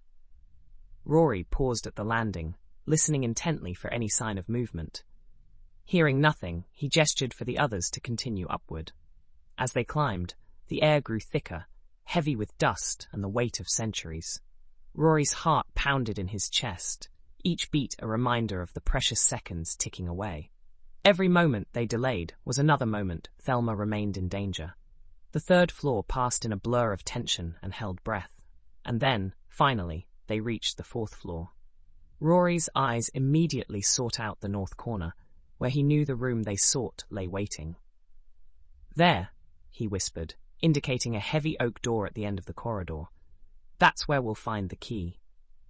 They moved swiftly now, their earlier caution tempered by the knowledge that their goal was within reach. Rory's hand closed around the door handle, cool metal against his palm, and he pushed. The room beyond was a study. Bookshelves lined the walls from floor to ceiling, their contents a hodgepodge of ancient tomes and modern volumes. A massive desk dominated the center of the room, its surface cluttered with papers and oddments that spoke of a mind constantly at work. But Rory had eyes only for one shelf. He crossed the room in 3 long strides, his gaze locked on the third shelf from the top. There, nestled between a weathered copy of Ulysses and a treatise on Celtic mythology, sat the journal he sought.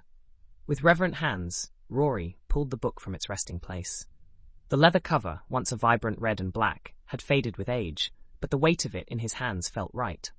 Familiar, he opened it carefully, mindful of the fragile pages. There, tucked between the leaves, lay a small brass key. It was an unremarkable thing, tarnished and worn, but Rory knew it held the power to change everything. Is that it? Willie asked, his voice barely above a whisper. Rory nodded, slipping the key into his pocket. Aye, this is what we came for. Now let's get the heck out of here before. His words were cut short by a shout from below, followed by the thunder of boots on stairs. Rory's blood ran cold as he realized their luck had finally run out. Move, he hissed, shoving the journal back onto the shelf. Down the stairs! Now!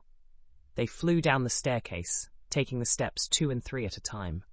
The voices grew louder, angrier as they descended. Rory's mind raced, trying to recall every secret passage and hidden door from his childhood explorations of the castle. As they burst out of the stairwell onto the first floor, fate finally caught up with them. A burly man in a black turtleneck rounded the corner, his eyes widening in surprise as he took in the intruders. Oi! he bellowed, reaching for the gun at his hip. "We've got company!" Rory didn't hesitate. He barreled forward, shoulder lowered, and slammed into the man with all the force he could muster. They went down in a tangle of limbs, but Rory was already rolling to his feet, shouting to the others. "Run! Get to the door!"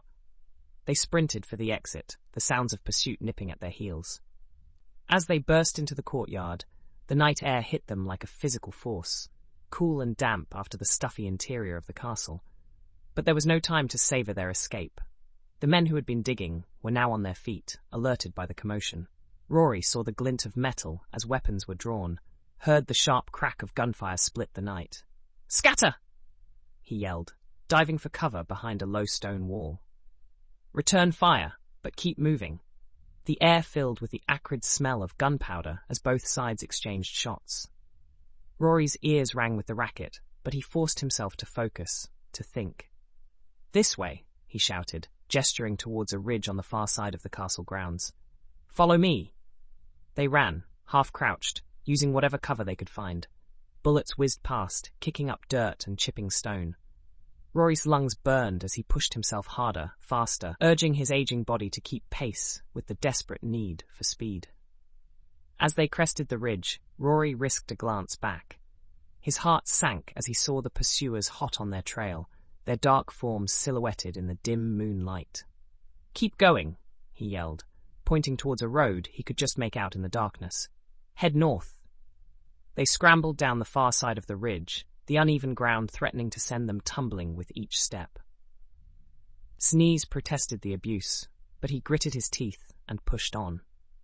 The key in his pocket bouncing against his thigh, a constant reminder of what was at stake. As they reached the road, the sound of engines roaring to life echoed from the direction of the castle. Rory growled under his breath. If their pursuers had vehicles, this chase would be over before it began. "Up the hill!" he shouted, veering off the road onto a steep incline.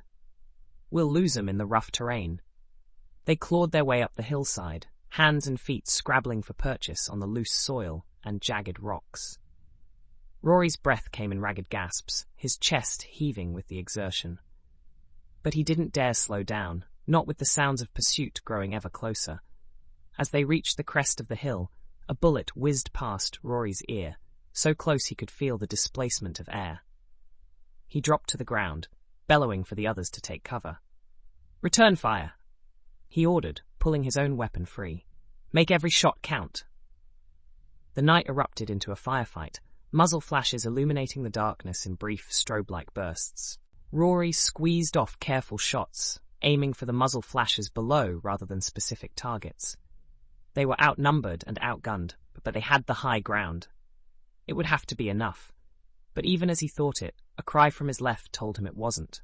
Bullets were coming at them from the side now, a flanking maneuver that threatened to overwhelm their position. "We're pinned down," John shouted, his voice barely audible over the gunfire. "We need to move."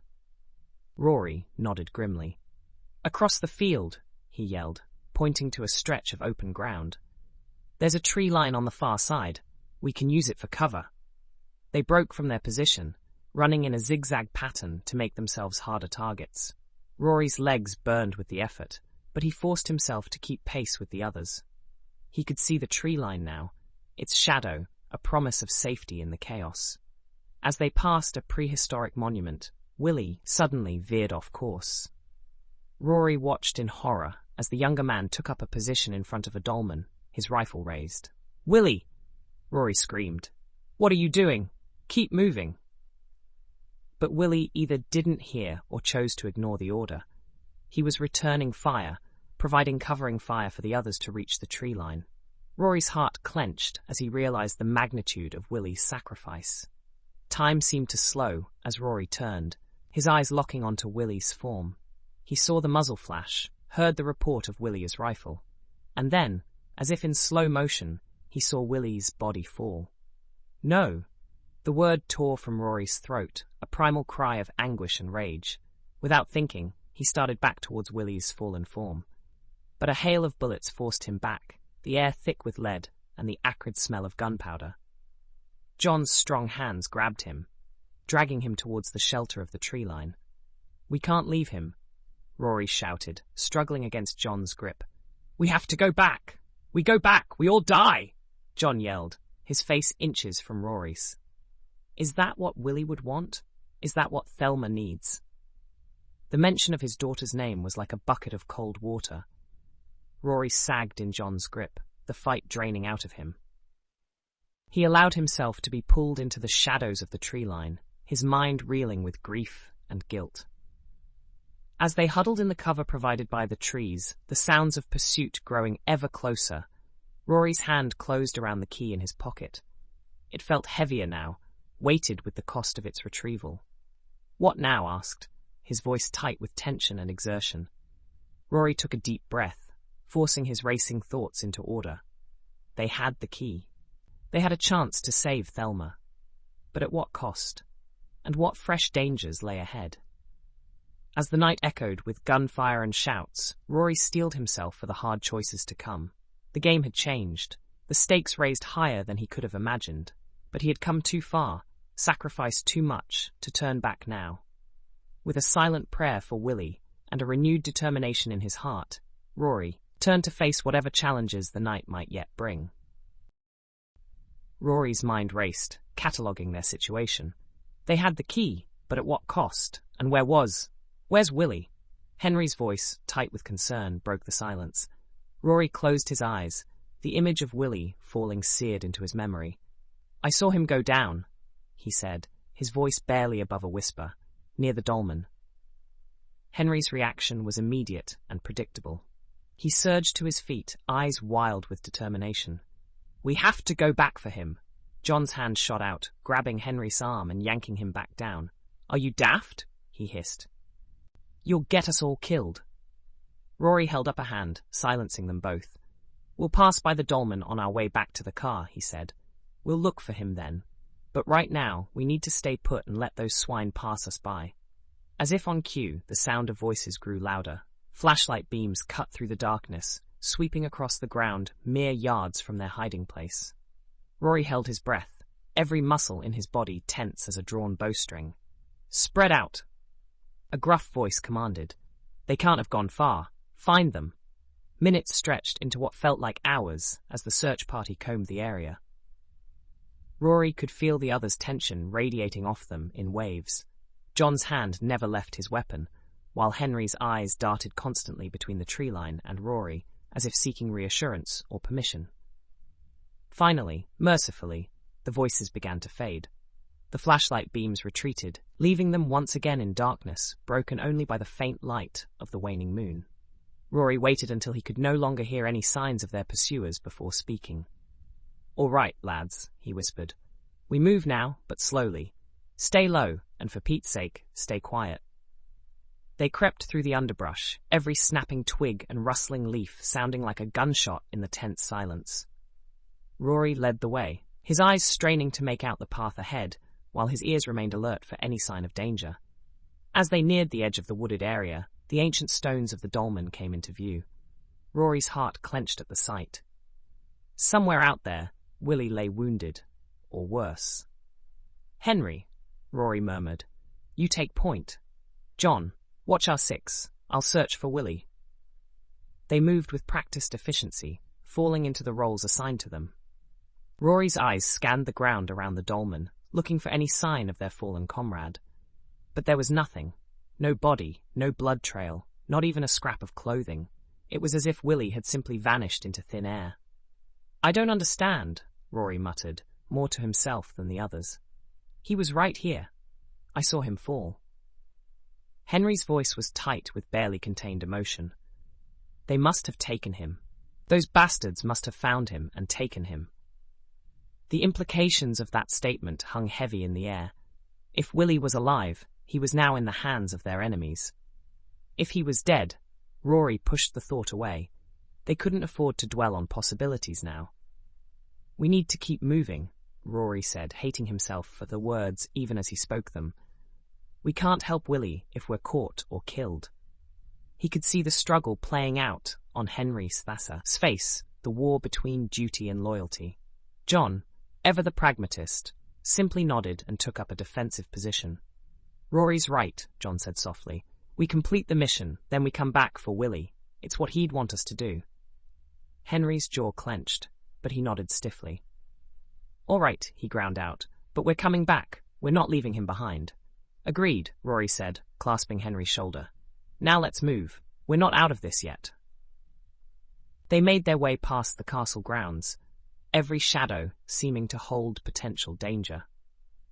Rory's nerves were stretched to the breaking point, his body taut as a bowstring as they crept through the darkness.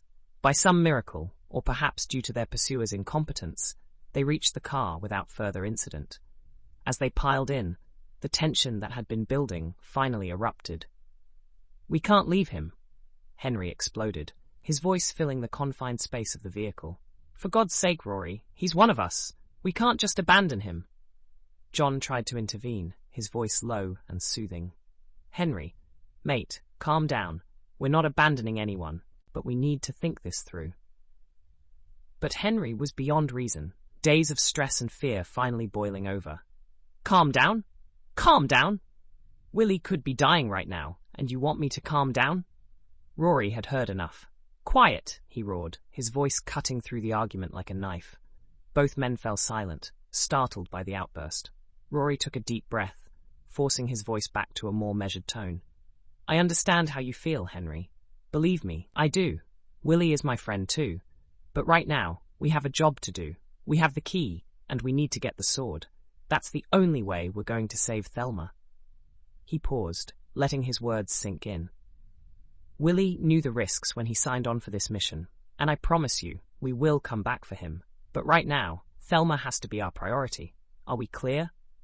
The silence in the car was deafening. Finally, Henry nodded, his shoulders slumping in defeat. Clear, he muttered.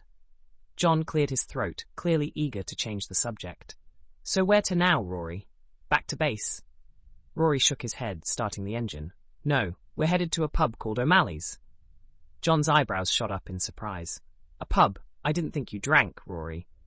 Despite the gravity of their situation, Rory felt the corner of his mouth twitch in a humorless smile. I don't, he admitted. But today, well, today might be a good day to start. As they pulled away from Castle Macduff, leaving behind one friend and driving towards an uncertain future, Rory couldn't shake the feeling that this was only the beginning of their troubles. Whatever awaits them at O'Malley's pub, Rory knew one thing for certain. Nothing would ever be the same again. The gravel crunched beneath the tyres as Rory eased the car to a stop in front of O'Malley's pub. The unassuming building blended in with the other buildings, its weathered facade betraying nothing of the secrets it held within. Rory's hands tightened on the steering wheel as he surveyed the area, his keen eyes searching for any sign of danger or unwelcome attention. This is it? John's voice broke the tense silence, a note of disbelief colouring his words. Doesn't look like much. Rory allowed himself a small, grim smile. Appearances can be deceiving. John, you of all people should know that. Henry leaned forward from the back seat, his face etched with lines of worry and exhaustion. Are you sure about this, Rory? After what happened at the castle, the unspoken name hung in the air between them. Willie. Rory pushed down the surge of guilt and grief that threatened to overwhelm him. There would be time for that later. Right now, they had a job to do. I'm sure, Rory said, his voice low but firm. The sword is here, and it's our best chance of saving Thelma and getting Willie back. With a deep breath, Rory opened the car door. Let's go. And remember, we're just a group of friends out for a late-night drink. Nothing more. The three men stepped out into the cool night air, the sounds of distant crickets and the occasional hoot of an owl providing an eerily peaceful backdrop to their grim mission. They approached the pub's entrance, and Rory reached for the door handle. The door creaked open, releasing a wave of warm air scented with tobacco smoke and stale beer. Rory's eyes took a moment to adjust to the dim interior, automatically scanning the room for potential threats. The pub was sparsely populated, as one might expect at this late hour. A few solitary drinkers hunched over their pints at the bar, while a small group in the corner engaged in a hushed game of cards. No one looked up as Rory and his companions entered. Rory led the way to a corner booth, as far from the other patrons as possible. As they slid into the worn leather seats, a barmaid approached, her tired eyes showing a flicker of curiosity at the newcomers. "What'll it be, gents?" she asked, her voice carrying the lilting accent of the region. Rory opened his mouth to order, but John beat him to it. "3 pints of your finest, love," he said with a wink, "and keep 'em coming." The barmaid nodded and retreated to the bar. As soon as she was out of earshot, Henry leaned in, his voice barely above a whisper. "All right, Rory. We're here. Now what?" Rory's eyes darted around the room once more before he spoke. "The sword is here, hidden in a secret compartment known only to a trusted few. We need to retrieve it without drawing attention to ourselves or alerting any of Deegan's men if they're in here." John's eyebrows shot up. "A secret compartment? In a pub? You're joking." "I assure you, I'm not," Rory replied, his tone deadly serious. "This pub has been in the O'Malley family for generations. Our families have been friends for almost as long." Henry frowned, his fingers drumming nervously on the table. "But how do we get to it? We can't exactly start tearing the place apart." Rory's hand unconsciously moved to his pocket, feeling the outline of the key. "We don't need to. The key we retrieved from the castle. It's not just for show. It opens the compartment where the relic is hidden." The barmaid returned with their drinks, forcing them into silence. As she set the pints down, Rory noticed her eyes lingering on him for a moment longer than necessary. Did she recognize him? Or was it just the natural curiosity towards strangers in a small town? As soon as she left, John took a long pull from his pint. "Ah, I needed that," he muttered, wiping foam from his upper lip. "So what's the plan? How do we get to this secret compartment without half the town noticing?" Rory leaned in, his voice low and intense. "There's a back room, used for storage. The compartment is hidden behind a false panel in the wall. We need a distraction to get back there without being seen." Henry's eyes widened. "A distraction? What kind of distraction?" A ghost of a smile played across Rory's lips. "I was hoping you might have some ideas on that front, John. You've always had a talent for causing a scene." John grinned, a spark of his old mischief returning to his eyes. "Leave it to me, boss. I'll give them a show they won't soon forget." The 3 men huddled closer, discussing the finer points of their plan. Rory couldn't shake the feeling that they were being watched. His eyes scanned the room once more, landing on a figure at the bar. The man quickly looked away, but not before Rory caught a glimpse of something in his eyes. Recognition? Suspicion? Maybe he was jumping at shadows, his nerves frayed by the events of the past few days. One thing was certain, they needed to move fast. The sword was within reach, but so too was danger. And with Thelma's life hanging in the balance, they couldn't afford to make a single mistake. Chapter 18. The unyielding iron bars of the cage dug mercilessly into Thelma's tender skin as she leaned against them, huddled tightly in the corner, her once pristine dress now a tattered and soiled reminder of the comfortable life she'd unwillingly left behind. The cave's pervasive damp chill seeped relentlessly into her bones, causing her to shiver uncontrollably. But it was nothing compared to the icy, paralyzing dread that gripped her heart with vice-like intensity. Summoning what little courage remained, she slowly lifted her weary gaze from the sandy, debris-covered floor, only to find the head henchman's piercing eyes boring into her very soul, dark and utterly unreadable in the eerie, flickering lantern light that cast grotesque shadows on the rough cave walls. Those eyes. Thelma suppressed a shudder, her fingers unconsciously gripping the tattered fabric of her once elegant dress. They were the eyes of a man who had long since abandoned any semblance of humanity, a chilling void where compassion should have resided. Cold as the deepest winter night, they seemed to pierce through her very being, calculating, as if weighing her worth against some unspeakable purpose. Evil, in a way that defied explanation, radiating a malevolence that made her want to shrink back into the shadows of the damp cave. Thelma felt her breath catch in her throat, her heart pounding a frantic rhythm against her ribs as she fought to maintain her composure under that merciless gaze. She forced her gaze away, desperate to focus on anything else in this dank, oppressive space. The rough-hewn walls of the cave loomed around her, their craggy surfaces etched with shadows that seemed to writhe in the dim light. The distant sound of waves crashing against the cliffs echoed through the cavern, a rhythmic pounding that matched her racing heartbeat.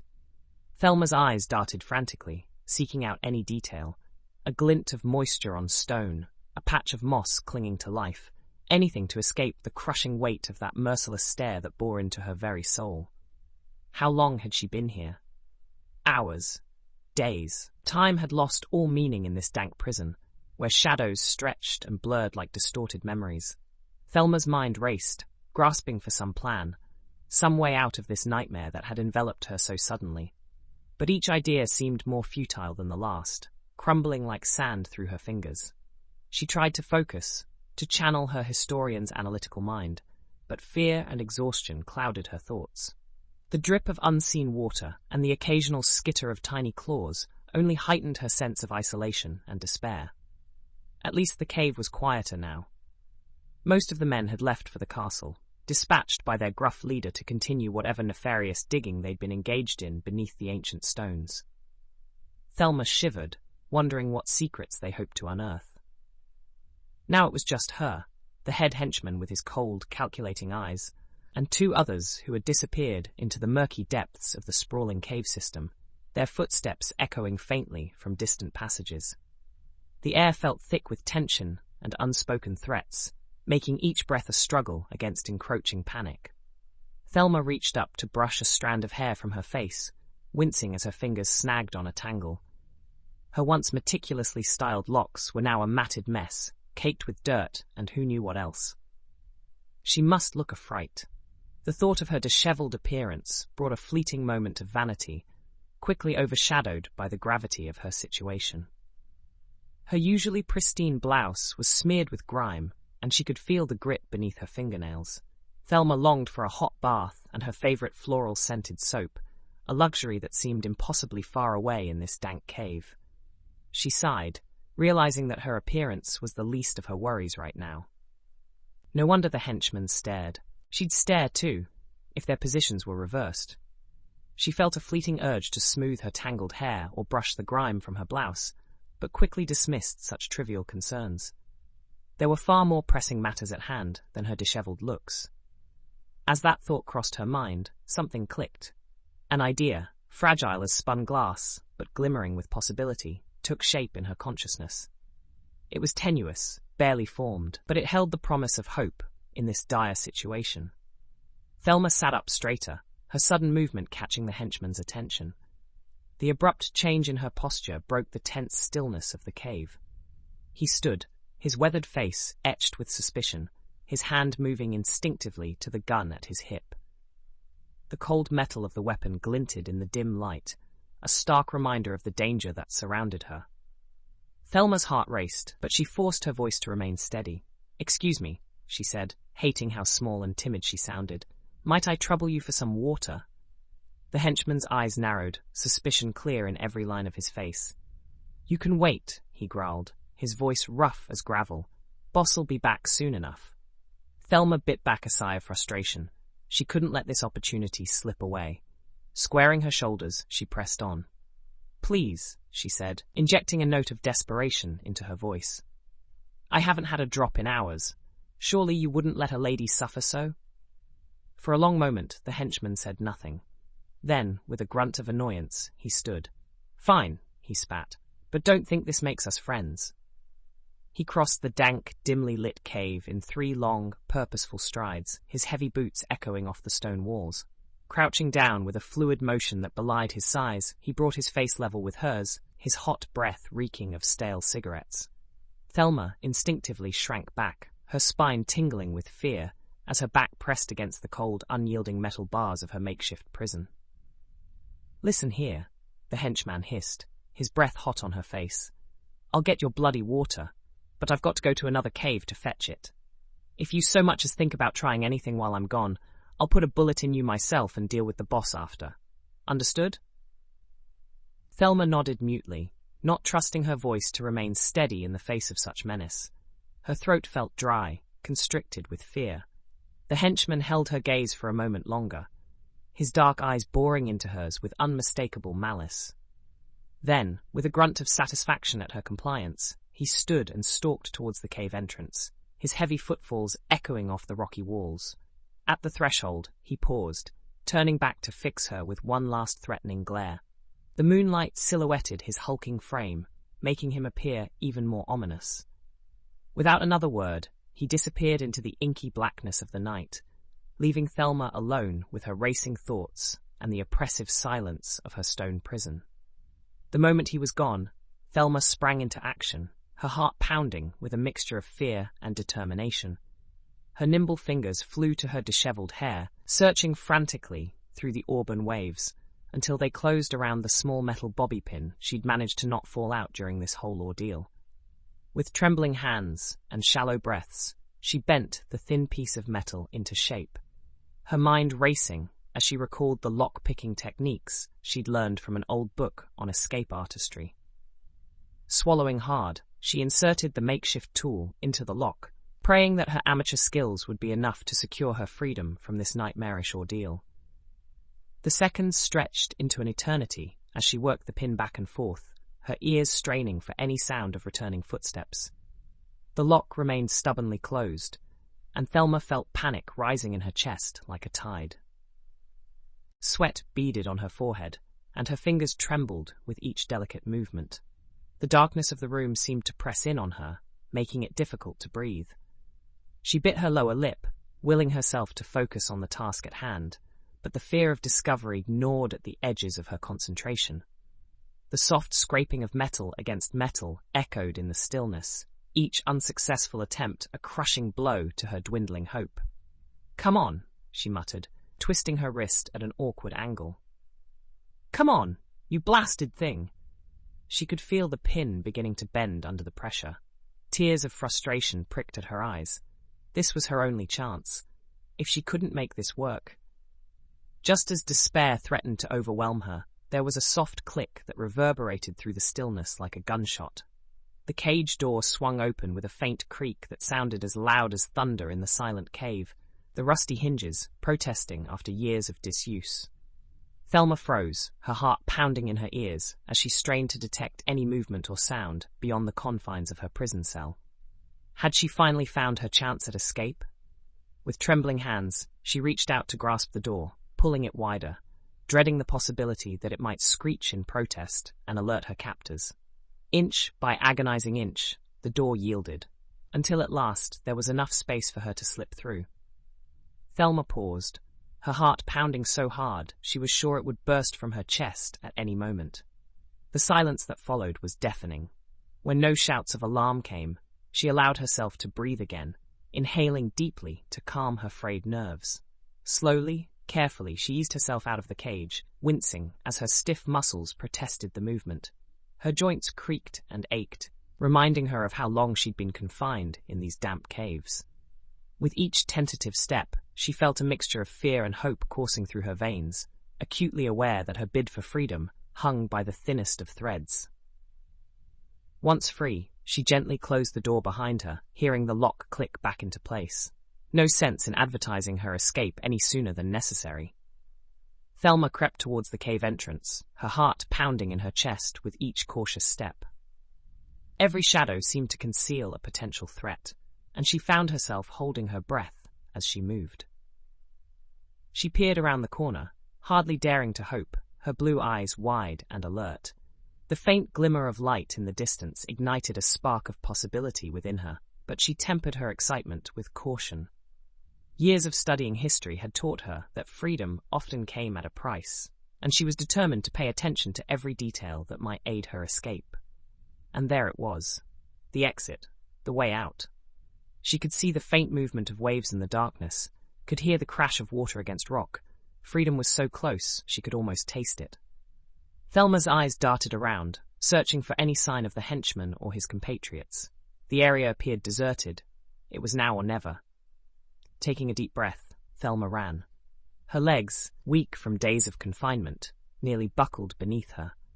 But desperation lent her strength, and she flew across the uneven ground towards the cave mouth. The cool night air rushed against her face, invigorating her senses and fueling her determination. Rocks and debris threatened to trip her with each step, But Thelma pressed on, her heart pounding in her ears. The promise of freedom propelled her forward, even as her muscles screamed in protest. She could taste the salt in the air, feel the spray of the ocean growing closer with each passing second.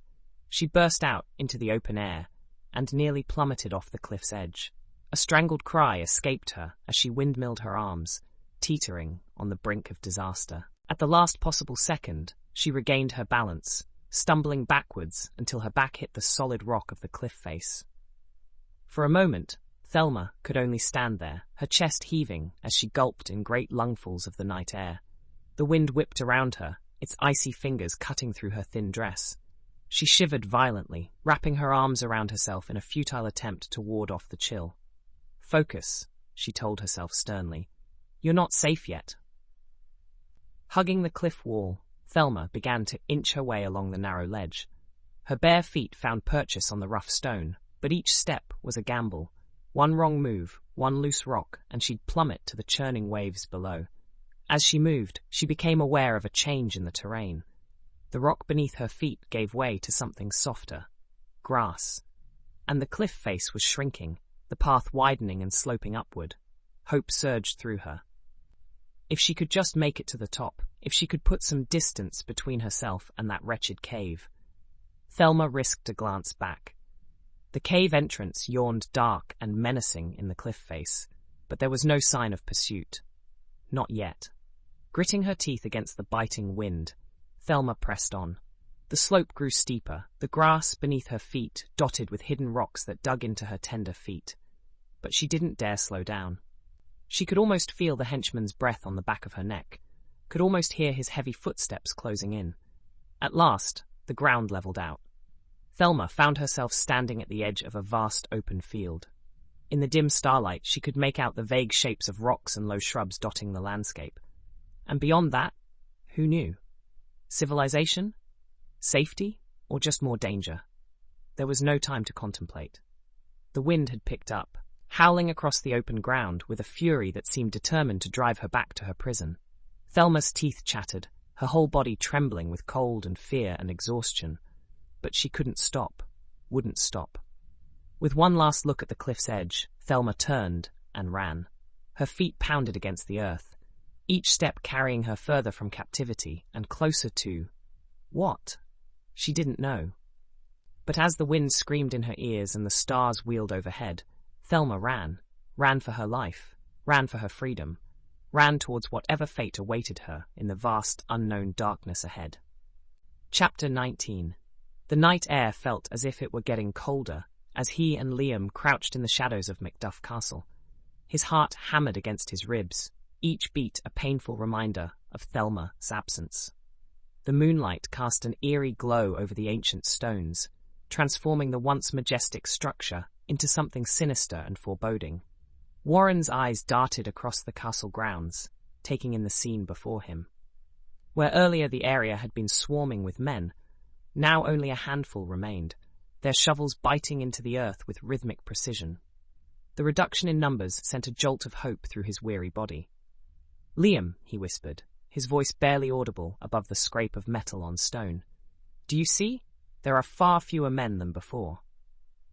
Liam nodded, his eyes narrowed as he surveyed the area. "Aye, and that's our chance. We'll skirt around the edge, opposite where they're digging. Stay low and follow my lead." With smooth precision, Liam began to move along the castle wall. Warren followed, his muscles protesting because of the beating he had taken just days ago. They inched their way forward with painstaking caution. The darkness played tricks on their eyes, transforming innocent shapes into menacing figures. Each step was carefully placed, the crunch of gravel underfoot sounding impossibly loud in the tense silence. Their hearts pounded in their chests, adrenaline coursing through their veins as they remained hyper-aware of their surroundings. As they neared the corner of the castle, voices drifted towards them on the night breeze. Warren strained his ears, desperate to catch any mention of Thelma. "Waste of time, if you ask me," one voice grumbled. "We've been at this for hours and found nothing but rocks and more rocks." "Shut your gob," another voice hissed. "The boss says we dig, Unless you fancy explaining to him why we stopped. Warren felt Liam's hand on his arm, pulling him back into the deepest patch of shadow. They pressed themselves against the cold stone, scarcely daring to breathe, as a figure rounded the corner. It was the supervisor, his face etched with lines of frustration and fatigue. He paused, surveying the work before him with a critical eye. Then, seeming to come to a decision, he barked out an order. "You there! Jones! Head down to the cave and see what's taking so long with that water. And tell that lazy sod to get back here pronto. We need every man if we're going to find this bloody artifact before sunrise." Warren's heart leapt into his throat. The cave.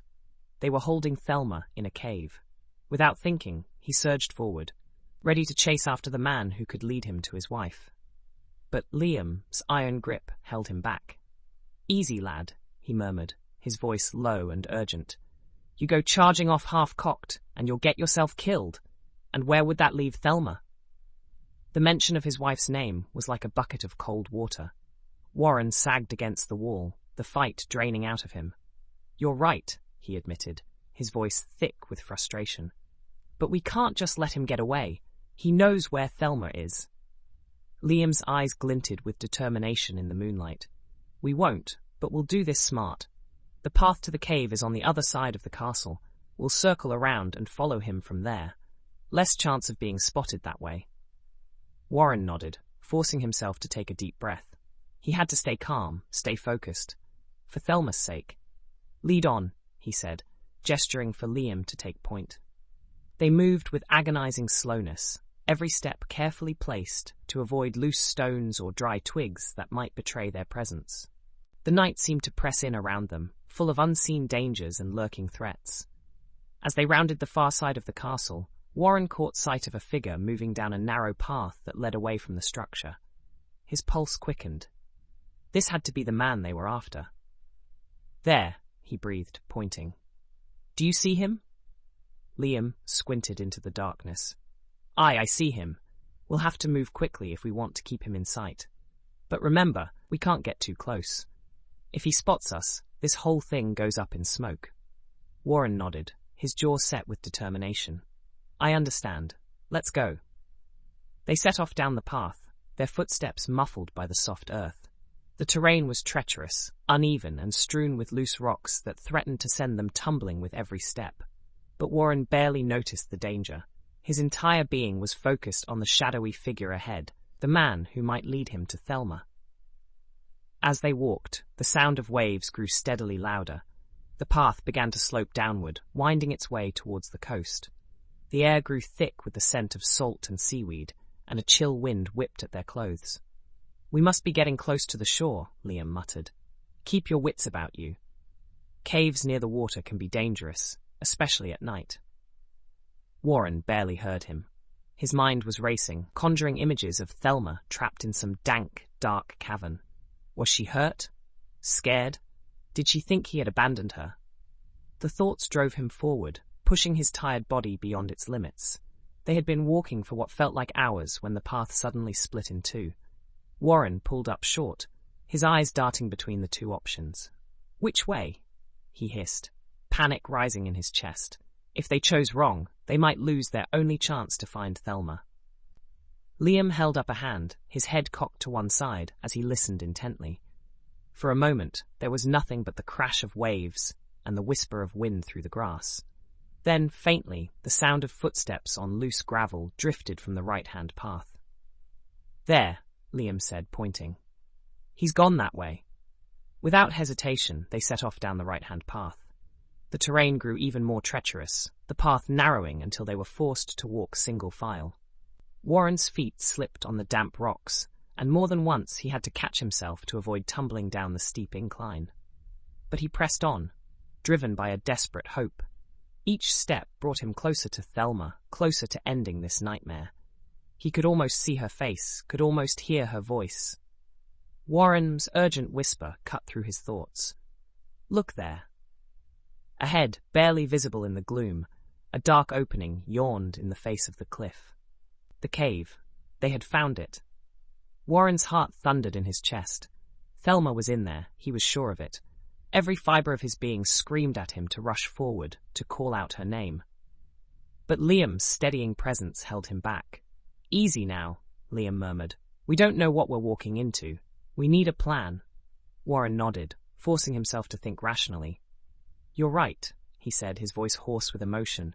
"What do you suggest?" As Liam began to outline their approach, Warren stared at the cave entrance. "Hold on, Thelma," he thought fiercely. "I'm coming for you. Just hold on a little longer." The thunderous crash of waves against the rocky shore drowned out all other sounds, enveloping Warren and Liam in a cocoon of white noise. The salty air stung Warren's nostrils as he struggled to keep his footing on the increasingly treacherous path. His heart pounded in his chest, each beat a reminder of the urgency of their mission. "Liam," Warren called, his voice barely audible above the roar of the ocean. "The ground's getting steeper. Watch your step." Liam nodded grimly, his eyes fixed on the path ahead. "Aye, and our friend's picked up his pace. We can't afford to lose him now." As if on cue, the henchman they'd been following disappeared around a sharp bend in the path. Warren's stomach lurched with fear. Had they lost their only lead to Thelma? "Quickly," Liam urged, already moving forward. "But quietly, mind. We don't know what's waiting for us around that corner." Warren followed, his muscles screaming in protest as he forced his tired, aching body to keep moving. They crept to the edge of the bend, pressing their backs against the cold, damp rock face. Warren held his breath as Liam cautiously peered around the corner. "Mother of God," Liam breathed, his eyes widening. "What is it?" Warren demanded, his imagination conjuring 1,000 terrible scenarios. "Is it Thelma?" "Is she?" Liam shook his head, cutting off Warren's frantic questions. "No sign of her yet. But look for yourself. Carefully now." Warren inched forward, his heart in his throat. As he peered around the rocky outcropping, he understood Liam's reaction.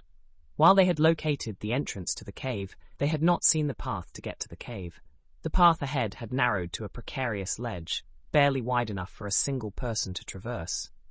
On one side loomed a sheer rock face, slick with sea spray. On the other, Warren's stomach churned as he looked down at the dizzying drop to the churning waves below. "Good gravy!" Warren muttered, instinctively pressing himself closer to the relative safety of the cliff.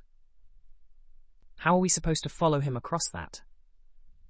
Liam's face was grim in the dim moonlight. "Very carefully, lad. Very carefully indeed.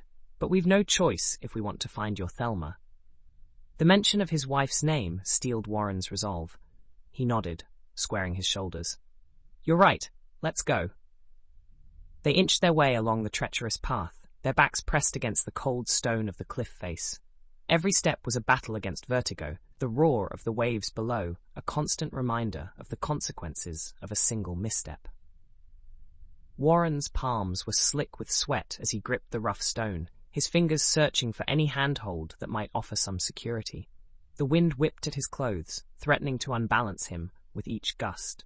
"Steady on," Liam called from ahead, his voice barely audible over the cacophony of wind and waves. "We're nearly there. I can see the path widening up ahead." Warren gritted his teeth, forcing himself to keep moving.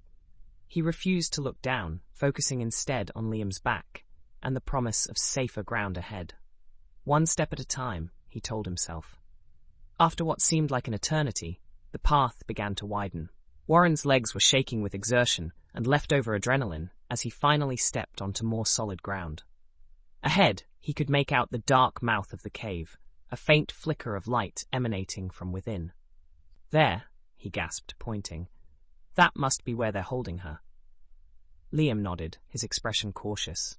"Likely so, but we can't go charging in blind. We need to assess the situation first." They crept towards the cave entrance, every sense on high alert. As they drew closer, Warren could make out the murmur of voices from within, punctuated by the occasional sharp command. "Can't have gotten far," a gruff voice was saying. "Find her, you idiots. The boss'll have our hides if she's not here when he returns." Warren's heart leapt. Thelma. They were talking about Thelma. But what did they mean? Find her? Had she escaped? Before he could voice these thoughts to Liam, another voice rang out. closer this time. "You there? Check the entrance again. Make sure she didn't double back somehow." Liam's hand clamped down on Warren's arm, pulling him back into the shadows just as a figure emerged from the cave. The guard passed within inches of their hiding spot, oblivious to their presence in his haste to follow orders. As the sound of the guard's footsteps faded, Liam whispered, "Now's our chance. We'll slip in while they're distracted searching for Thelma outside." Warren nodded, his heart racing with a mixture of fear and hope. They edged towards the cave entrance, the flickering light growing stronger as they approached. The cave opened into a larger chamber, with 3 dark tunnels branching off in different directions. "The center tunnel," Liam murmured, indicating the source of the light and voices. "That's where we'll find answers."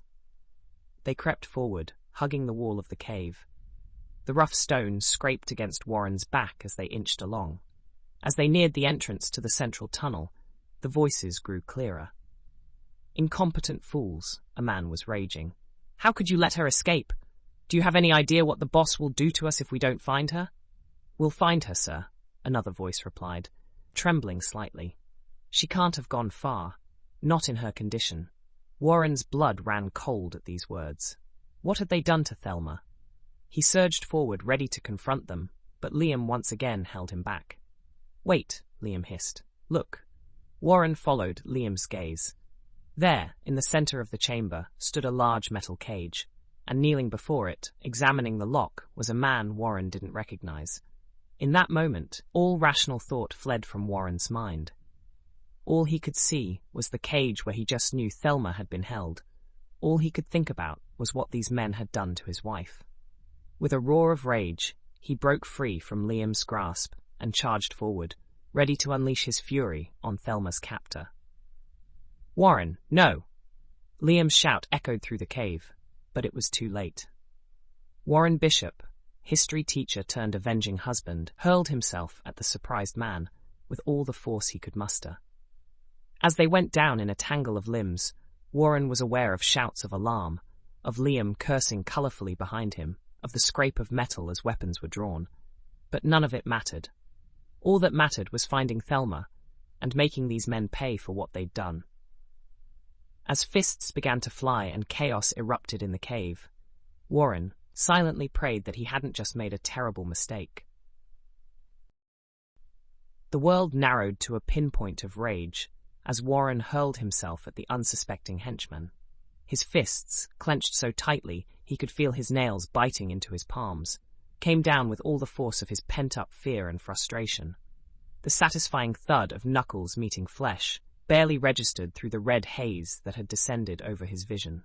The man stumbled, caught off guard by the sudden assault. He tried to turn, to face his attacker, but Warren was beyond reason, beyond mercy. He tackled the henchman to the ground, straddling him as his fists continued their relentless assault. "Where is she?" Warren roared, punctuating each word with another blow. "What have you done with my wife?"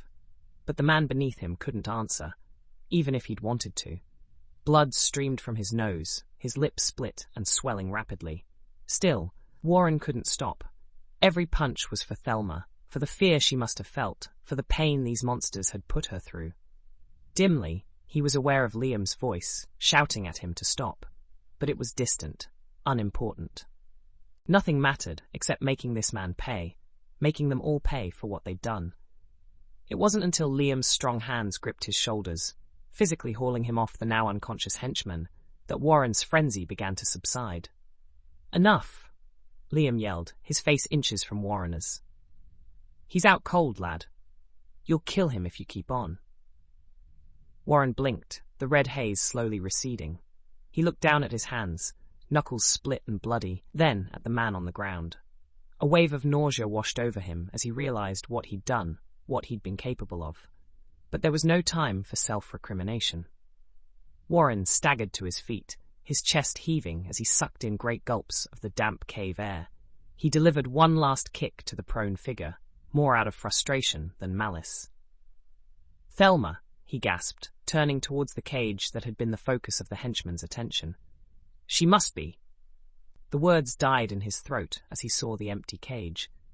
It seemed to be mocking him with its emptiness. No Thelma. No sign that she'd ever been there at all. Warren's knees gave out, and he collapsed to the ground, a keening wail of despair tearing from his throat. No, he moaned, his voice cracking. No, no, no. She has to be here. She has to be. Liam's hand on his shoulder was meant to be comforting, but Warren barely felt it. He leaned forward, retching, his body rebelling against the crushing weight of his failure. Why? He choked out between heaves. Why is this happening? God, why? But there were no answers forthcoming, only the distant sound of waves crashing against the cliffs, and the echo of his own ragged breathing in the cave. As Warren's wiped his tear-soaked eyes, something caught his attention. A glint of metal on the cave floor, barely visible in the flickering light of the lanterns. He reached out, his hand trembling, and picked up the small object. A hairpin. Thelma's hairpin. Warren gasped, his heart leaping into his throat. He recognized it instantly, the delicate filigree work, the tiny pearl at one end. He'd watched Thelma slide these into her hair 100 times, always marveling at the deft movements of her fingers. Liam, he breathed, holding up the pin. Look, it's Thelma S. She was here. She was here. Liam squinted at the small object, then nodded slowly. Aye, it could be. But Warren, we need to. But Warren was no longer listening. A wild hope had taken root in his chest, pushing aside the despair of moments before. She must have escaped, he said in a rush. That's why the cage is empty. That's why they were searching. Liam, she could be close. We could find her. Liam opened his mouth to respond, but the sound of approaching footsteps cut him off. His eyes widened in alarm. We've got company, he whispered. Move, now. They scrambled to their feet, Warren clutching the hairpin like a talisman. They made it to the cave entrance just as shouts echoed from one of the other tunnels. 3 men burst into the chamber, their eyes widening as they took in the scene, the unconscious henchman, the empty cage, the 2 intruders. For a heartbeat, everyone froze. Then Liam's voice rang out, clear and commanding. Warren, go! Find Thelma! I'll hold them off as long as I can. Warren hesitated, torn between his desperate need to find his wife and his reluctance to abandon his friend. But Liam was already moving, positioning himself between Warren and the approaching men. Go! Liam roared, and this time Warren obeyed. He burst out of the cave and into the night, the cool air a shock after the stuffy confines of the cavern. For a moment, he teetered on the edge of the narrow path, the sheer drop to the churning waves below, making his head spin. But there was no time for fear. Warren turned left, scrambling up the steep incline that led away from the cave. His legs burned with the effort, muscles protesting. But he pressed on. Thelma, he called, his voice barely audible over the crash of waves and the pounding of his own heart. Thelma, where are you? The wind whipped around him, carrying away his words. But Warren refused to give up. Somewhere out there in the darkness, Thelma was waiting. And he would find her, no matter what it took. As he climbed, Warren's mind churned. Had Thelma really escaped? Or was this just another cruel trick, another dead end in this nightmare? The hairpin seemed to burn in his hand, a tangible reminder of what he stood to lose. Hold on, Thelma, he muttered, more to himself than to the night. I'm coming. Just hold on. And so Warren Bishop pressed on into the darkness, his heart full of fear and hope in equal measure. The path ahead was treacherous, the future uncertain, but one thing was clear. He would not rest until Thelma was safe in his arms once more. Chapter 20. The heavy scent of stale beer and tobacco smoke hung in the air of O'Malley's pub like a shroud and was clinging to Rory's clothes and hair. He sat in the corner booth, his back to the wall, nursing a pint he'd barely touched in the past hour. The clock on the wall ticked relentlessly towards closing time, each second bringing them closer to the moment of truth. Across from him, Henry fidgeted restlessly with a soggy coaster, his weathered fingers tracing the faded logo as his eyes darted nervously between the crowded bar and the grimy door. The tension in his square jaw was palpable, a stark contrast to his usually stoic demeanor. John, playing his part to perfection, slouched heavily in his seat, his broad shoulders hunched and his salt and pepper hair disheveled. His glazed blue eyes struggled to focus, and his usually crisp speech had devolved into a slurred mumble, a testament to hours of apparent heavy drinking. "Steady on, lads," Rory murmured, his voice low enough that only his companions could hear. "We're nearly there. John, you remember the plan?" John's unfocused gaze sharpened for a moment as he met Rory's eyes. "Aye," he slurred, loud enough for anyone nearby to hear, and immediately down to a low whisper. "I remember, 'cause a ruckus give you two the chance to slip away. Don't you worry about me, I can handle myself in a scrap." Rory nodded, a hint of a smile tugging at the corners of his mouth, despite the gravity of their situation. John had always been a talented actor, a skill that had served them well in the past. But never had the stakes been so high. As the minutes ticked by, Rory's gaze drifted to the other patrons in the pub. There were only 3 left now, aside from their group. An old man, dozing at the bar, his wrinkled hand still curled protectively around his glass. A young couple in the opposite corner, lost in whispered conversation and lingering touches. And then there was the watcher. Rory had noticed him hours ago, a nondescript man in a rumpled canvas peacoat who seemed far too interested in their little group. He'd nursed the same drink all night, his eyes rarely leaving their table. Was he one of Deegan's men? Or just a nosy local, curious about the strangers in town? Either way, he'd have to be dealt with. As if reading Rory's thoughts, John slowly pushed himself to his feet, swaying dramatically. "Gents," he announced, his words slurring together. "Nature calls. Don't let the barkeep throw me out while I'm gone, eh?" Henry rolled his eyes convincingly. "Just try not to fall in, you old sot," he grumbled. Rory watched as John staggered across the pub, weaving between tables with an unsteadiness that was only partially feigned. The watcher's eyes followed John's progress, his body tensing as the apparently drunk man drew closer. It happened in an instant. John's foot caught on an uneven floorboard, or seemed to, and he pitched forward, arms windmilling. He crashed into the watcher with enough force to send them both tumbling to the ground in a tangle of limbs and curses. "Oi!" John bellowed, his face red with what appeared to be drunken rage. "Watch where you're bloody sittin', you great lump." The watcher, caught off guard, sputtered indignantly. "Me? You're the one who—" But John was already throwing a wild, looping punch that caught the man square on the jaw. The pub erupted into chaos as the 2 men grappled on the floor, knocking over chairs and tables in their struggle. "You bloody idiot!" Henry shouted, half rising from his seat. "John, stop this nonsense right now." But John was beyond hearing or pretending to be. He and the watcher rolled across the floor, trading blows and insults in equal measure. A table went over with a crash, sending glasses shattering across the worn floorboards. The young couple fled, looks of alarm on their faces. The old man at the bar barely stirred, too deep in his cups to notice the commotion. And behind the bar, the keeper's face darkened with anger. "Here now," he shouted, coming to them from behind the bar. "That's enough of that.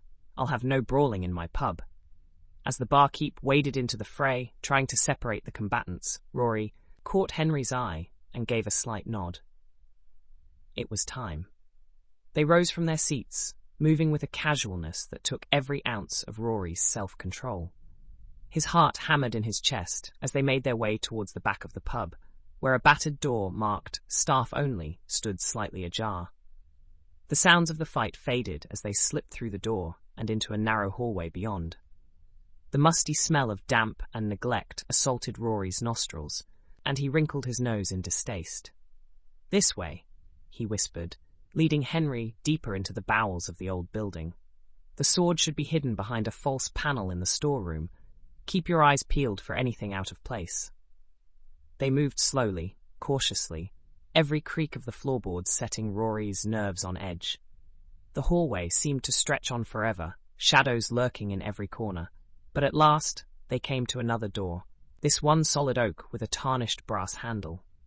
Rory reached out, his hand hovering over the handle. This was it. Beyond this door lay the key to saving Thelma, to ending this nightmare once and for all.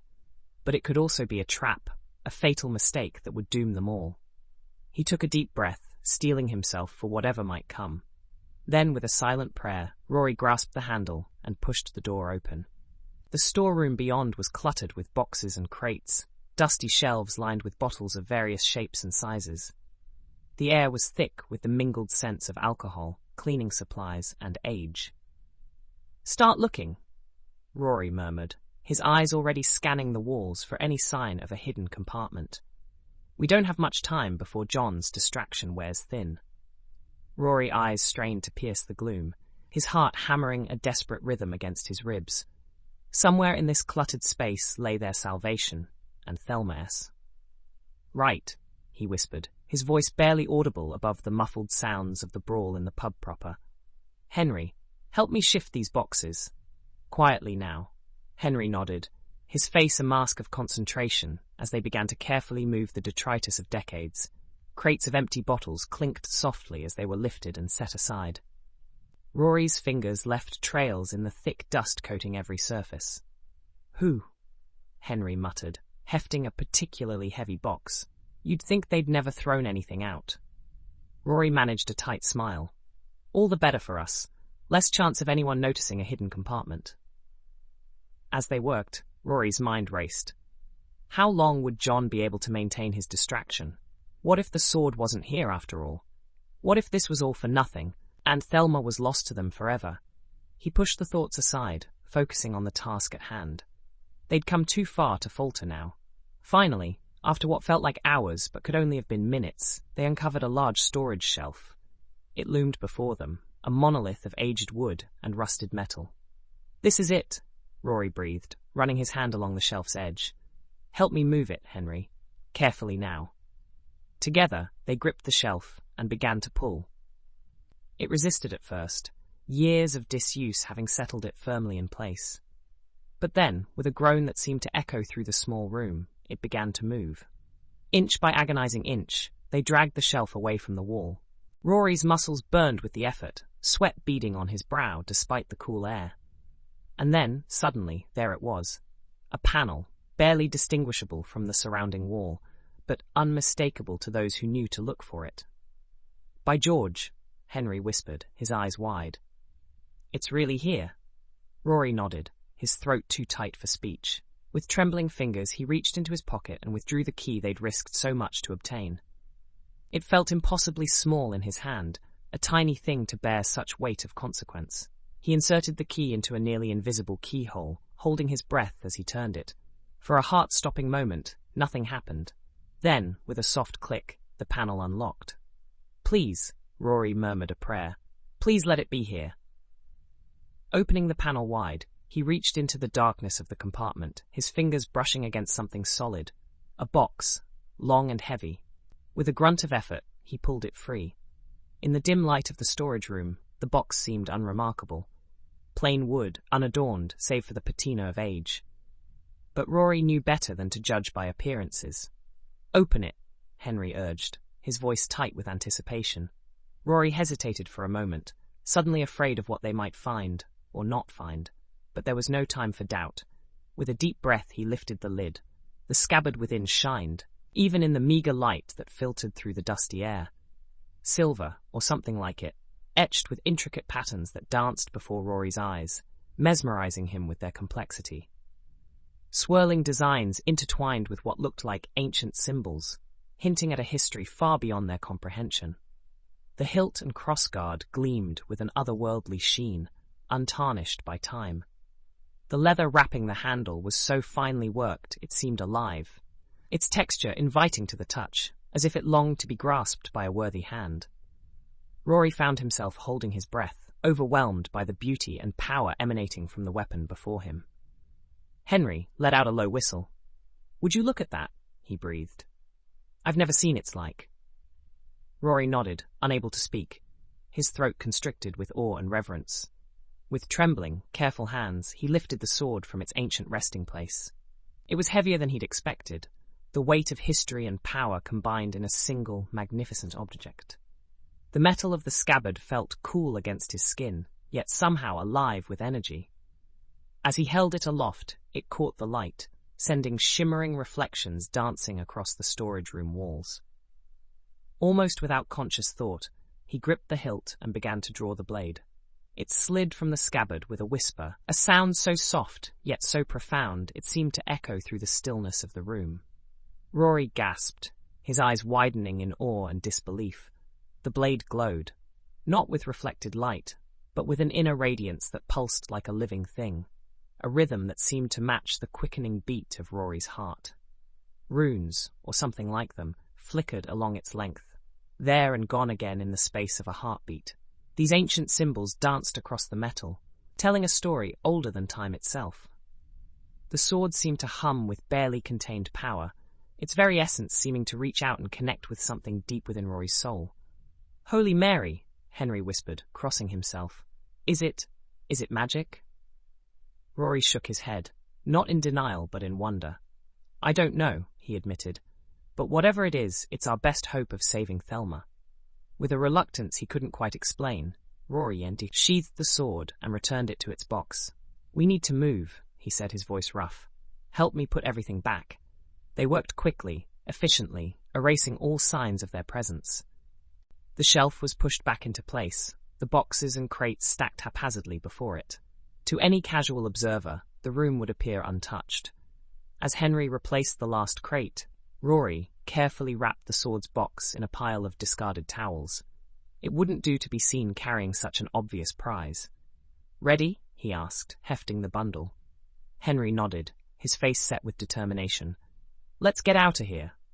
They slipped out of the storage room, the muffled sounds of the continuing brawl masking their exit. The chaos of the brawl had dwindled to a dull roar as Rory and Henry slipped out the back door of O'Malley's pub, their precious cargo nestled safely in Rory's arms.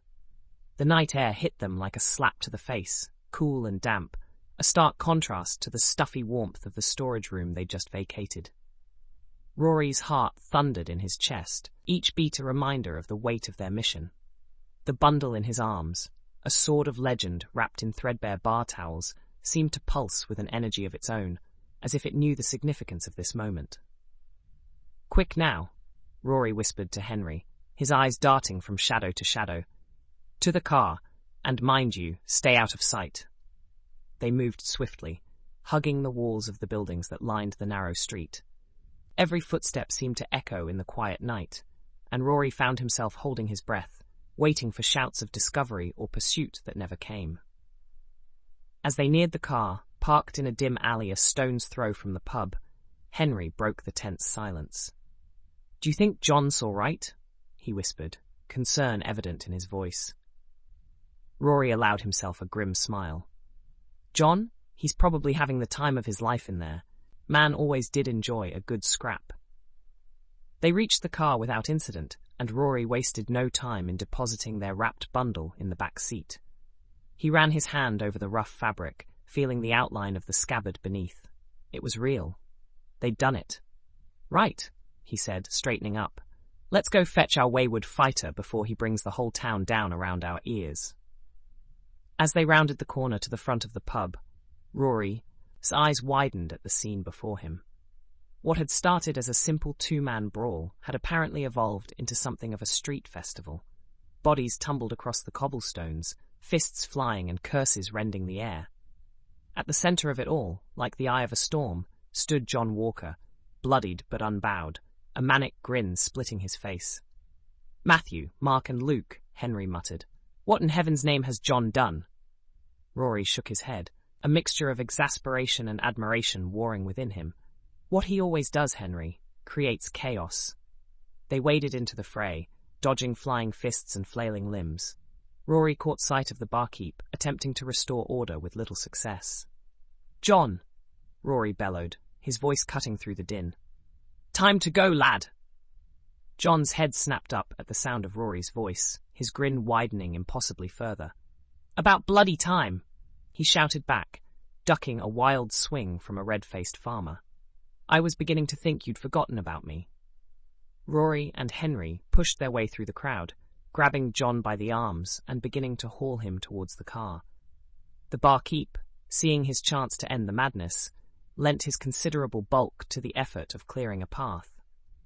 "And don't you come back, you drunken lout!" the barkeep roared, his face purple with exertion and anger. "I'll not have the likes of you in my establishment again." Rory, sensing the need for damage control, plastered on his most contrite expression. I'm terribly sorry about all this, he called over his shoulder as they half-dragged, half-carried John to the waiting car. It won't happen again, I assure you. The barkeep's response was lost in the general tumult as Rory shoved John into the front passenger seat. Henry clambered into the back, and Rory sprinted around to the driver's side, his heart racing with the urgency of their escape. The engine roared to life, and Rory wasted no time in throwing the car into gear. They peeled away from the curb with a screech of tires, leaving behind a cloud of dust and a chorus of angry shouts. As the lights of O'Malley's pub faded in the rearview mirror, Rory allowed himself to relax slightly. They'd done it. They had the sword, and they'd made their escape. It wasn't until John's voice, muffled and pained, drifted up from where he'd slumped in his seat that Rory realized just how close they'd come to disaster. "Took you long enough," John muttered, wincing as he gingerly touched a rapidly swelling eye. "I was beginning to think you'd found a better class of company in that storage room." Rory couldn't help the bark of laughter that escaped him. "Better company than you, old friend? Not likely, though I dare say we found something far more valuable." From the back seat, Henry leaned forward, his eyes gleaming with excitement in the dim light of the car's interior. "You should have seen it, John. The sword. It's like nothing I've ever laid eyes on before. It glowed." John twisted in his seat, ignoring the groan of protest from his battered ribs. "Glowed, you say? Well, isn't that something? And here I thought I was the only one seeing stars tonight." Rory shook his head, a smile tugging at the corners of his mouth. "You did well, John. That distraction of yours was memorable, to say the least." "Aye, well," John replied, settling back into his seat with a groan. "I aim to please. Though next time, perhaps we could devise a plan that doesn't involve quite so many fists to my face, eh?" As they drove through the quiet streets of the sleeping town, Rory's mind raced with the implications of their success. They had the sword, the legendary sword of Nuada. But what now? How were they to use this ancient weapon to save Thelma? And what of Deegan and his men? Surely they wouldn't give up their prize without a fight. "So, fearless leader." John's voice cut through Rory's thoughts. "What's the next move? I don't fancy going toe-to-toe with Deegan's lot, looking like I've gone 10 rounds with a particularly angry bull." Her grip tightened on the steering wheel as he considered their options. "We need to regroup," he said finally, his voice low and determined. "Find somewhere safe to hole up and plan our next move. Deegan won't give Thelma up without a fight, sword or no sword." Henry leaned forward again, his face etched with concern. "But where can we go? Deegan's men could be anywhere, and we've not exactly been subtle tonight." Rory nodded, acknowledging the truth in Henry's words. They needed a sanctuary, somewhere off the beaten path, where they could catch their breath and formulate a strategy. And then, like a bolt from the blue, it hit him. "I know a place," he said, a slow smile spreading across his face. "An old friend, someone who owes me a favor or two. It's not far, and it's the last place Deegan would think to look for us." John raised an eyebrow, wincing at the movement. "This friend of yours, can they be trusted? We're not exactly in a position to be taking chances." Rory's smile widened, a glint of mischief in his eyes. "Oh, she can be trusted all right. Deirdre O'Rourke may be many things, but a traitor isn't one of them. Besides," he added, a note of fondness creeping into his voice, "she's never been able to resist a good story. And lads, I think we've got one heck of a tale to tell." As the car sped through the night, leaving behind the chaos of O'Malley's pub and carrying them towards an uncertain future, Rory felt a glimmer of hope kindle in his chest. They had the sword. They had a plan, or at least the beginnings of one. And most importantly, they had each other. Whatever challenges lay ahead, whatever battles they would face, Rory knew one thing with absolute certainty: they would face them together. Chapter 21. The night pressed in around Warren Bishop like a living thing, a beast of shadow and wind that seemed determined to swallow him whole. He stumbled forward, each step a battle against the uneven ground and his own exhaustion. The grass beneath his feet whispered secrets he couldn't quite catch, and the sky above was a void so deep and dark it made his head spin to look at it for too long. Thelma! He shouted, his voice raw and ragged. The wind snatched the name from his lips, tearing it to shreds and scattering it across the lonely cliff top. Thelma, where are you? But there was no answer. There was never an answer. Only the howling of the wind and the distant crash of waves against the unforgiving rocks far below. Warren's heart clenched in his chest, a fist of fear and desperation that threatened to stop his breath entirely. He paused for a moment, trying to get his bearings. The darkness was so complete, so absolute, that he could barely distinguish where the land ended and the sky began. It was like standing on the edge of the world, with nothing but endless night stretching out in all directions. Christ, Warren muttered, running a hand through his hair. It was slick with sweat and sea spray, standing up in wild tufts that would have made him laugh in any other circumstance. What I wouldn't give for a bloody torch right about now. But wishes were useless things in a place like this. All he had was his own 2 feet and the burning need to find Thelma, to bring her home safe, no matter the cost. Warren took a deep breath, filling his lungs with the salt tang of the sea air. It burned going down, a reminder of how long he'd been shouting, how far he'd come. But he couldn't stop now, not when he was so close, not when Thelma was out here somewhere, alone and afraid. Right, he said to himself, squaring his shoulders. 1 foot in front of the other, Bishop. She's counting on you. He set off again, each step carefully placed. The ground was treacherous, pockmarked with hidden dips and rises that threatened to send him sprawling with every stride. More than once, he felt the ground begin to slope downward beneath his feet, a subtle warning that he was drawing too close to the cliff's edge. Each time, Warren's heart leapt into his throat. He backpedaled quickly, turning away from the unseen precipice and heading inland once more. The constant danger wore at his nerves, fraying them like old rope. Thelma, he called again, his voice cracking on the second syllable. Can you hear me? Please, darling, give me a sign. But there was nothing but the wind and the waves and the vast, uncaring darkness. Warren's pace quickened, desperation lending speed to his tired legs. He was running now, heedless of the danger, driven by a fear so deep and primal it overrode all reason. Thelma, he shouted, again and again. Thelma, answer me. His foot caught on something, a rock, a tussock of grass, he couldn't tell, and he went down hard. The impact drove the air from his lungs, and for a long moment all Warren could do was lie there, gasping like a landed fish. Slowly, Warren rose to his feet, ignoring the protests of his battered body, all the while struggling to catch his breath. He began running again, as fast as he could, when a new sound reached his ears. A voice, so faint he thought at first he must be imagining it. Warren skidded to a halt, his chest heaving as he gulped in great lungfuls of the salt-laden air. The wind howled around him, a banshee's wail that seemed to mock his efforts. But beneath it, beneath the crash of waves against the distant cliffs and the rustle of grass beneath his feet, he thought he'd heard something. Thelma? He called, his voice hoarse from shouting. Thelma, is that you? For a long moment there was nothing. Nothing but the wind and the waves and the pounding of his own heart. Warren closed his eyes, straining his ears against the cacophony of nature. Had he imagined it? Was his desperate mind conjuring phantoms in the darkness? And then, so faint he almost missed it. Help! Warren's eyes snapped open, his heart leaping into his throat. It was real. It was real, and it was close. He shouted, turning in a slow circle as he tried to pinpoint the source of the cry. Keep calling out, I'll find you. The voice came again, stronger this time. Someone. Anyone, please help me. It was a woman's voice. Warren was sure of it now. But was it Thelma?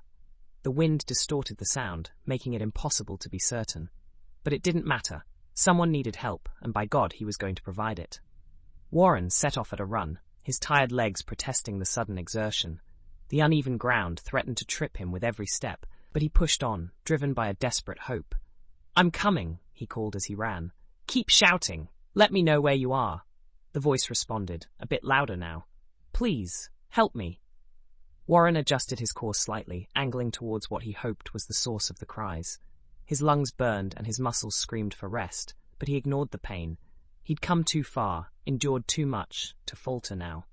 "I'm here," he shouted again. "Come towards my voice." And just like that, the voice was gone. Warren stopped running, bent over, trying to catch his breath. He was straining his ears between each deep gulp of air. Still, he could no longer hear a voice. It was just the wind and waves again. Warren dropped his head in disappointment. He was so sure he had heard a woman's voice. The thought of the old stories of the sirens of the sea crossed his mind. They must have been something much like this. Warren stood atop the windswept cliff, his heart heavy with despair. The endless expanse of darkness before him seemed to mock his efforts, swallowing up any hope of finding Thelma. He raised his eyes to the star-strewn sky, a prayer forming on his lips. "God," he whispered, his voice barely audible above the howling wind. "Please, please help me find her. I can't do this alone." The words hung in the air, carried away by the relentless gale. Warren waited, straining his ears for any sign, any whisper of divine intervention. But there was nothing. Only the wind, only the distant crash of waves against the base of the cliff. His shoulders sagged, the weight of his failure pressing down upon him like a physical thing. He had come so far, endured so much, and yet here he stood, alone in the darkness, no closer to finding Thelma than when he'd begun. "I'm sorry," he murmured, though whether he was apologizing to God or to Thelma, he couldn't say. "I'm so sorry. I've failed you both." Warren closed his eyes, fighting back the tears that threatened to overwhelm him. He couldn't give up. Not now. Not when Thelma was still out there somewhere, waiting for him. But oh, how he wanted to. How easy it would be to simply lie down in the grass and let the darkness take him. Warren. His eyes snapped open, his heart leaping into his throat. Had he imagined it? Was his desperate mind playing tricks on him? "Warren, is that you?"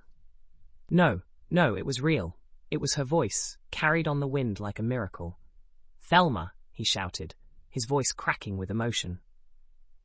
"Thelma, where are you? Please," the cry came again, stronger this time. "Please, help me." Warren spun in place, trying to pinpoint the source of the sound. The wind seemed to come from all directions at once, distorting Thelma's voice and making it impossible to tell where she was. "Keep talking," he called out, already starting to run. "I'm coming. Thelma, just keep calling to me." He set off across the uneven ground, his tired legs protesting the sudden exertion. But Warren ignored the pain, ignored the burning in his lungs and the pounding of his heart. Nothing mattered now except finding Thelma. As he ran, Warren's eyes scanned the darkness frantically, searching for any sign of movement.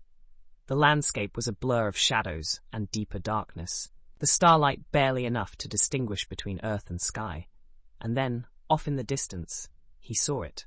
A flicker of movement, so faint he might have missed it if he'd blinked at the wrong moment. But it was there, and it was moving towards him.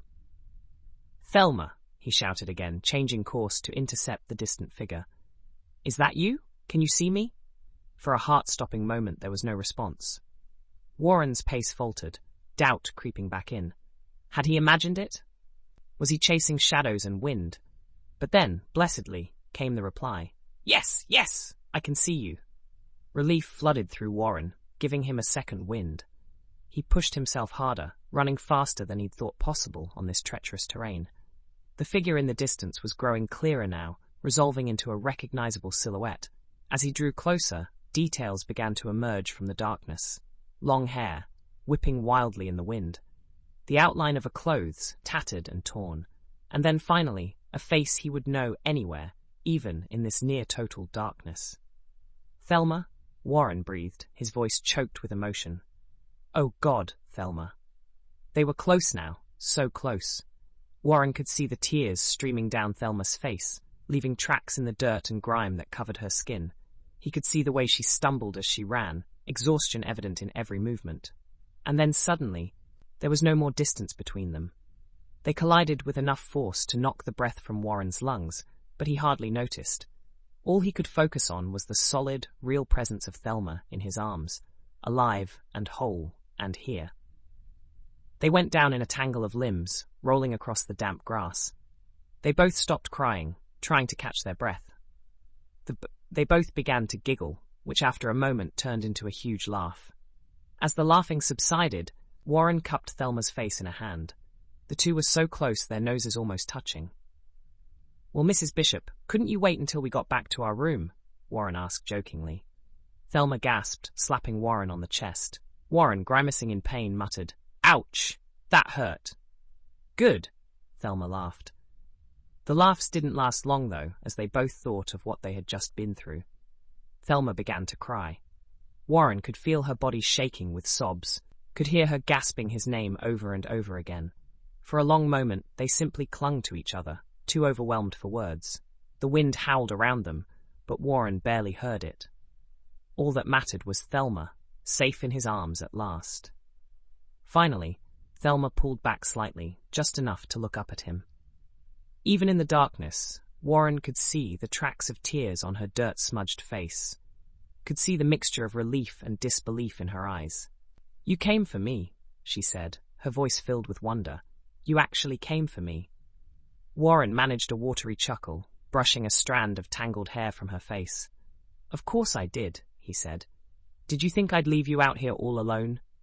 Thelma's laugh was half sob. "I didn't know what to think," she admitted. "I was so scared, Warren. I thought I'd never see you again."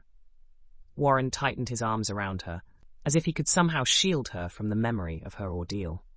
"Never," he said fiercely. "I will always come for you, Thelma. Always." They lapsed into silence again, simply holding each other as the wind raged around them. Warren knew they needed to move, to get somewhere safe and warm, but for now he couldn't bring himself to let go, not when he'd come so close to losing her forever. As the initial shock of their reunion began to fade, Warren became aware of the state Thelma was in. Her clothes were dirty and torn, hanging off her frame in tatters. Her hair was a tangled mess, matted with dirt and what looked horribly like dried blood. And beneath the dirt and grime, he could see the beginnings of bruises forming on her exposed skin. Anger flared in Warren's chest, hot and fierce. Whoever had done this to Thelma would pay. He would make sure of it, but that was a concern for later. Right now, Thelma needed him. "Are you hurt?" he asked gently, running his hands over her arms and shoulders, checking for injuries. "What did they do to you, love?" Thelma shook her head, burying her face in his chest. "I'm all right," she mumbled. Just tired, so very tired." Warren nodded, understanding. The adrenaline that had carried him this far was beginning to ebb, leaving him feeling hollow and drained. But they couldn't rest yet. Not here. Not now. "We need to get off this cliff top," he said, peering into the darkness. "It's not safe here. Do you think you can walk?" Thelma nodded, though Warren could feel her trembling against him. I think so. Just don't let go of me, please." "Never," Warren promised, pressing a kiss to the top of her head. "I'm never letting you go again." Slowly, carefully, they got to their feet. Thelma swayed slightly, and Warren wrapped an arm around her waist to steady her. She leaned heavily against him, her exhaustion evident in every movement. They set off across the windswept grassland, Warren supporting much of Thelma's weight. Every step was a challenge, the uneven ground threatening to send them sprawling, but they pressed on, driven by the need to find safety and shelter. Chapter 22. The winding country road stretched out before them, a ribbon of moonlit gravel cutting through the rolling Irish hills. Rory McDuffie gripped the steering wheel tightly, his knuckles white with tension.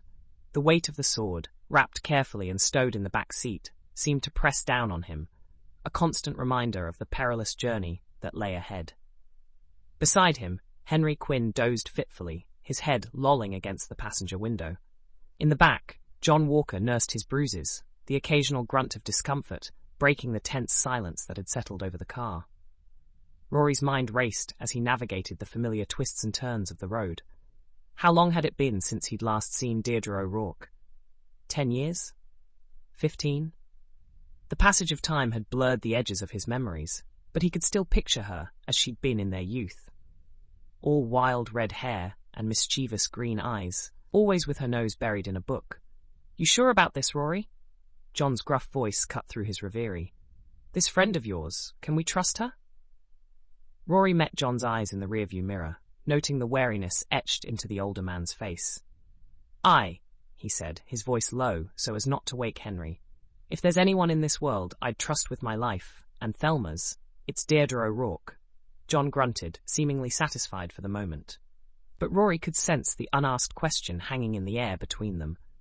Should they tell Deirdre about the sword? About the true nature of their quest? The question gnawed at Rory as the miles slipped by beneath the car's wheels.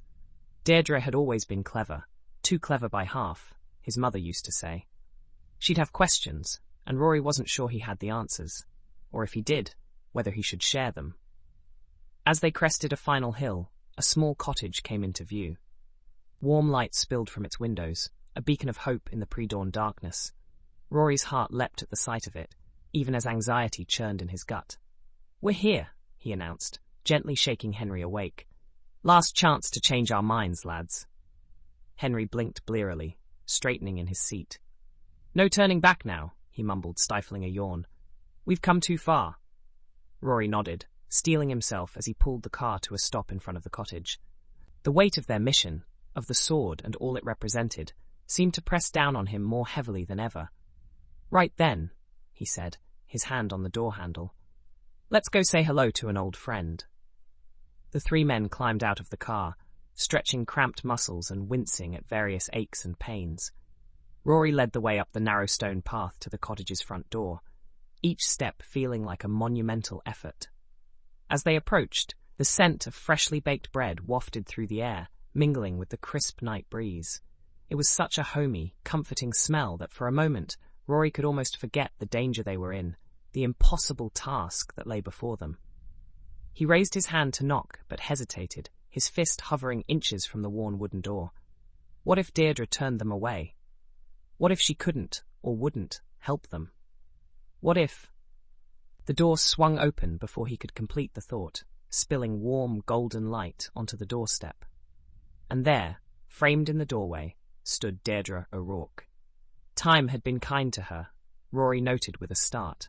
Her hair was still that vibrant shade of red he remembered, though now it was shot through with strands of silver. Laugh lines crinkled at the corners of her eyes, which were as green and sharp as ever.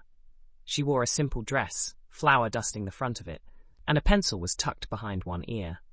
For a long moment they simply stared at each other, the years falling away between them.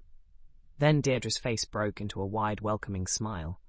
"Rory McDuffie," she said, her voice rich with warmth and a hint of amusement. "As I live and breathe, what sort of trouble have you gotten yourself into this time?" Rory couldn't help but laugh, the tension of the past few days easing ever so slightly. "What makes you think I'm in trouble?" he asked, quirking an eyebrow. Deirdre's gaze flicked over his shoulder, taking in Henry and John, then back to Rory's face. Her smile softened, becoming tinged with concern. "Because I know you, Rory. And you've got that same look in your eye you had when we were kids and you'd hatched some mad scheme or other." She stepped back, gesturing for them to enter. "Well, don't just stand there gawking. Come in, the lot of you. Whatever mess you've made, we can sort it out over a cup of tea and some fresh bread." Rory nodded gratefully, ushering Henry and John inside before following them. The interior of the cottage was just as warm and inviting as he'd imagined. All soft lamplight and cozy furnishings. Books were piled everywhere, on shelves and tables, and even in neat stacks on the floor. As they settled into chairs around a well-worn kitchen table, Rory's eyes were drawn to a stack of brightly coloured volumes on the coffee table. Children's books, he realised with a start. The covers were whimsical and inviting, featuring fantastical creatures and landscapes. Deirdre followed his gaze as she bustled about, setting out cups and saucers. "Ah, yes," she said, a note of pride in her voice. "I suppose you wouldn't know, would you? I've become quite the successful author of children's books in recent years." Rory blinked in surprise. "Have you now? Well, that's wonderful, Deirdre. Truly." She beamed at him, setting a steaming pot of tea on the table. "It is, isn't it? Who would have thought that all those stories we used to make up as children would turn into a career?" As Deirdre poured the tea and passed around thick slices of warm bread, Rory found himself relaxing despite the gravity of their situation. There was something comforting about being here, in this cozy cottage with an old friend, that made the dangers they faced seem somehow more manageable. "Now then," Deirdre said, settling into her own chair with a cup of tea. "Why don't you tell me what's brought you to my doorstep at this ungodly hour? And don't spare the details, Rory McDuffie. I want to hear everything." Rory exchanged glances with Henry and John, a silent conversation passing between them. How much should they reveal? How much could they trust Deirdre with? Rory leaned back in his chair, the warmth of Deirdre's hospitality seeping into his weary bones. The cottage's cosy interior, with its flickering fireplace and shelves upon shelves of books, stood in stark contrast to the dangers they'd faced mere hours ago. He watched as John Walker, his face still bearing the marks of their recent scuffle, reached for one of the colourful volumes stacked on the coffee table. "So, Deirdre," Rory said, his voice carrying a hint of forced casualness, "you've made quite a name for yourself with these books, have you?" Deirdre's eyes sparkled with pride as she nodded. "Oh, aye. The wee ones can't get enough of them. Tales of magic and adventure, you know. The stuff we used to dream up as children, Rory." Rory's lips quirked in a half-smile, memories of long-ago summer days spent spinning wild tales flooding back. "I remember. You always did have a way with words." As he spoke, Rory noticed a change come over John's face. The older man had gone still, his eyes fixed on the book in his hands with an intensity that set alarm bells ringing in Rory's mind. "John?" he asked, trying to keep his voice light. "Found something interesting, have you?" John looked up, his expression a mixture of surprise and something else. Excitement, perhaps? Or fear? "You could say that," he replied, his voice low and gruff. "Rory, you might want to take a look at this." Curiosity piqued, Rory pushed back his chair and crossed the room to where John sat. As he peered over the man's shoulder, his breath caught in his throat. The book's cover depicted a young girl, her red hair wild in an unseen wind, brandishing a sword against a backdrop of rolling green hills. But it wasn't the girl who had captured John's attention. It was the sword. Even rendered in the whimsical style of a children's book illustration, there was no mistaking it. The distinctive curve of the blade, the intricate designs on the hilt, the way it seemed to glow with an inner light. It was the spitting image of the sword of Nu'other. Rory's mind reeled. How was this possible? How could Deirdre, of all people, have knowledge of the very artifact they sought? "It's quite something, isn't it?" Deirdre's voice cut through his thoughts. She had moved to stand beside them, a fond smile on her face as she gazed at the book. "That one's been particularly popular. The children love the idea of a magical sword that can defeat any foe." Rory struggled to keep his voice steady as he asked, "And where did you get the idea for this magical sword?" Deirdre's brow furrowed slightly at his tone. "It's based on an old legend, of course. The Sword of Nu'other. Surely you remember the stories your gran used to tell us, Rory? About the Tuatha De Danann and their magical weapons?" Rory nodded slowly, his mind racing. Of course he remembered. Those stories had been the foundation of their childhood games, the fuel for their youthful imaginations. But he'd never imagined they might hold a kernel of truth. "Aye," he said, forcing a chuckle. "I remember, but I'm surprised you'd use something so specific in your books. Aren't you worried about, I don't know, cultural appropriation or some such?" Deirdre laughed, the sound rich and warm in the cosy room. "Oh, Rory, always the worrier, aren't you? It's our heritage, love. Our stories. Who better to tell them than us?" As she spoke, Rory's eyes met John's over the top of the book. A silent understanding passed between them. This was no coincidence. Somehow, someway, Deirdre O'Rourke had stumbled upon information about the Sword of Nu'other, information that could be crucial to their quest. The question was, how much did she really know? And how much should they tell her? "You're right, of course," Rory said, plastering on a smile. "I'm just surprised, is all. It's been so long since I've thought about those old tales." Deirdre's eyes softened, a hint of nostalgia creeping into her voice. "Well then, perhaps it's time for a refresher course. What do you say, Rory? Shall we revisit the legends of our youth?" Rory hesitated, acutely aware of the weight of the real Sword of Nu'other, hidden away in their car outside. Every instinct screamed at him to be cautious, to reveal nothing. But another part of him, the part that remembered lazy summer afternoons spent spinning tales with Deirdre, longed to confide in her. "I'd like that," he said finally, his decision made. "But first, I think there's something we need to tell you, Deirdre. Something important." Deirdre's eyebrows rose. curiosity and concern warring in her expression. "Oh, and what might that be?" Rory took a deep breath, steeling himself. "It's about why we're really here. You see, it all started when Thelma was kidnapped." As Rory began to recount their harrowing tale, he could feel the weight of John and Henry's gazes upon him. He knew they were wondering how much he would reveal, how far he would go in trusting their old friend. But as he spoke, watching Deirdre's expressions shift from shock to disbelief to grim understanding, Rory felt a sense of rightness settle over him. Whatever came next, whatever dangers they still faced, he knew in his bones that bringing Deirdre into their confidence was the right choice. After all, if anyone could help them unravel the mysteries of the Sword of Nuaha, it was the woman who had woven its legend into stories for a new generation. Chapter 23. The floorboards creaked beneath Rory's feet as he crept through the darkened hallway of Deirdre's cottage. His heart thundered in his chest, each beat a reminder of the perilous task ahead. The Sword of Nuada, wrapped carefully in an old blanket, weighed heavily in his arms. Moonlight filtered through the curtains, casting eerie shadows on the walls. Rory paused at the door to the guest room, where John and Henry slept. He could hear John's soft snores, a sound that usually brought him comfort. Now, it only served to twist the knife of guilt in his gut. "I'm sorry, lads," Rory whispered, his voice barely audible even to his own ears. "But I can't risk your lives any further. This is my burden to bear." With a deep breath, Rory turned away from the door and made his way to the cottage's entrance. Each step felt like a betrayal, but he steeled himself against the doubt gnawing at his insides. This was the only way to ensure Thelma's safety. He had to believe that.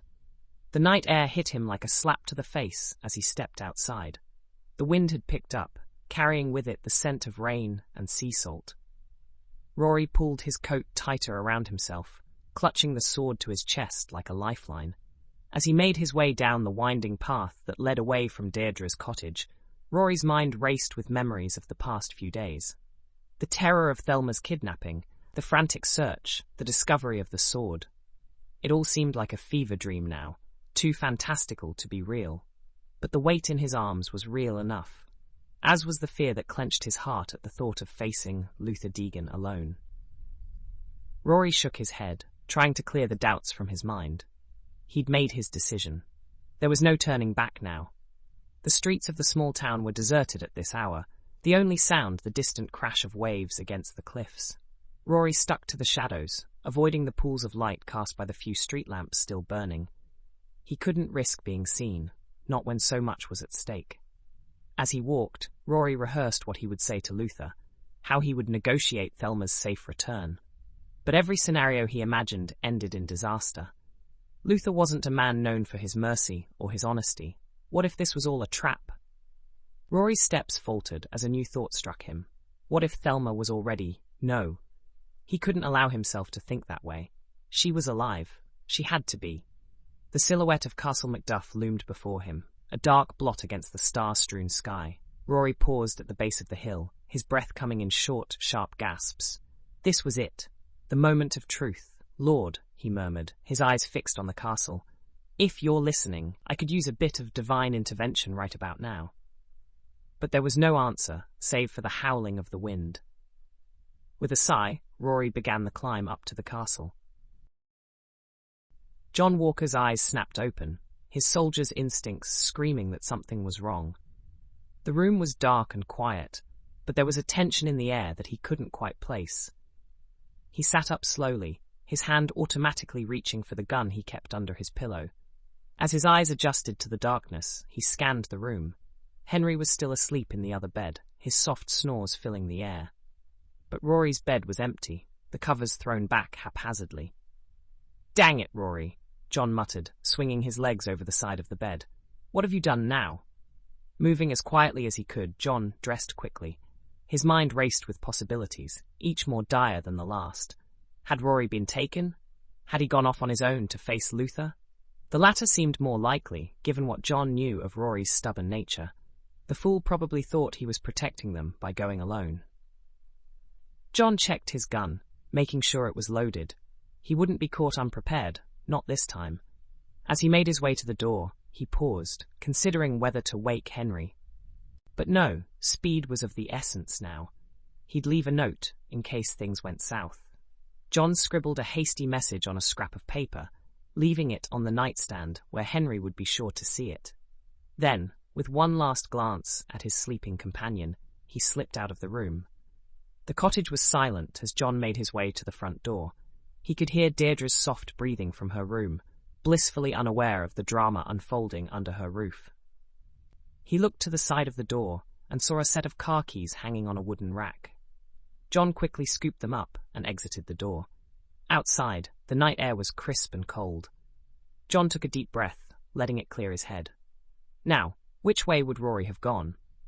The answer came to him almost immediately. Castle Macduff. It was the most likely place for a clandestine meeting, and it had a history with both Rory and Luther.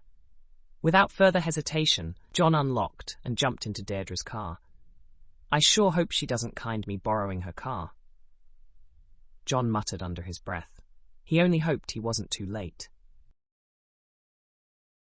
The ancient stones of Castle Macduff loomed before Rory, their weathered faces seeming to mock him with the weight of centuries. How many men, he wondered, had come to this place seeking their fate? How many had found only ruin and despair? Rory shook off the morbid thoughts, focusing instead on the task at hand. He had to find Luther, had to make the exchange. Thelma's life depended on it. The castle's great oak door stood slightly ajar, a sliver of darkness beckoning him inside. Rory hesitated, his hand tightening on the wrapped sword. Every instinct screamed at him to turn back, to run as far and as fast as he could. But Thelma's face flashed in his mind, her smile, her laugh, the way her eyes lit up when she talked about her latest historical discovery. He couldn't abandon her. Not now. Not ever. With a deep breath, Rory pushed the door open and stepped into the darkness of Castle Macduff. The air inside was stale and musty, thick with the scent of decay and forgotten memories. Rory's footsteps echoed in the cavernous entrance hall, each sound seeming to announce his presence to whatever lurked in the shadows. "Luther?"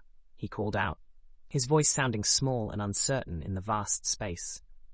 "I'm here. I've brought what you asked for." For a long moment there was no response. Then, from somewhere deeper in the castle, came the sound of slow, deliberate footsteps. "Ah, Rory." Luther's voice drifted to him, smooth as silk and cold as ice. "I was beginning to think you might not show. How good of you to join us." Rory's blood ran cold at the word us. He wasn't alone. Of course he wasn't alone. How could Rory have been so naive? "Where's Thelma?" Rory demanded, trying to keep the fear from his voice. "I want to see her before we make any exchange." Luther's laugh echoed through the hall, a sound devoid of any real mirth. "All in good time, my boy. All in good time. Why don't you come join me in the Great Hall? We have much to discuss." Rory hesitated, every instinct screaming at him to flee. But he had come too far to turn back now. With a silent prayer for strength, he began to make his way deeper into the castle, towards whatever fate awaited him. The great hall of Castle Macduff loomed before Rory, its cavernous expanse a testament to centuries past. Moonlight filtered through the high windows, casting long shadows across the stone floor. At the far end of the hall, Luther Deegan stood waiting, a smug smile playing across his lips. Rory's grip tightened on the wrapped sword as he approached, each step echoing in the vast space. The weight of the ancient weapon seemed to increase with every passing moment, as if it sensed the gravity of what was about to transpire. "Ah, Rory," Luther's voice rang out, smooth as silk and cold as ice. "I must admit, I had my doubts about whether you'd actually show up. But here you are, ever the doting father." Rory gritted his teeth, fighting back the urge to lash out. "Where's Thelma?" he demanded, his voice tight with barely contained anger. "I want to see her before we do this." Luther's smile widened, a predatory gleam in his eyes. "All in good time, my boy. All in good time. First, let's see what you've brought me, shall we?" He held out his hand expectantly, and Rory felt a chill run down his spine. Every instinct screamed at him to turn and run, to keep the sword as far from Luther's grasp as possible. But Thelma's face flashed in his mind, and he knew he had no choice. With trembling hands, Rory began to unwrap the sword. The ancient blade seemed to glow in the moonlight, its intricate etchings coming alive before their eyes. Luther's breath caught audibly, his composure slipping for just a moment. "The sword of Nuada," he breathed, reverence and greed warring in his voice. "After all these years—" Rory held the sword out, his heart pounding so loudly he was sure Luther must be able to hear it. "Take it," he said, his voice hoarse. "Now where's my daughter?" Luther's eyes never left the sword as he reached out to take it. The moment his fingers closed around the hilt, a change came over him. His back straightened, his eyes gleamed with an unnatural light. Power seemed to radiate from him in palpable waves. "Oh, Rory," Luther said, his voice tinged with something that might have been pity, if not for the cruel twist of his lips. "Did you really think it would be that simple?" Before Rory could react, Luther raised his free hand and snapped his fingers. The sound echoed through the hall like a gunshot, and suddenly Rory found himself surrounded. Men melted out of the shadows, their faces grim and their weapons at the ready. "What is this?" Rory demanded, his eyes darting from one threat to another. "We had a deal, Luther. Where's Thelma?" Luther laughed, the sound bouncing off the stone walls. "Oh, my dear boy, Thelma is long gone. Did you really think I'd keep her around once I knew you were coming with the sword? No, I'm afraid you've been played for a fool." Rory's world tilted on its axis. Thelma was gone? But where? Was she safe? Or had Luther done something terrible to her? His mind raced with possibilities, each more horrifying than the last. "No," Rory growled, his hands clenching into fists. "If you've hurt her, I swear I'll—" "You'll what?" Luther interrupted, his tone mocking.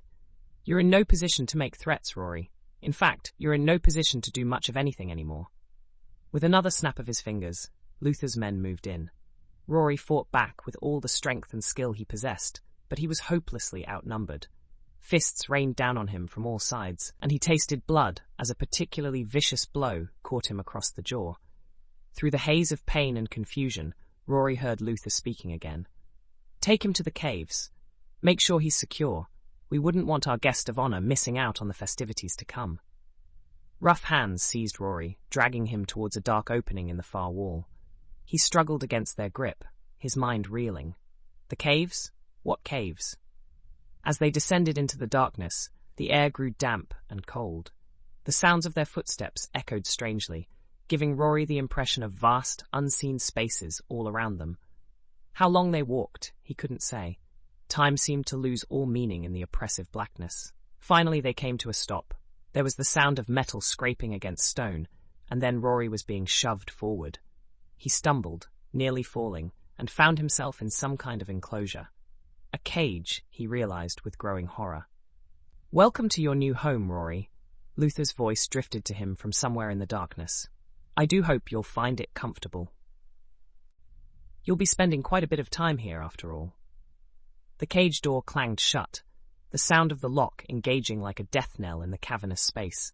Rory threw himself against the bars, his hands grasping futilely at the unyielding metal. "Luther," he shouted, his voice echoing in the darkness. "You can't do this. What about Thelma? What have you done with her?"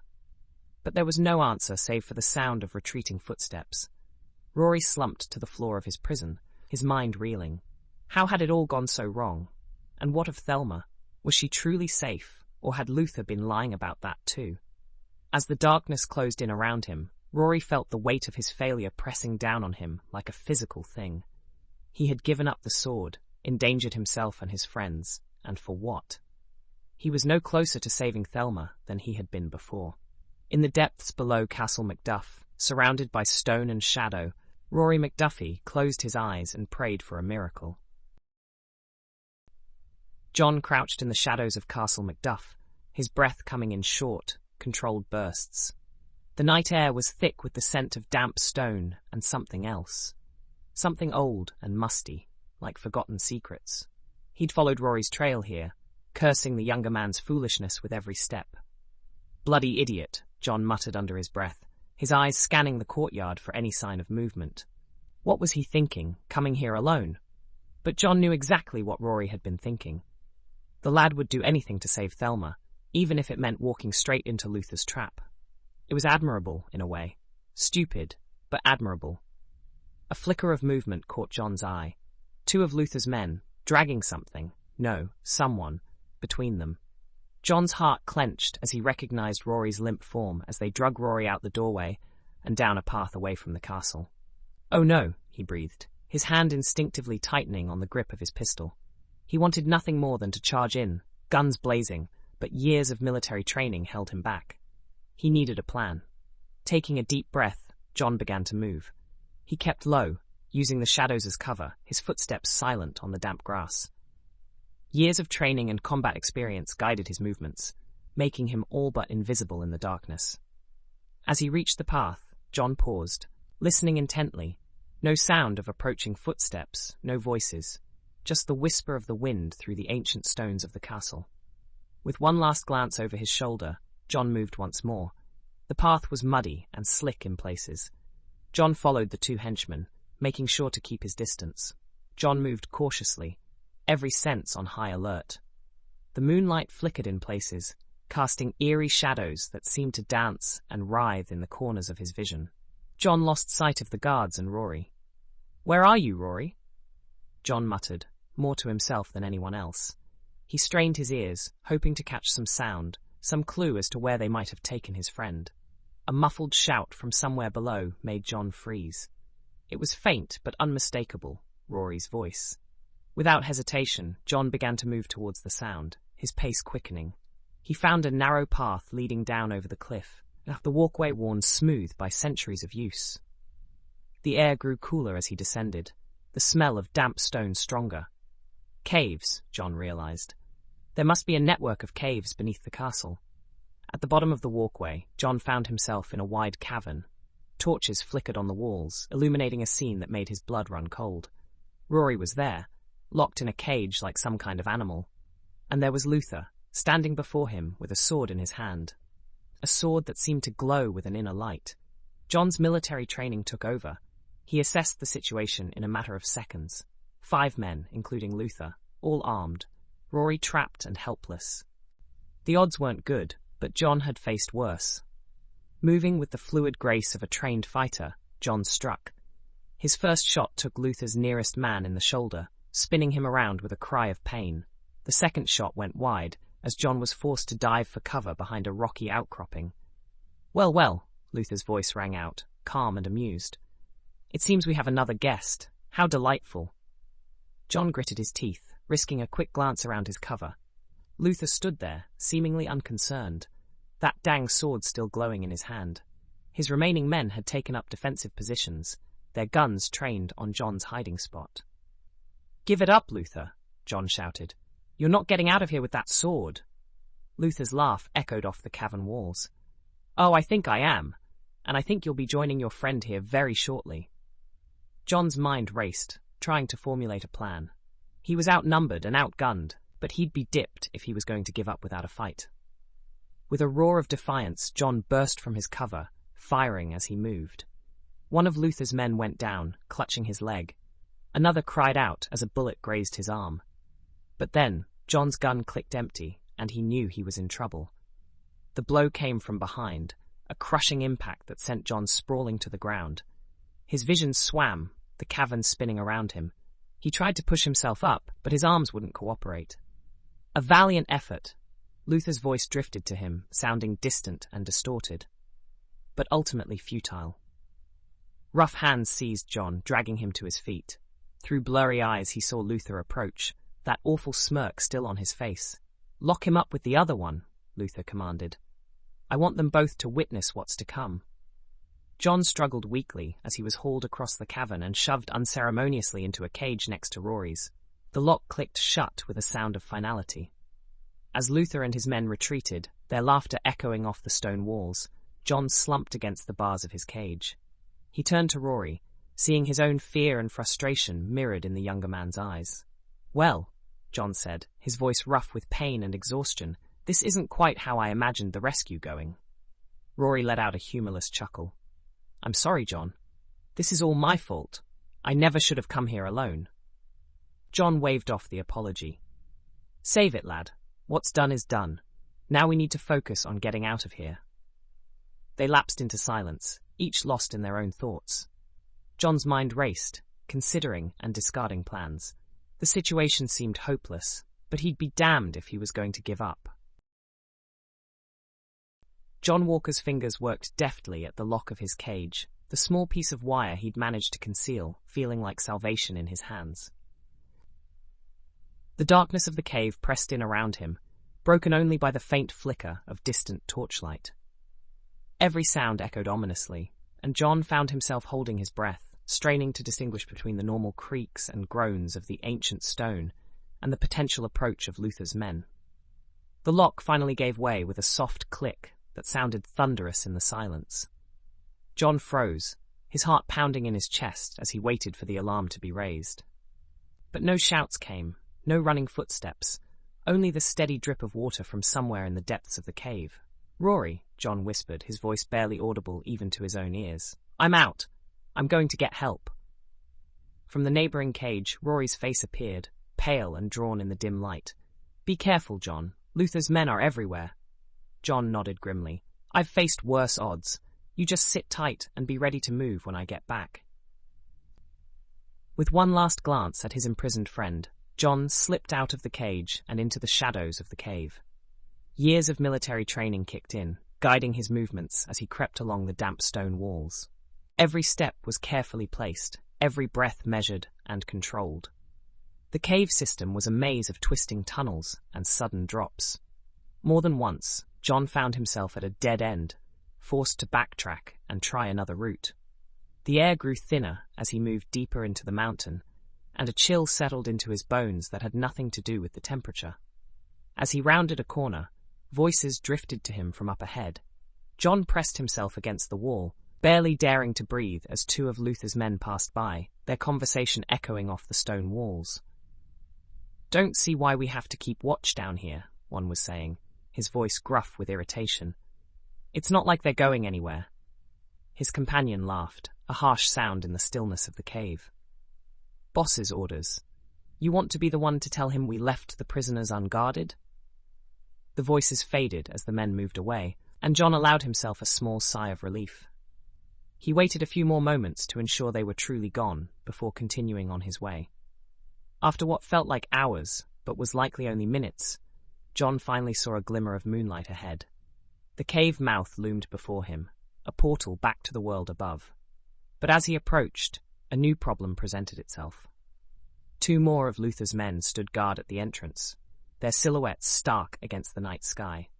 John's mind raced, considering and discarding plans. He couldn't risk a confrontation. The noise would surely alert others to his escape. But he couldn't go back either, not when freedom was so close. A memory surfaced then, of a trick he'd learned long ago in the trenches of the Great War. With careful movements, John picked up a small stone from the cave floor. He weighed it in his hand for a moment, gauging the distance, then threw it with all his might deeper into the cave. The stone clattered against the far wall, the sound echoing and multiplying until it seemed like a whole avalanche was descending upon them. The guards reacted instantly, both turning towards the noise with weapons drawn. "What was that?" one hissed, his voice tight with fear. "I don't know," the other replied. "We'd better check it out. The boss'll have our hides if something's gone wrong." As the guards moved into the cave, John seized his chance. He darted forward, keeping low to the ground, and slipped out into the night. The cool air hit him like a physical force after the stifling atmosphere of the cave, and for a moment he simply stood there, gulping in great lungfuls of it. But there was no time to savor his freedom.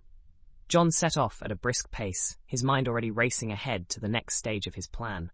He had to get to Deirdre, had to convince her to help. It was their only chance of getting Rory out alive. The night air invigorated John as he made his way through the shadowy landscape surrounding Castle Macduff. Every rustle of leaves, every snap of a twig under his feet, sent a jolt of adrenaline through his system. He couldn't afford to be caught now, not when Rory's life hung in the balance. Up the path and past the castle, John ran to Deirdre's car, jumped in and tore off down the road back to their safe house. As he approached the safe house where they had left Deirdre and Henry, John's mind raced with possible scenarios. How would he explain the situation? Would she even believe him? And more importantly, would she be willing to risk her life to help them? John reached the cottage and paused, listening intently for any sign of movement inside. A faint light flickered behind the curtains. Deirdre must have woken up. Taking a deep breath, he rapped sharply on the door. "Deirdre," he called, his voice low but urgent. "It's John. Open up quickly." For a heart-stopping moment there was no response. Then the sound of hurried footsteps, and the door swung open to reveal Deirdre, her red hair dishevelled and her eyes wide with alarm. "John," she gasped. "What on earth?" No time to explain. John cut her off, pushing past her into the cottage. "Rory's in trouble. We need your help." Deirdre's face paled, but to her credit, she didn't waste time with questions. "What do you need me to do?" John quickly outlined the situation: Rory's capture, the caves beneath Castle Macduff, and their desperate need for someone who knew the layout. As he spoke, Deirdre's expression shifted from shock to determination. "The old smuggler's tunnels," she murmured, almost to herself. "I always thought they were just stories, but they're real," John finished for her. "And they might be our only chance of getting Rory out alive." Deirdre nodded, her jaw set in a firm line.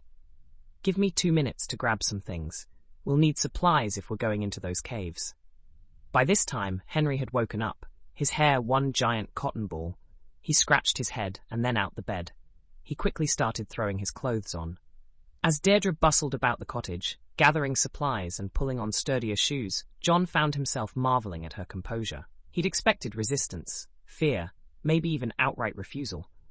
But Deirdre seemed to have taken the situation in stride, as if daring rescues were an everyday occurrence for her. "Ready," Deirdre announced, hefting a small backpack onto her shoulders.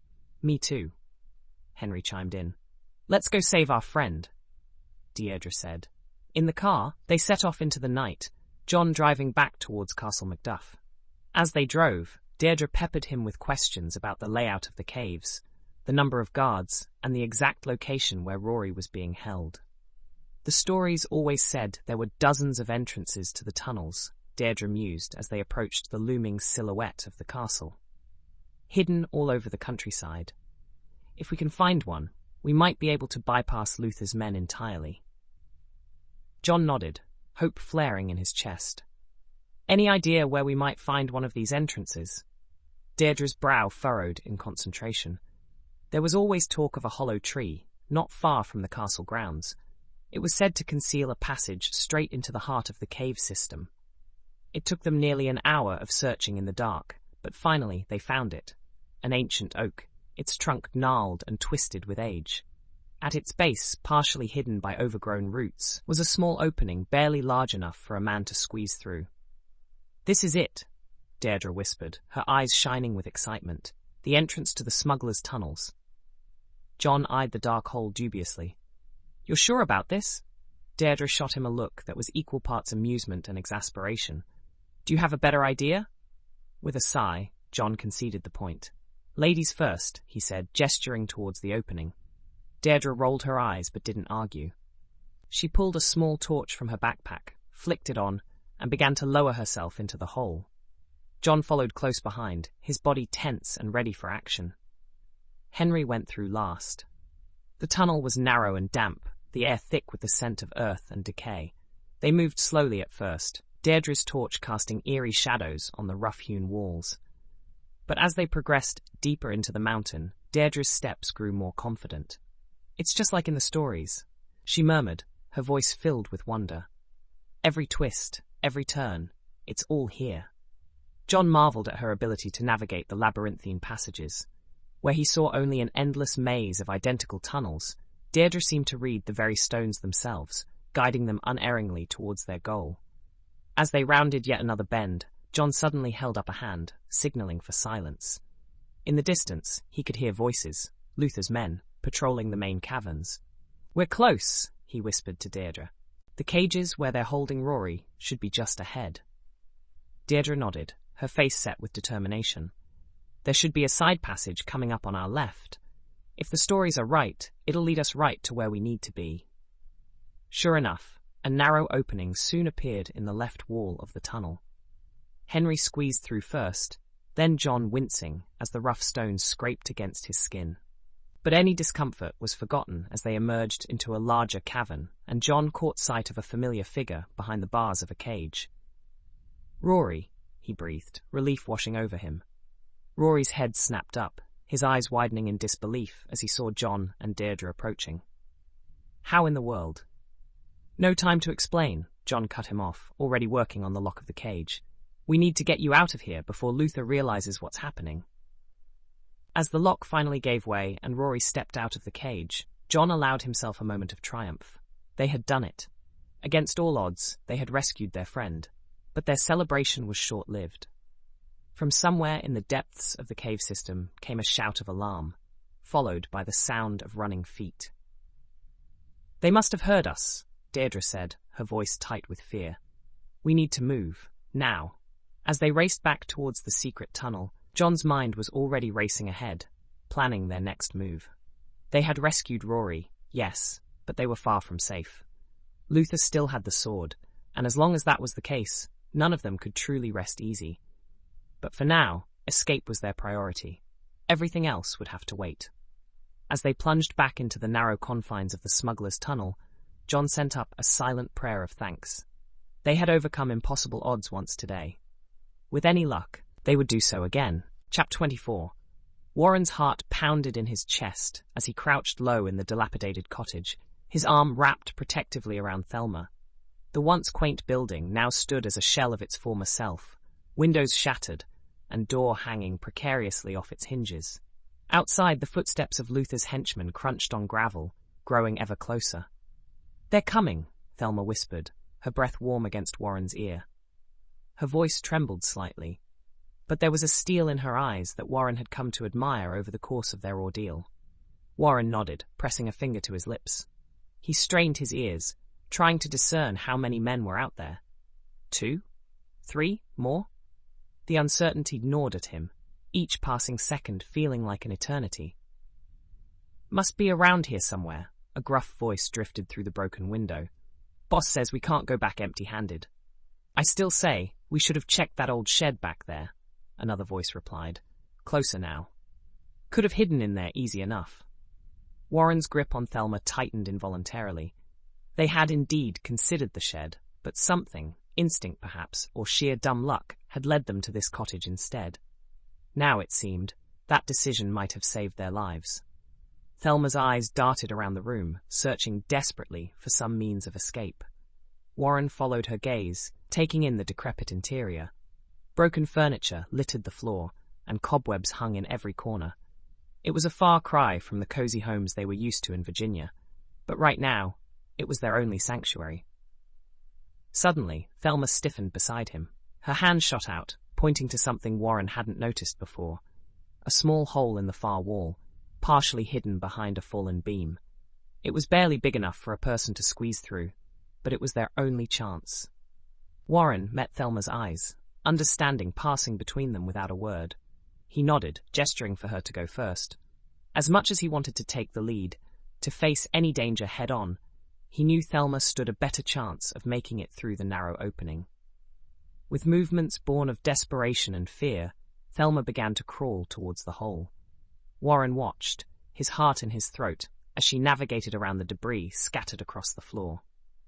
Every scrape of her clothing against wood sounded thunderous in the tense silence.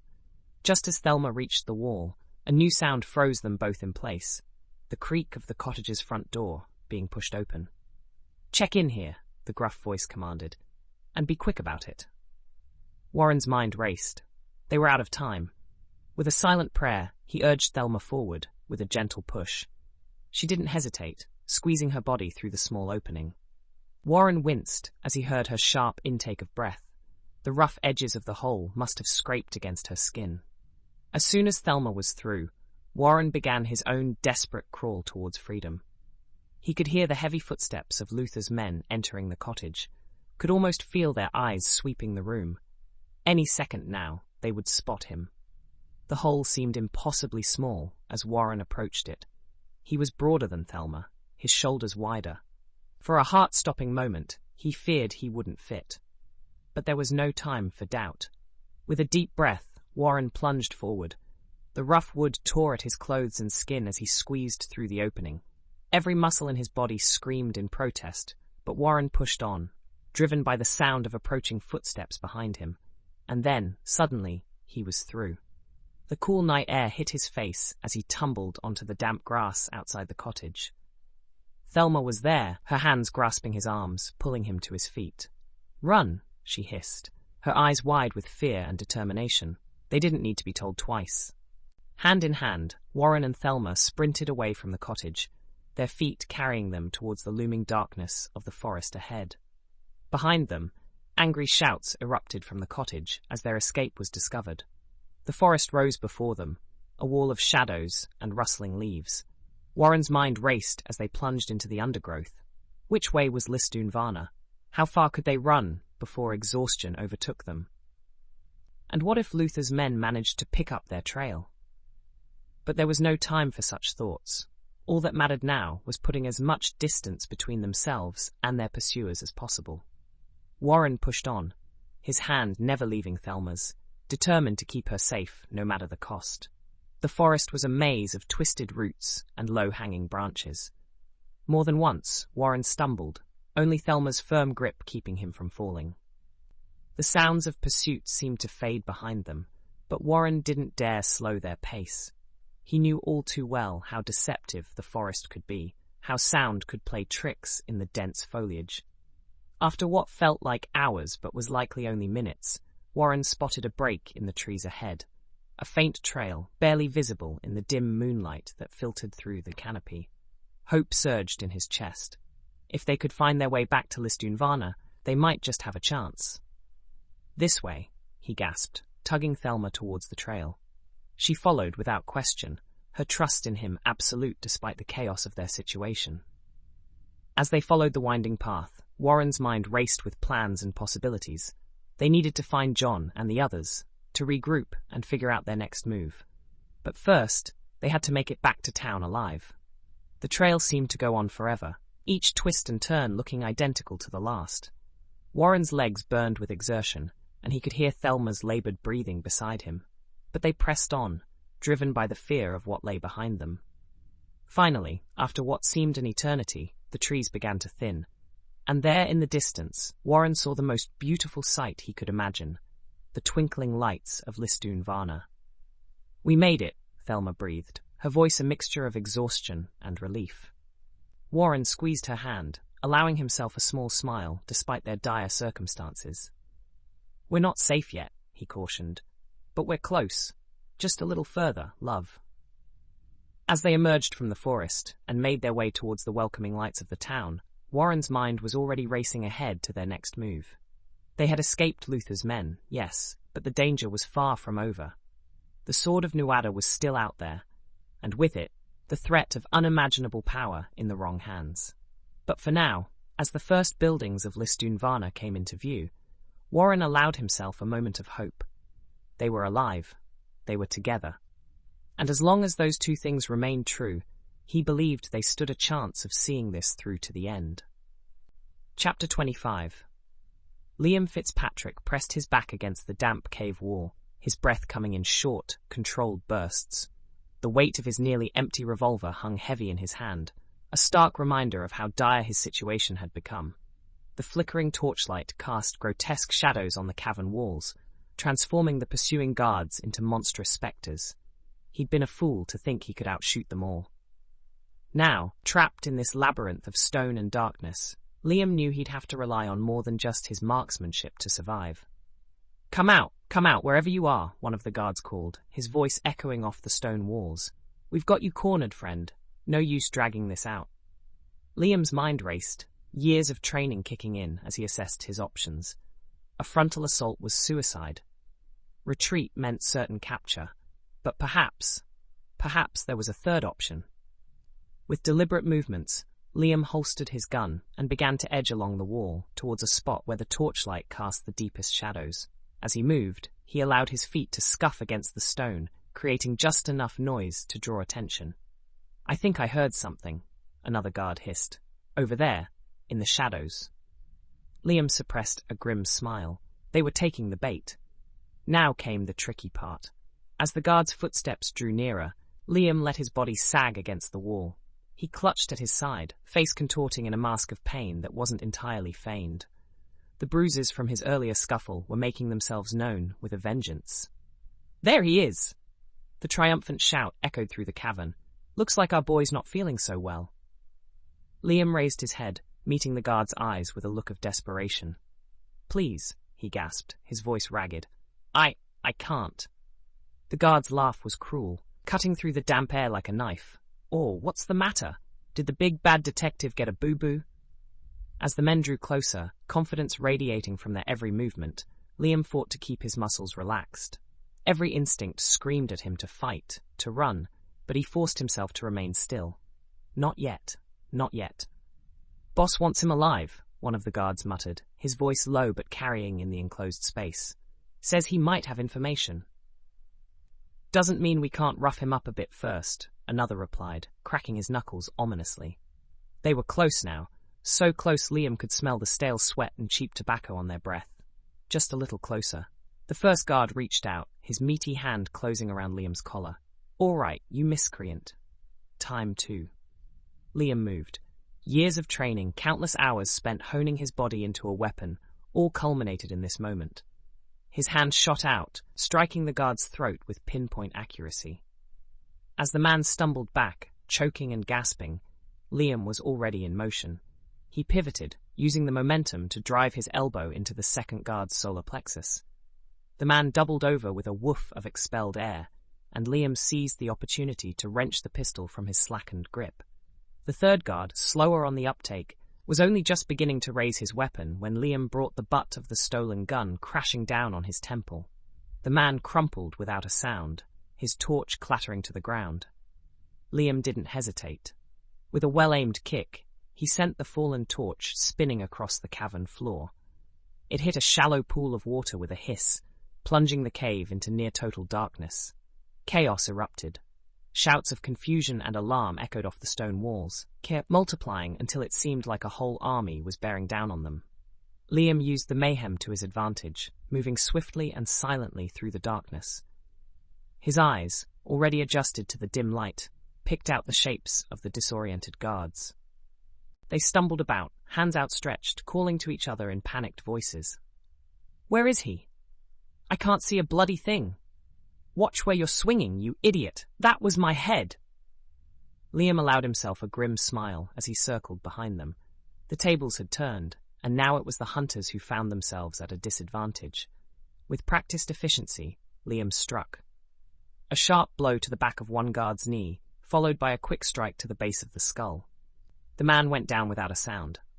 Another guard, alerted by the movement, swung wildly in Liam's direction. Liam ducked under the clumsy blow, using the man's momentum to flip him onto his back. The impact with the stone floor drove the air from the guard's lungs, leaving him gasping and disoriented. The last guard, realizing the tide had turned, made a break for it. Liam heard his panicked footsteps retreating down the tunnel, accompanied by breathless shouts for reinforcements. Liam knew he had only moments before more of Luther's men arrived. He had to move, had to find a way out of this stone maze. But first, he knelt beside the fallen guards, quickly binding their hands and feet with their own belts. It wouldn't hold them for long, but it might buy him the time he needed. As Liam worked, his mind raced with possibilities. The caves were vast, a sprawling network that stretched for miles beneath the cliffs. With the guards secured, Liam paused, straining his ears for any sound of approaching reinforcements. The cavern was silent, save for the steady drip of water from unseen stalactites. He had a moment, at least, to catch his breath and plan his next move. But where to go? The caves were a maze, and Liam had long since lost any sense of direction. For all he knew, he could be heading deeper into the mountain rather than towards an exit. Liam paused, straining his ears for any sound of approaching reinforcements. The cavern was silent, save for the steady drip of water from unseen stalactites. He had a moment, at least, to catch his breath and plan his next move. But where to go? The caves were a maze, and Liam had long since lost any sense of direction. For all he knew, he could be heading deeper into the mountain rather than towards an exit. A faint echo reached his ears then, so soft he almost missed it. Voices, distant but growing closer. Liam tensed, ready for another fight. These voices were unfamiliar, possibly more of Luther's men searching for him. "He can't have gone far," a gruff voice echoed off the stone walls. "Spread out and search every tunnel." Liam's heart raced. He was outnumbered and outgunned. Fighting his way out wasn't an option this time. He needed to find another way. His eyes, now accustomed to the darkness, scanned the cavern desperately. There, barely visible in the gloom, was a narrow fissure in the rock wall. It might be too small for a man to fit through, but Liam was out of options. Moving as quietly as he could, Liam made his way to the crack. Up close, it looked even tighter than he'd first thought. But the voices were growing louder, and he could hear the scuff of boots on stone. It was now or never. Taking a deep breath, Liam began to squeeze himself into the narrow opening. The rough stone scraped against his skin, tearing at his clothes. For a heart-stopping moment, he feared he might become stuck, trapped like a rabbit in a snare. But desperation lent him strength. With a final painful push, Liam popped through the other side of the fissure, stumbling into a small, hidden chamber. He allowed himself only a moment to catch his breath before pressing on. The chamber led to another tunnel, this one sloping gently upward. Hope flared in Liam's chest. Up meant out meant freedom. As he moved swiftly but cautiously through the new passage, the sounds of pursuit faded behind him. The air grew fresher, carrying with it the faint scent of rain and sea salt. After what felt like hours but was likely only minutes, Liam saw a glimmer of light ahead. Moonlight, filtering through a narrow opening. With a final burst of energy, he scrambled towards it, emerging onto a small ledge high up on the cliffside. The night air hit him like a physical force after the stifling atmosphere of the caves. Liam gulped it in gratefully, allowing himself a moment of relief. He'd escaped, for now. But the real battle was yet to come. As he began to pick his way carefully up the cliff face, Liam's mind was already racing ahead, planning his next move. He needed to find Warren and regroup to gather information and allies. Chapter 26. Rory stared out the car window, his mind a whirlwind of thoughts and emotions. The Irish countryside flew by in a blur of green and grey, but he hardly noticed. His entire being was focused on one thing: Thelma. Was she safe? Had Luther hurt her? The questions gnawed at him, each one more terrible than the last. The car's interior was thick with tension. John sat beside him, his face a mask of grim determination. In the front seat, Henry fidgeted nervously with his hat, while Deirdre gripped the steering wheel with white-knuckled intensity. No one spoke. What was there to say, after all they'd been through? Rory cleared his throat, breaking the oppressive silence. "How much further to your cottage, Deirdre?" Deirdre's eyes flicked to the rearview mirror, meeting his for a brief moment. "Not far now. Another 10 minutes, give or take." John grunted, shifting in his seat. "And you're sure it'll be safe there? Luther's men could be anywhere." "It's the safest place I know," Deirdre replied, her voice tight with barely contained emotion. "And right now, it's the only option we've got." Rory nodded, though he wasn't sure if anyone saw. His hand strayed to his pocket, where the weight of his father's pocket watch rested. A family heirloom, passed down through generations of McDuffies. He'd always found comfort in its steady ticking, a reminder of the constancy of time, even in the face of chaos.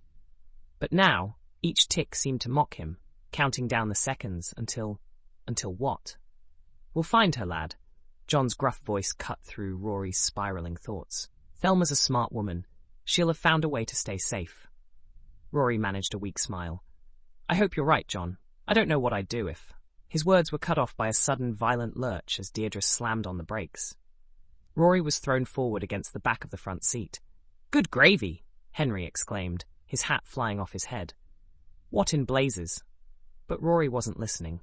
His eyes were fixed on the road ahead, where two figures had stumbled into view. Even in the dim light of the car's headlamps, there was something achingly familiar about them.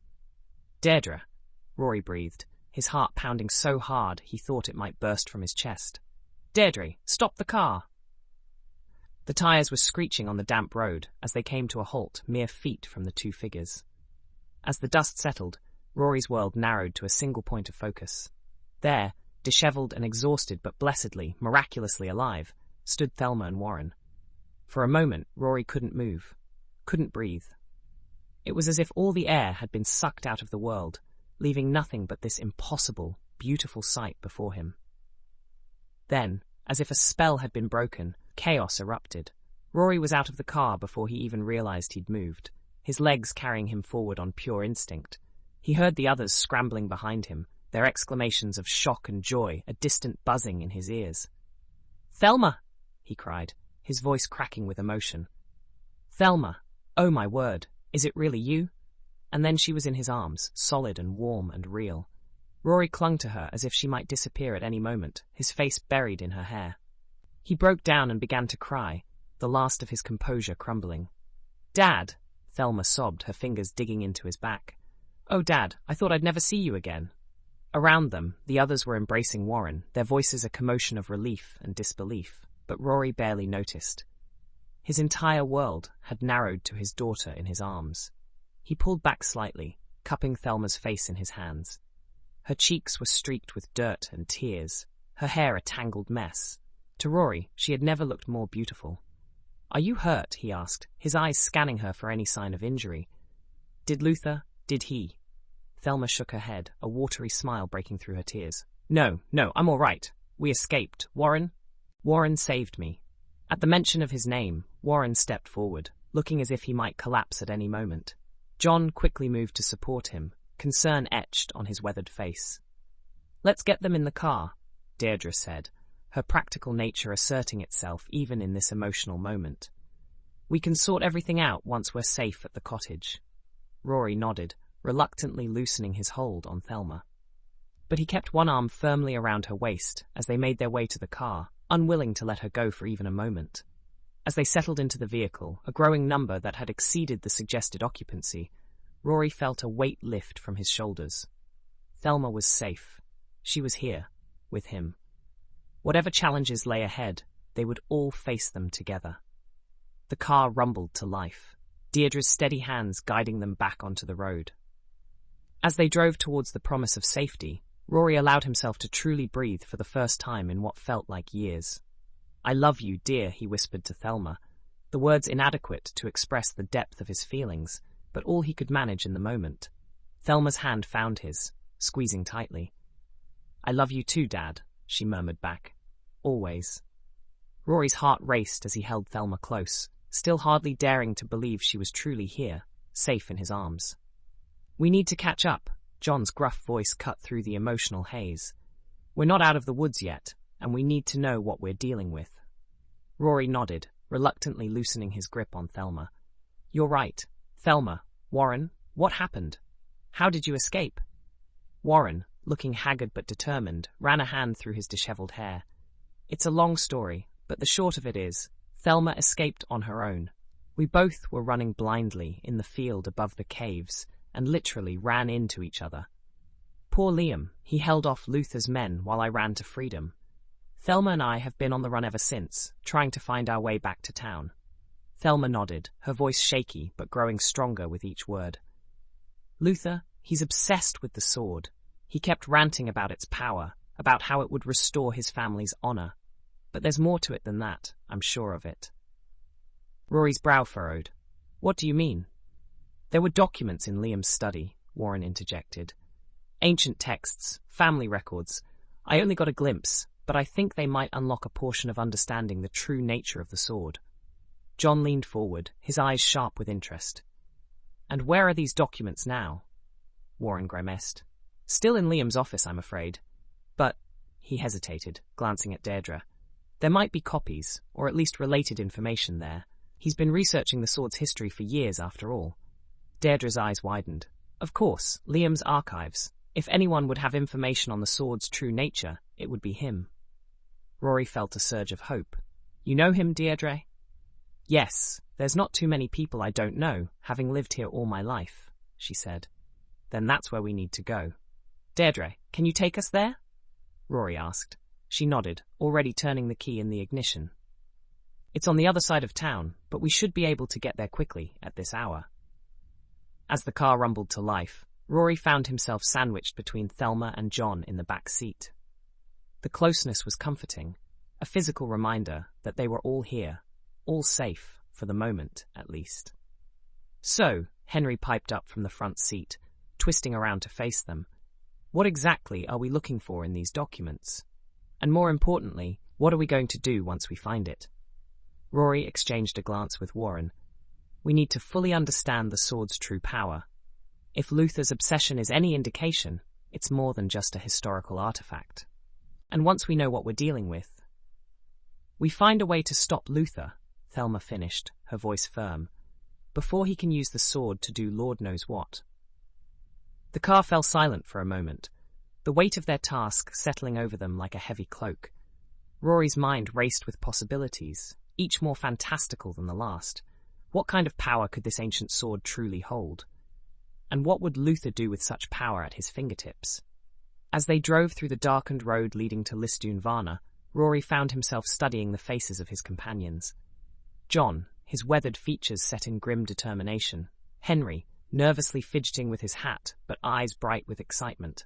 Deirdre, her hands steady on the wheel, a pillar of calm in the storm of their adventure. Warren, exhausted but alert, his historian's mind, no doubt, already piecing together the puzzle before them.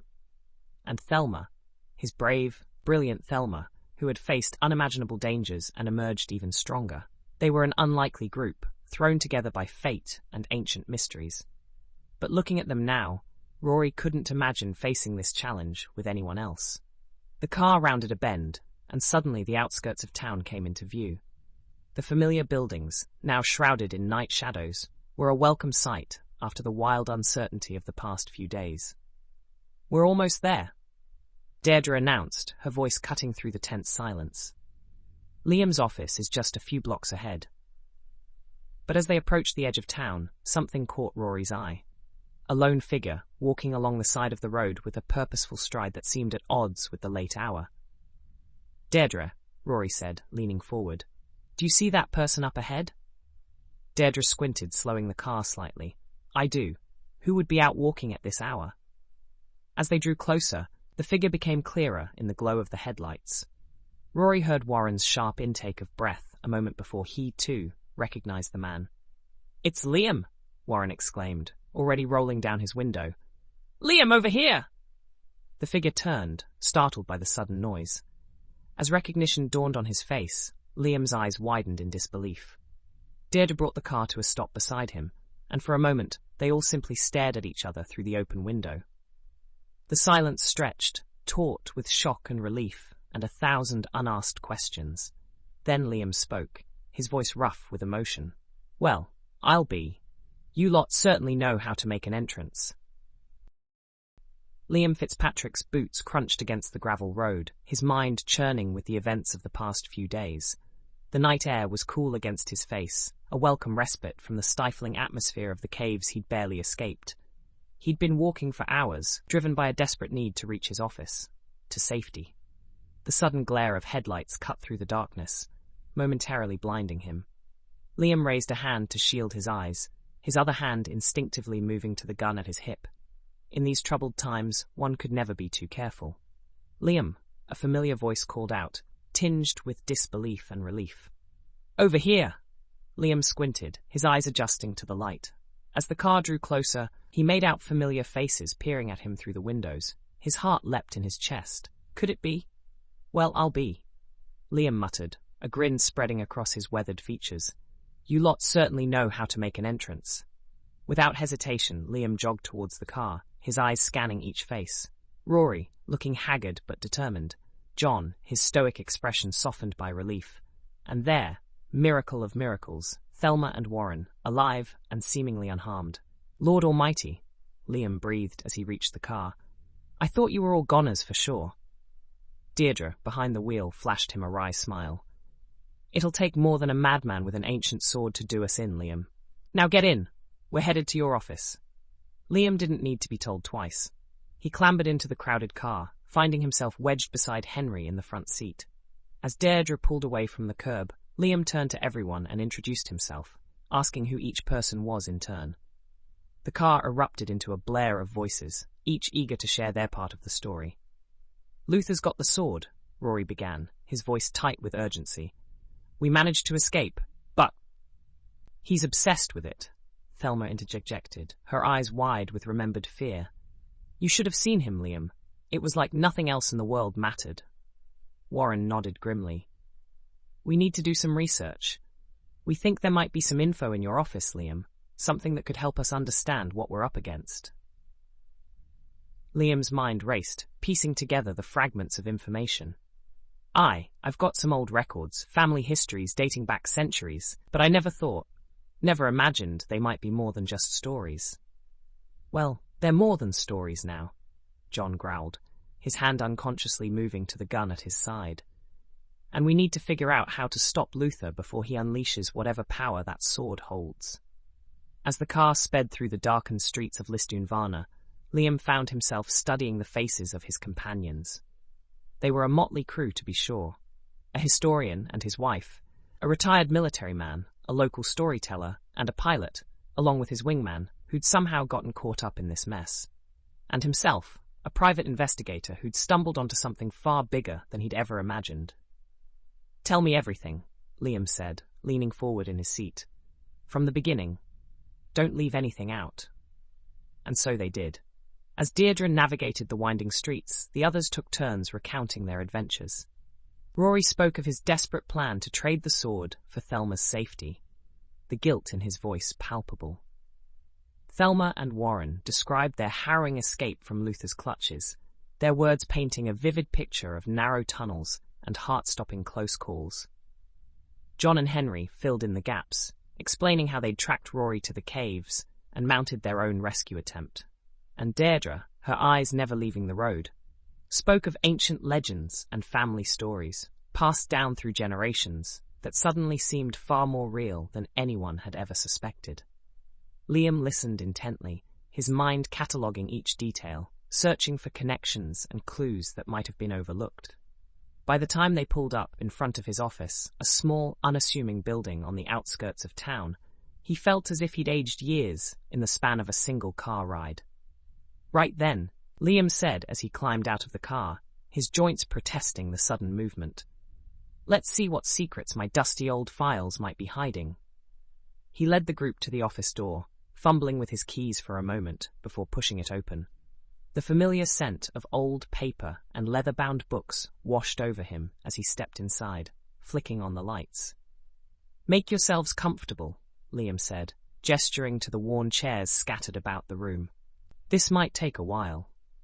As the others settled in, Liam made his way to the large oak desk that dominated the small office. He paused for a moment, his hand hovering over the bottom drawer. Here, hidden beneath stacks of mundane case files and expense reports, lay the fruits of years of research and family history. "Liam?" Rory's voice cut through his reverie. "What exactly are we looking for?" Liam took a deep breath, steeling himself for what was to come. "The truth," he said simply, pulling open the drawer. "About the sword, about Luther's family, about all of it. And if I'm right, it's a truth that's going to change everything we thought we knew." As he began to pull out stacks of yellowed papers with ancient-looking texts, Liam couldn't shake the feeling that they were standing on the precipice of something monumental. Whatever secrets these documents held, he knew with bone-deep certainty that things were about to change. Chapter 27. Thelma Bishop's fingers traced the faded ink on the yellowed pages before her, her mind racing to connect the ancient symbols with the stories Deirdre had shared. Liam's office, usually a bastion of order and calm, now thrummed with a nervous energy she could almost taste. Rory's footsteps echoed in the small space as he paced back and forth, his brow furrowed in concentration. "We need a plan," he muttered, more to himself than anyone else. "Something Luther won't see coming." Thelma glanced up from the documents, her heart aching at the sight of her father's distress. She wished she could comfort him, but the urgency of their task kept her rooted to her seat. "We'll figure it out, Dad," she said softly. "We always do." John's gruff voice cut through the tension. "Figuring it out's all well and good, but we need to do it fast. Luther doesn't seem the type to sit on his hands once he's got what he wants." Thelma nodded, turning her attention back to the texts spread before her. The carvings on the sword, rendered in meticulous detail by some long-dead scholar, seemed to dance before her eyes. There was something familiar about them, something that tugged at the edges of her memory. "Deirdre," she called, not looking up from the page. "That story you told us, about the warrior who could command armies with a word. Can you tell it again?" Deirdre moved closer, her red hair catching the lamplight as she leaned over Thelma's shoulder. Of course, it's one of the oldest in our family's collection. She cleared her throat, her lilting voice taking on the cadence of a practiced storyteller. In the days when giants still walked the land, there lived a warrior of unmatched skill. His name was Nuada, and in his hand he wielded a sword of such power that armies would kneel at the mere sight of it. As Deirdre spoke, Thelma's eyes darted between the text and the drawings.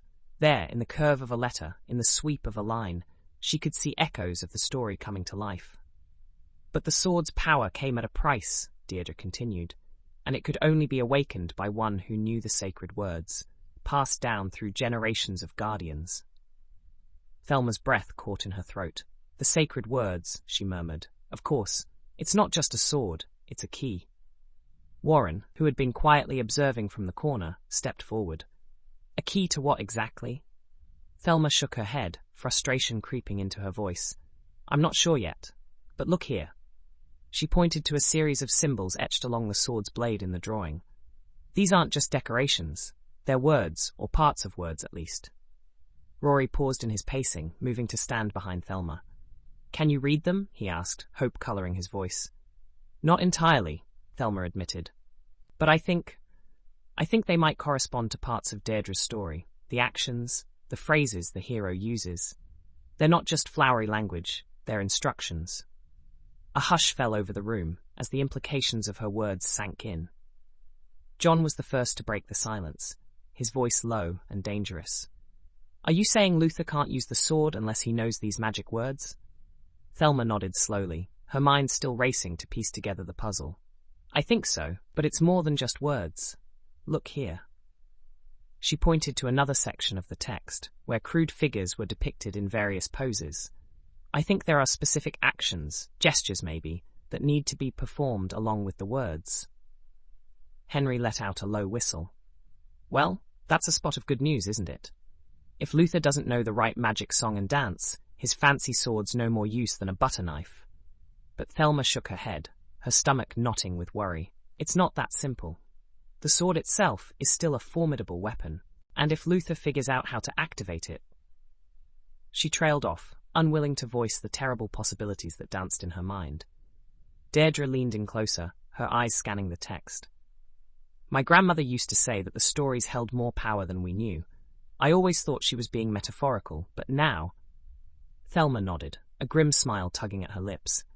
Now we know she was being literal. The question is, how do we use this knowledge to our advantage? Rory's hand came to rest on her shoulder, a gesture of support and solidarity that made Thelma's heart swell despite their dire circumstances. We start by figuring out exactly what those words and actions are, he said firmly. If we can do that, maybe we can find a way to neutralize the sword's power, or even use it against Luther. Thelma patted Rory's hand with her own. It won't be easy, she warned. These texts are fragmented, and Deirdre's stories have likely changed over the generations. We're working with incomplete information. John grunted, moving away from the window to join the huddle around the desk. Incomplete information's better than no information, and right now it's the only advantage we've got. Everyone nodded in agreement. Rory sat next to Thelma, placing his hand on hers. Thelma, darling, I don't mean to take you away from this, but we really need to call your mother and let her know you are all right. Rory suggested. Mother! Thelma gasped as she stood up. Oh, I feel terrible that we haven't done that already, she said. Turning to Liam, she asked, Can we use your phone, Liam? Absolutely, replied Liam. Thelma moved to the phone and dialed the numbers on the rotary phone, sudden excitement flowing through her body. Thelma's fingers trembled as she dialed the familiar number, the weight of the past few days settling heavily on her shoulders. The old rotary phone in Liam's office creaked and whirred, each click of the dial a reminder of the distance between her and home. She glanced at her father, Rory, who stood nearby, his face etched with a mixture of concern and relief. The line crackled to life, and Thelma's heart leapt at the sound of her mother's voice. Hello? Kara's tone was taut with worry, the single word laden with days of fear and uncertainty. Mama, Thelma breathed, her voice catching. It's me. I'm safe. A choked sob came through the receiver. Thelma! Oh, thank God! Are you all right? Where are you? Is your father there? The questions tumbled out in a rush, and Thelma couldn't help but smile despite the gravity of their situation. I'm fine, Mama. We're all fine. Papa's here with me, and Warren too. We're in Lisdoonvarna, at Mr. Fitzpatrick's office. Let me speak to your father, Cara demanded, her relief giving way to a hint of her usual assertiveness. Thelma handed the receiver to Rory, who took it with a nod of thanks. Cara, he said, his voice gruff with emotion. We've got her. Our girl's safe. As her parents spoke, Thelma's gaze wandered around the cramped office. Warren caught her eye from across the room, offering a small, reassuring smile. She returned it, grateful for his steady presence in the midst of this chaos. After a few moments, Rory handed the phone back to Thelma. Your mother wants to speak with you again, he said softly. Thelma pressed the receiver to her ear once more. Mama? When are you coming home? Cara asked, a note of pleading in her voice that made Thelma's chest tighten. She closed her eyes, steeling herself for the conversation ahead. We can't come home just yet, Mama. What do you mean, you can't come home? Cara's voice rose sharply. Thelma Bishop, you've been kidnapped, held prisoner in some god-forsaken cave, and now you're telling me you're not coming home. Thelma sighed, searching for the right words to explain their predicament, without causing her mother more distress. It's complicated, Mama. We've uncovered something. Something big, something dangerous. We can't leave until we've sorted it out. Dangerous? Cara's voice was barely above a whisper now. Thelma, please, haven't you all been through enough? I know it sounds crazy, Thelma said, her free hand fidgeting with the cord of the phone. But we're the only ones who can stop this. If we don't, a lot of people could get hurt. There was a long pause on the other end of the line. When Cara spoke again, her voice was resigned, but tinged with a mother's eternal worry. You're just like your father, you know that, always running headlong into trouble for the sake of others. Thelma chuckled softly. I'll take that as a compliment. It wasn't meant as one, Cara retorted, but Thelma could hear the hint of a smile in her voice. Promise me you'll be careful, all of you. We will, Mama. I promise. Thelma's gaze drifted to the pile of ancient texts and family journals spread across Liam's desk. We're close to figuring this out. Once we do, we'll come home. I swear it. Cara sighed heavily. I suppose that'll have to do. You tell your father and that husband of yours to keep you safe, you hear me? And Thelma? Yes, Mama? I love you, more than you could ever know. Thelma blinked back tears, her throat tight with emotion. I love you too, Mama. We'll be home soon. I promise. As she hung up the phone, Thelma felt a hand on her shoulder. She looked up to see Warren standing beside her, his eyes filled with understanding. How'd she take it? He asked softly. Thelma leaned into his touch, drawing strength from his presence. About as well as can be expected. She's worried, of course, but she understands, or at least she's trying to. Rory approached, his face a mask of conflicting emotions. We're doing the right thing, aren't we? He asked, his voice uncharacteristically uncertain. Staying to finish this? Thelma nodded, her resolve strengthening as she looked between her father and her husband. We have to. We're the only ones who know what's at stake, the only ones who can stop Luther and whatever he's planning with that sword. She turned back to the desk, her eyes falling on the ancient texts that held the key to their mission. Come on, she said, straightening her shoulders. We've got work to do.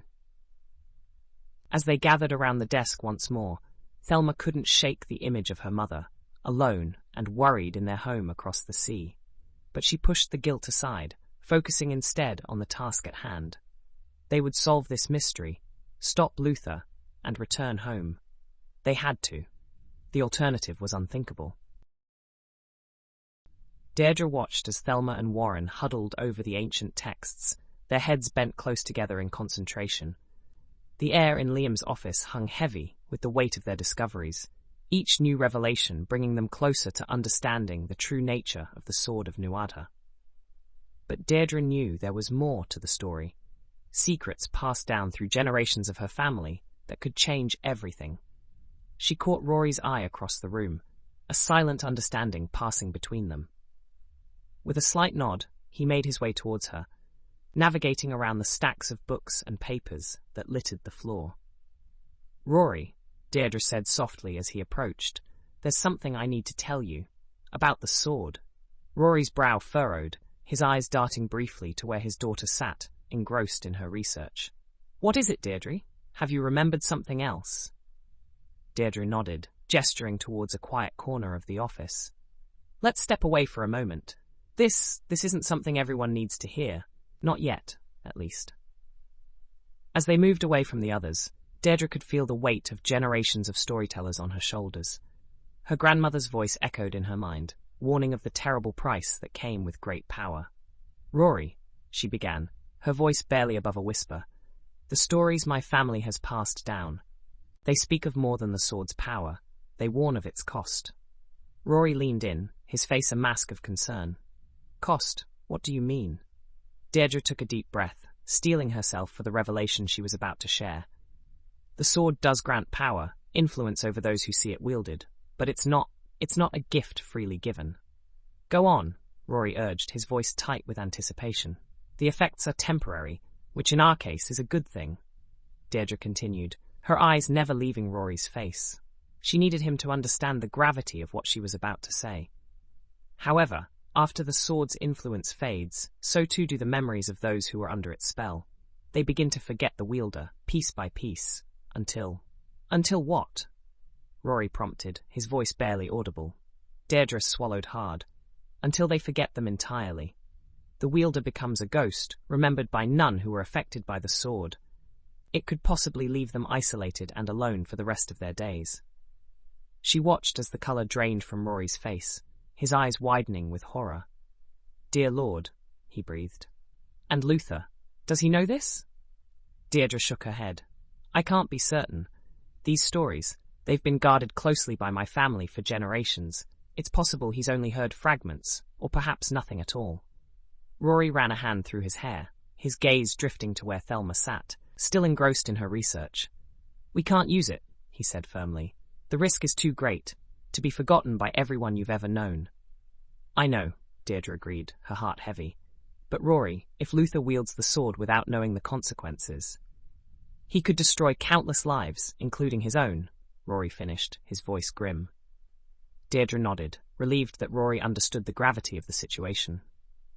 "We need to find a way to stop him without using the sword ourselves. But how do we fight against such power?" Rory's jaw set in determination. "We'll find a way. We have to." He glanced back at the others, still oblivious to the terrible truth Deirdre had shared. "Should we tell them?" Deirdre hesitated, weighing the options. "Not yet," she decided. "Let them finish their research. Perhaps they'll uncover something that can help us find another way. For now, this knowledge stays between us." Rory nodded, his expression solemn. "Agreed.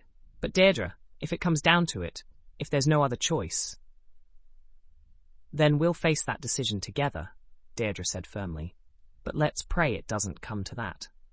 As they rejoined the others, Deirdre couldn't shake the feeling that they were balancing on a knife's edge. The power to save or destroy lives lay within their grasp, but at what cost? She watched as Thelma excitedly pointed out a passage to Warren, her face alight with discovery. How could they protect these people they'd come to care for, while also safeguarding the world from the sword's terrible power? The weight of responsibility settled heavily on Deirdre's shoulders. She was no longer just a storyteller, passing on tales from one generation to the next. Now, she was a guardian of dangerous knowledge, tasked with helping to shape the course of history.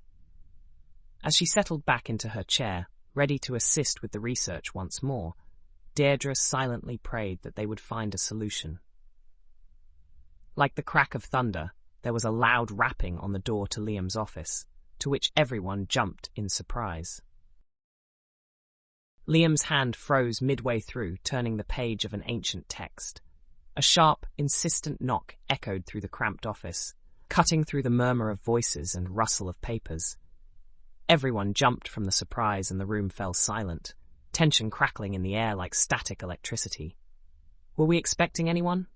John growled, his hand instinctively moving to the pistol at his hip. Liam shook his head, rising slowly from his chair. "Stay back," he muttered to the others, his eyes never leaving the door. "Could be trouble." He approached cautiously, years of investigative work lending a predatory grace to his movements. Another knock, more insistent this time, rattled the thick wood of the door. "Who's there?" Liam called out, his voice steady despite the hammering of his heart. "Open up, Fitzpatrick. I've got a message for you and your little band of misfits." Liam's blood ran cold. He knew that voice, Angus, Luther's right-hand man. A brute with more muscle than sense, but dangerous all the same. "Liam, don't," Thelma began, but Liam waved her off. "It's all right," he said, though he didn't entirely believe it himself. If they wanted to storm the place, they'd have done it already. With a deep breath, Liam unlatched the door and swung it open. Angus loomed in the doorway, his bulk seeming to fill the entire frame. The henchman's face was set in its usual scowl, but there was something different in his eyes, a wariness that hadn't been there before. "Evening, Angus," Liam said coolly, leaning against the doorframe with forced casualness. "Bit late for a social call, isn't it?" Angus's scowl deepened. "Don't get smart with me, Fitzpatrick. I'm not here to fight." "No?" Liam raised an eyebrow. "That'd be a first." A low chuckle rumbled from behind him. John, no doubt. Liam could practically feel the tension radiating from the others, coiled and ready to spring into action at a moment's notice. Angus's meaty hands clenched into fists, but he made no move to enter the office. "I'm here to deliver a message from Mr. Deegan. He wants to meet." Liam's other eyebrow joined the first. "Meet? And why would we agree to that?" "Because you don't have a choice," Angus growled. "The field near the cliff, top of the hour. All of you. Mr. Deegan says it's time to end this little game." A chill ran down Liam's spine. The field near the cliff, where this whole mess had started, where they'd first encountered Luther and his obsession with the Sword of Nuada. "And if we refuse?" Liam asked, though he already knew the answer. Angus's lips curled into a cruel smile. "Then Mr. Deegan starts using that fancy sword of his, and believe me, you don't want that to happen." Behind him, Liam heard a sharp intake of breath. Deirdre, most likely. He resisted the urge to turn and look at her, to see if the fear in her eyes matched the knot forming in his gut. "We'll be there," Liam said finally, his voice low and tight. Angus nodded once, seemingly satisfied. "Top of the hour. Don't be late." With that, he turned and lumbered away, his heavy footsteps echoing in the narrow street. Liam closed the door, his hand lingering on the weathered wood for a moment as he collected his thoughts. When he turned to face the others, he found a sea of worried faces staring back at him. "Well," Rory said, breaking the tense silence, "I suppose that settles our plans for the evening." "We can't seriously be considering going," Warren protested, his arm protectively around Thelma's shoulders. "It's obviously a trap." John snorted. "Of course it's a trap. Question is, do we have any choice but to spring it?" Liam moved back to his desk, his mind racing. Angus wasn't lying about one thing. We can't risk Luther using that sword in populated areas. If he's willing to meet on neutral ground... "Neutral?" Henry scoffed. "That field is anything but neutral, Liam. It's where this whole mess started." "Exactly," Liam nodded. "Which means we know the terrain. We can prepare." Deirdre stepped forward, her face pale but determined. "There's something else to consider. The sword. It has limitations, weaknesses. If we can exploit those..." Liam's eyes narrowed. What kind of weaknesses? But before Deirdre could answer, Thelma cut in. "Wait, look at this." She pointed to a passage in one of the ancient texts. I think I've found something about the sword's activation, if we can prevent Luther from speaking the right words." As the group huddled around Thelma, poring over her discovery, Liam felt a glimmer of hope spark in his chest.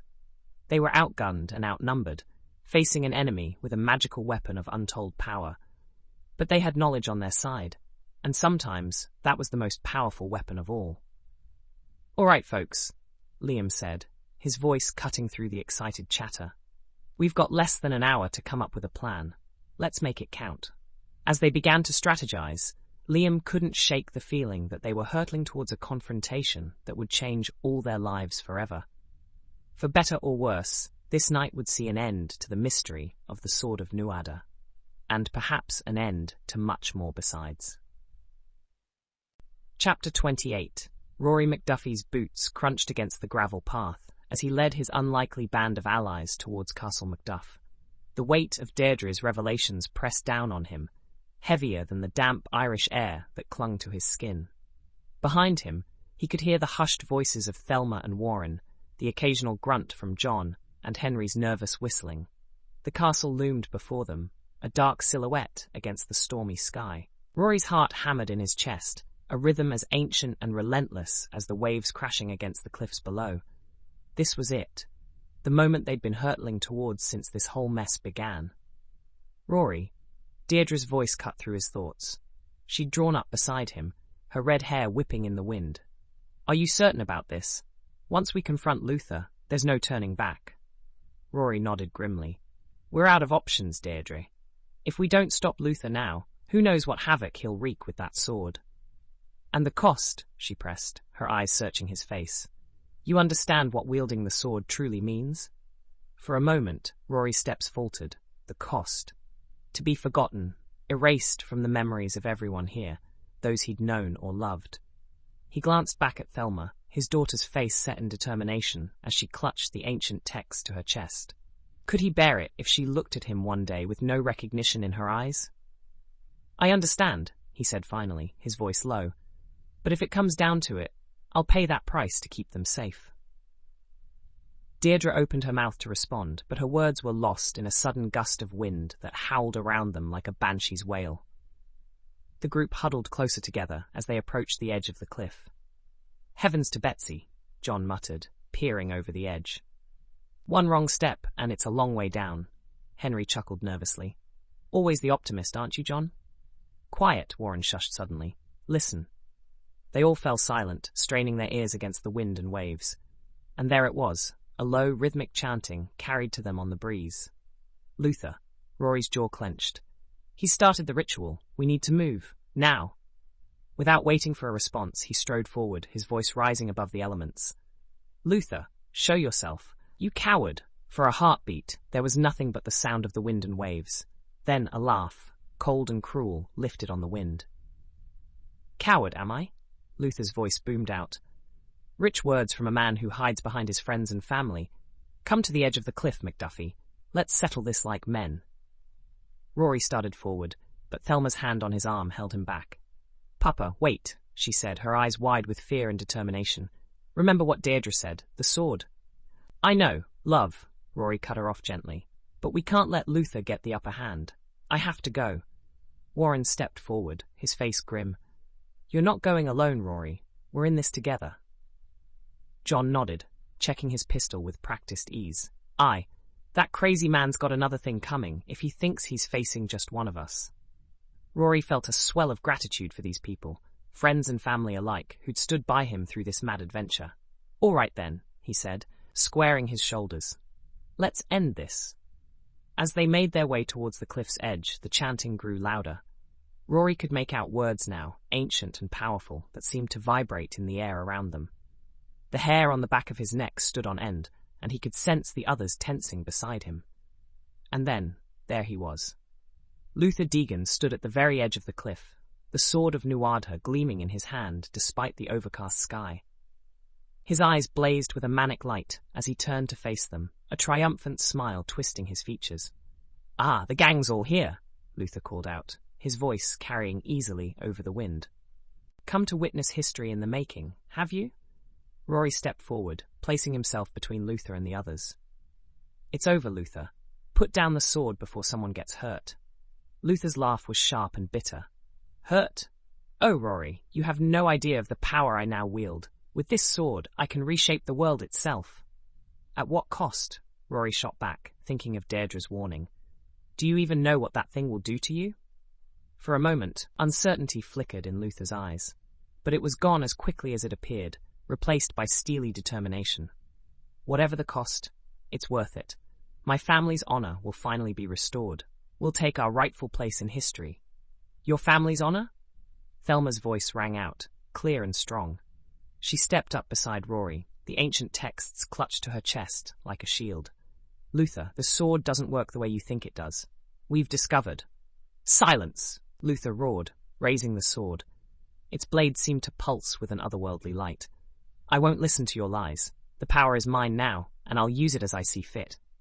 Rory tensed, ready to spring into action. But before he could move, Deirdre pushed past him, her face pale but determined. Luther Deegan, she called out. her voice carrying the weight of generations of storytellers. Hear me well. The Sword of Nuada is not a gift, but a curse. It will grant you power, yes, but at a terrible price. Those you seek to control will forget you entirely. You'll be erased from history, forgotten by all who ever knew you. Is that truly the legacy you wish to leave? Luther faltered, the sword dipping slightly in his grasp. What are you talking about? That's not possible. The legends are incomplete, Warren interjected, his historian's instincts taking over. We've uncovered the full story, Luther. The sword's power comes at the cost of the wielder's very existence in the memories of others. For a long moment, the only sound was the howling of the wind and the crashing of the waves far below. Luther's face was a mask of conflicting emotions, doubt, fear, and a desperate, clinging hope that they were somehow mistaken. Rory took a cautious step forward, his hand outstretched. It's not too late, Luther. Put down the sword. We can figure this out together. Find a way to restore your family's honor without resorting to this madness. Luther's eyes darted between Rory's face and the gleaming blade in his hand. For a heartbeat, Rory dared to hope that reason might prevail. But then Luther's face hardened, his grip tightening on the sword's hilt. No, he snarled. You're lying. All of you. This is my destiny, and I won't let you take it from me. With a primal roar, Luther raised the Sword of Nuada high above his head. The air around them seemed to crackle with energy, and Rory could feel the hairs on his arms standing on end again. Everyone, get back! Rory shouted, pushing Thelma behind him. But even as the words left his mouth, he knew it was too late. Luther began to chant, his voice rising in a terrible crescendo that seemed to shake the very cliffs beneath their feet. The sword's glow intensified, bathing the scene in an eerie, pulsating light. Rory's mind raced, searching desperately for a solution. They couldn't let Luther complete the ritual, but rushing him now could send them both over the cliff's edge. And if the sword's power was unleashed... Papa! Thelma's voice cut through his panicked thoughts. She pressed something into his hand, cool metal, thrumming with its own quiet power. The necklace, the one that he had given to Thelma before this whole adventure, passed down through generations of McDuffies. Their eyes met, and in that moment, Rory knew what he had to do. It was risky, perhaps even foolish, but it was their only chance. Whatever happens, he said, his voice barely audible above the wind and Luther's chanting, remember that I love you. All of you. Before anyone could stop him, Rory sprinted towards Luther, the amulet clutched tightly in his fist.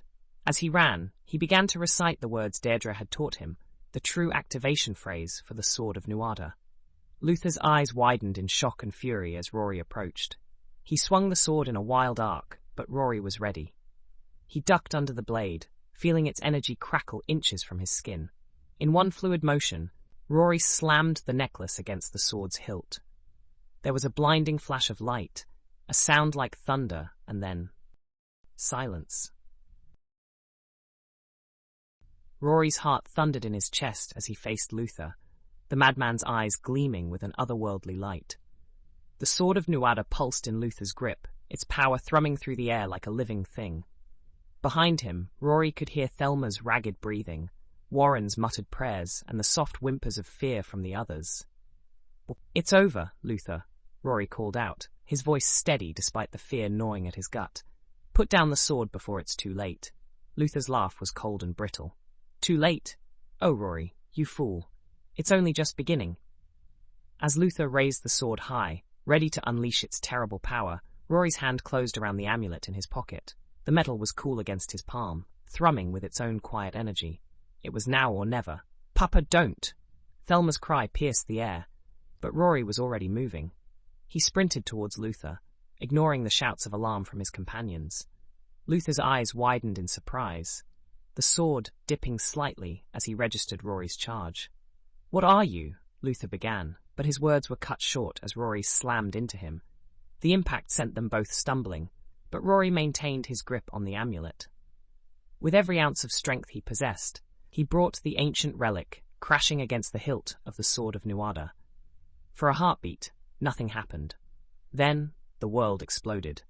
A blinding flash of light erupted from the point of contact, so bright it seared Rory's retinas even through closed eyelids. A sound like 1,000 thunderclaps rolled across the field, shaking the very earth beneath their feet. Rory felt himself flying backward, the force of the explosion tearing him away from Luther and the sword. He hit the ground hard, the breath knocked from his lungs. Through the ringing in his ears, he could hear the panicked shouts of his companions, the sound distorted and distant.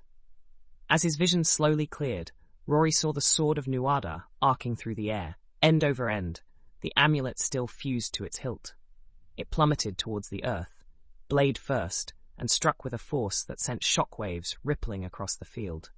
The ground bucked and heaved beneath them, throwing everyone off their feet. Rory clung to the grass, his fingers digging into the soil as he fought to maintain his position.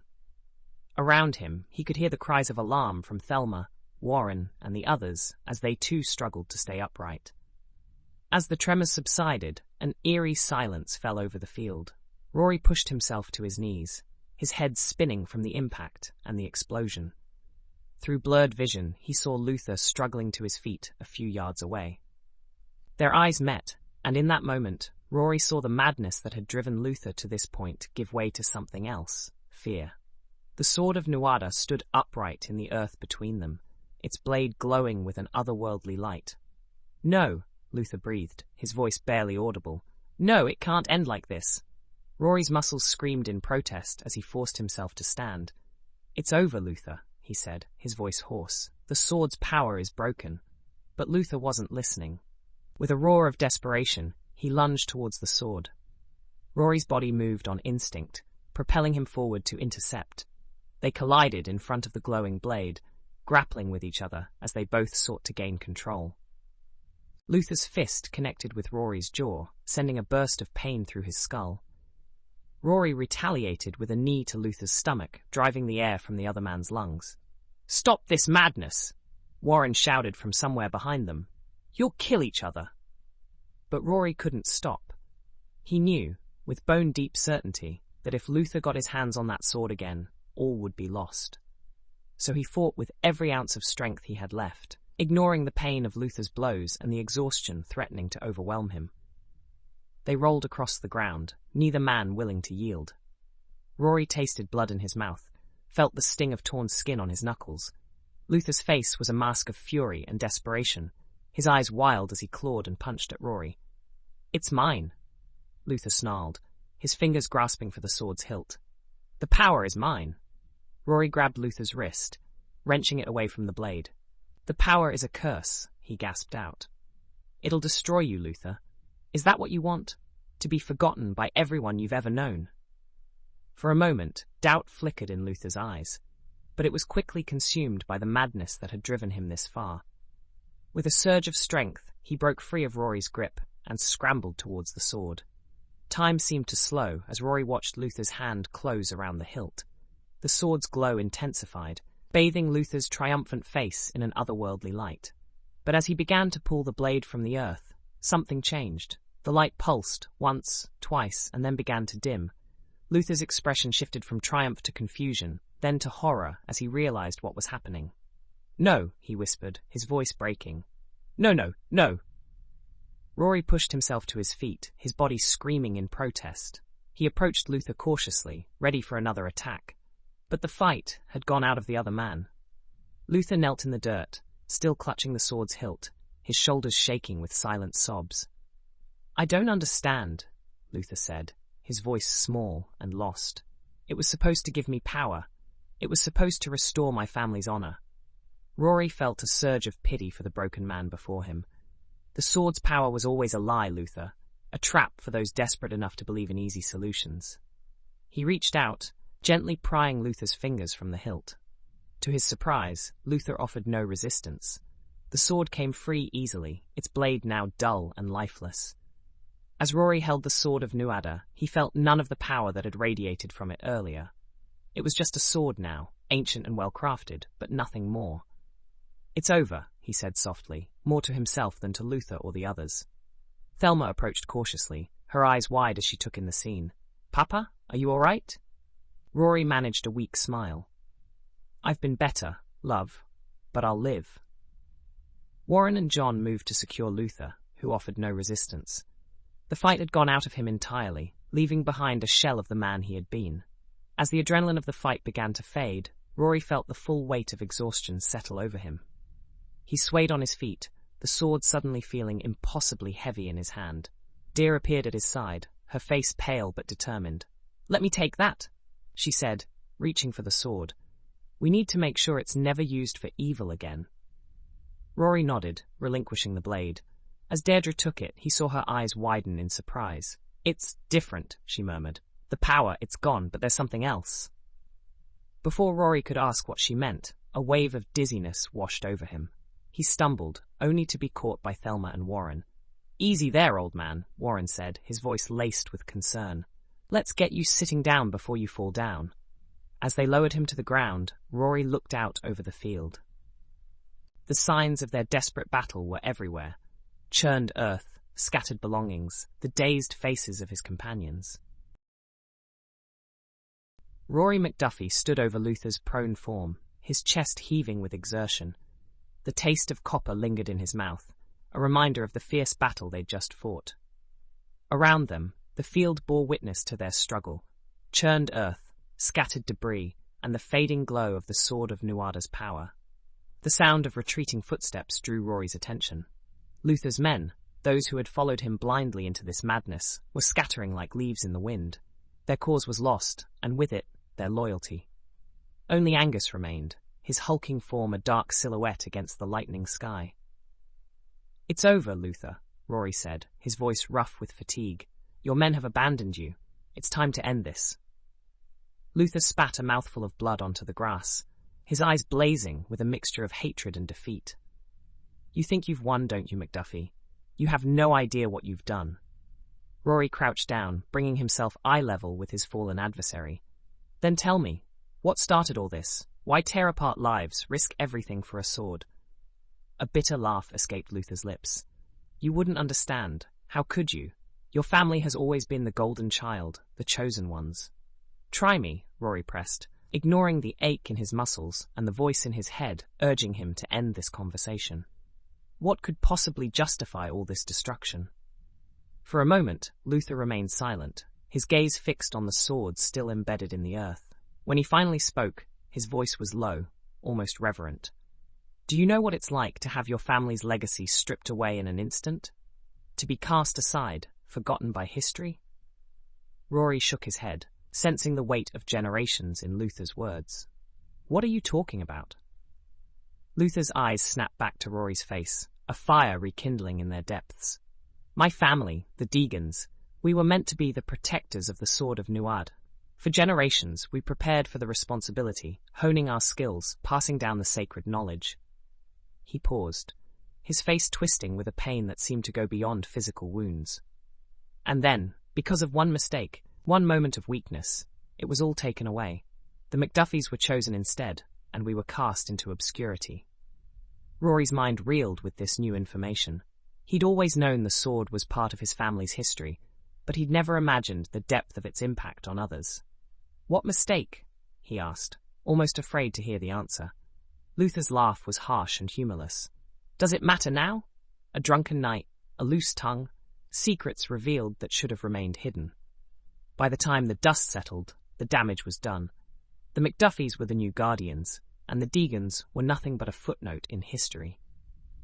As Luther spoke, Rory could see the years of bitterness and resentment etched into every line of his face. It didn't excuse what he'd done, but it made the man's actions more understandable. Tragic, even. "So all this," Rory gestured to the battlefield around them, "was about reclaiming your family's honor? Restoring your place in history?" Luther nodded, a spark of the old madness returning to his eyes. "The sword was meant to be ours. With its power, I could have rewritten history, erased the stain on our name. The McDuffies would have been forgotten, and the Deegans would take their rightful place as legends." Rory sighed, the weight of centuries-old grudges and misplaced ambitions settling heavily on his shoulders. "And in the process, you were willing to destroy countless lives, including your own. Was it worth it, Luther?" Before Luther could answer, Liam's voice cut through the tense atmosphere. "It's time, Rory. We need to get him to the Guarda station." Rory nodded, pushing himself to his feet with a groan. He watched as Liam hauled Luther up, securing his hands behind his back. "You're making a mistake," Luther hissed, struggling weakly against Liam's grip. "The sword's power is more than you ever understood," Rory interrupted. "It was never about power or prestige, Luther. It was about responsibility, about protecting people. Something you seem to have forgotten along the way."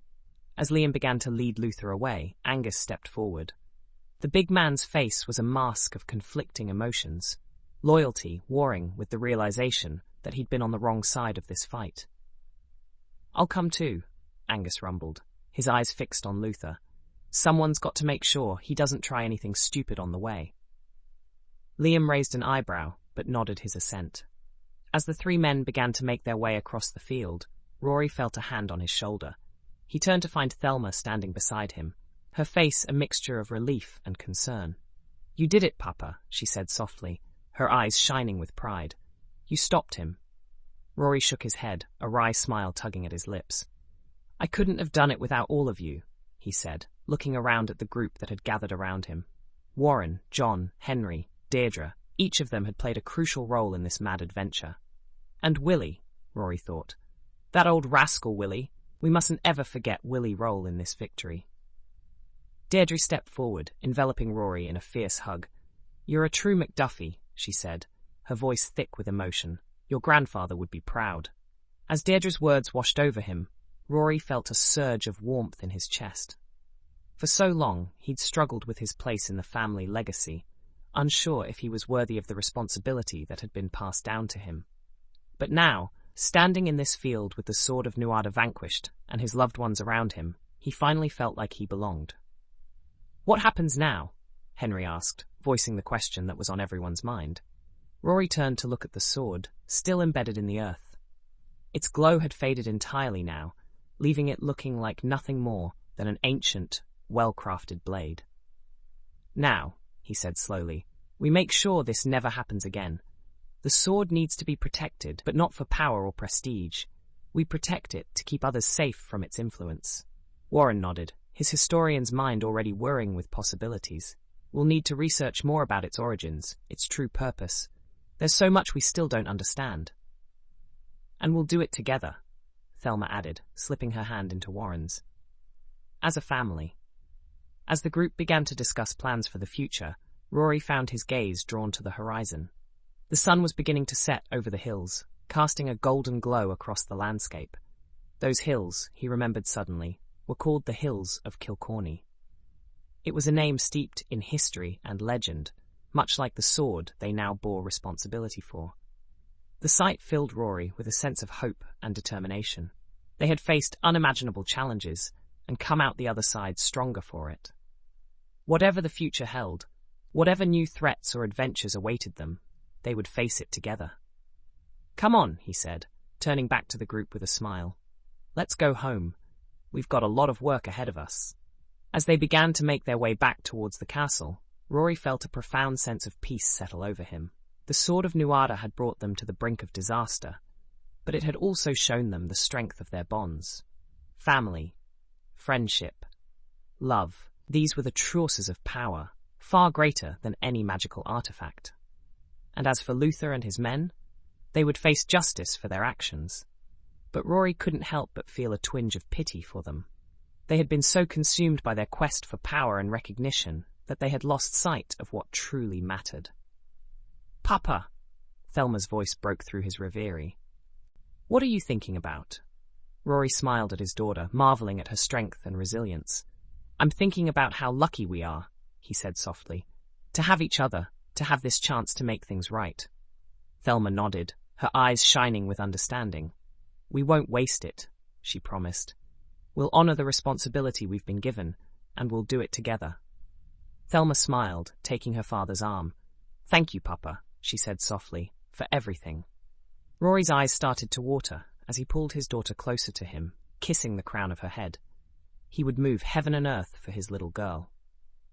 As they crested a hill, the castle came into view, its ancient stones bathed in the light of the new day.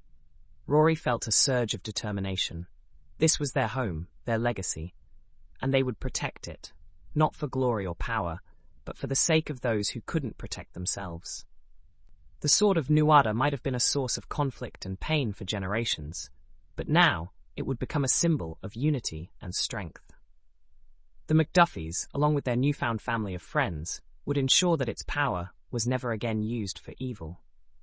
As they approached the castle gates, Rory took one last look back at the field where everything had changed. The evening shadows were beginning to settle in, slowly cloaking a landscape transformed by their struggle. But amid the chaos and destruction, he could see the first signs of new growth. A reminder that even in the darkest times, hope could take root and flourish. With a deep breath, Rory turned back to the castle and the future that awaited them. The adventure might be over, but their story was far from finished, and whatever challenges lay ahead, he knew they would face them together. As a family, bound not by blood, but by the unbreakable bonds of love, loyalty, and shared purpose. Chapter 29.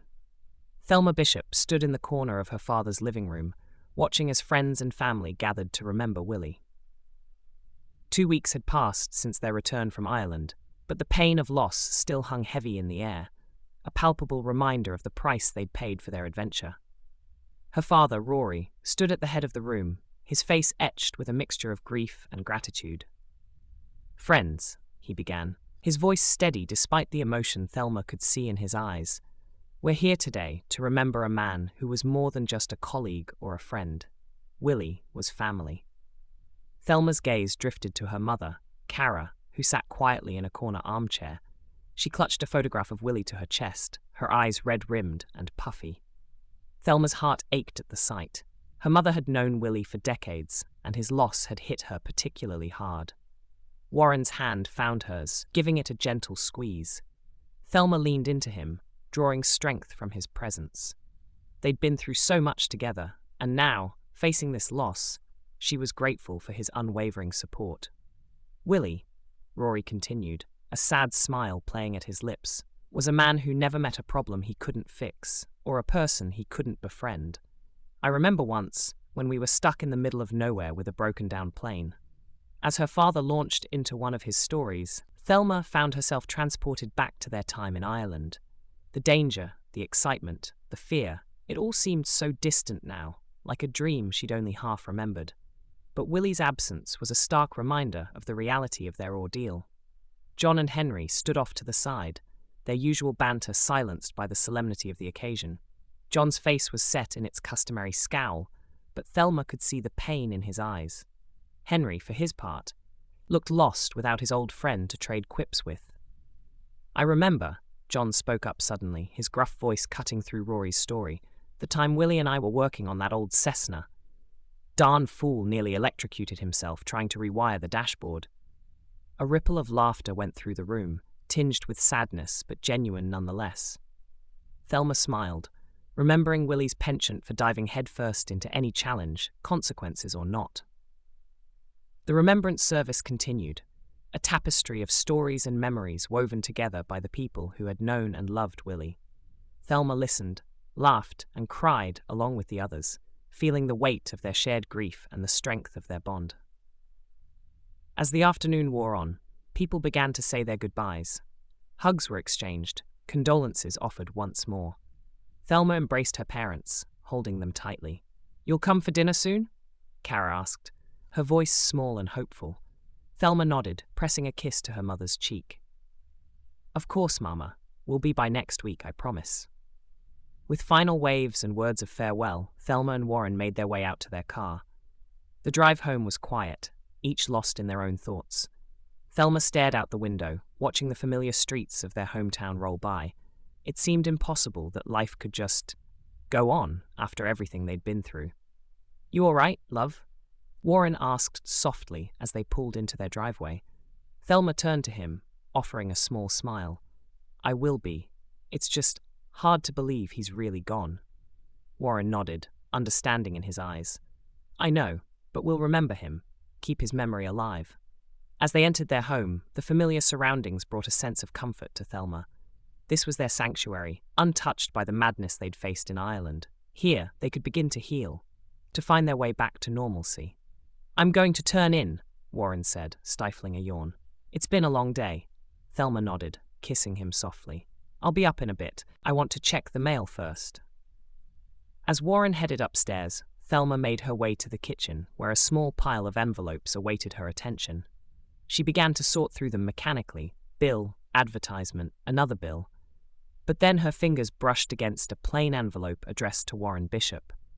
Curiosity piqued, Thelma opened the letter. As she unfolded the paper inside, her heart began to race.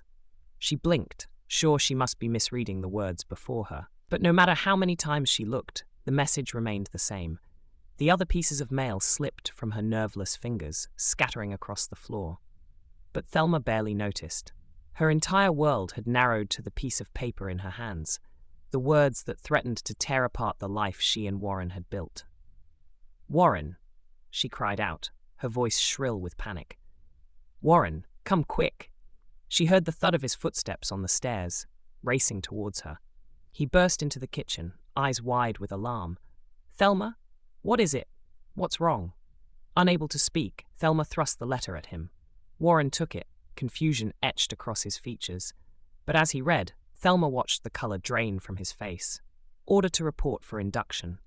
The words seemed to leap off the page, each letter a dagger to his chest. Warren's mind reeled as he read further. "The President of the United States to Warren Bartholomew Bishop, order number 9237. Greeting. Having submitted yourself to a local board composed of your neighbors for the purpose of determining your availability for training and service in the land or naval forces of the United States, you are hereby notified that you have now been selected for training and service therein. You will therefore report to the local board named above at Local Board 1, Roanoke City, Roanoke, Virginia." "Oh God," he whispered, his voice barely audible. "Oh God, no."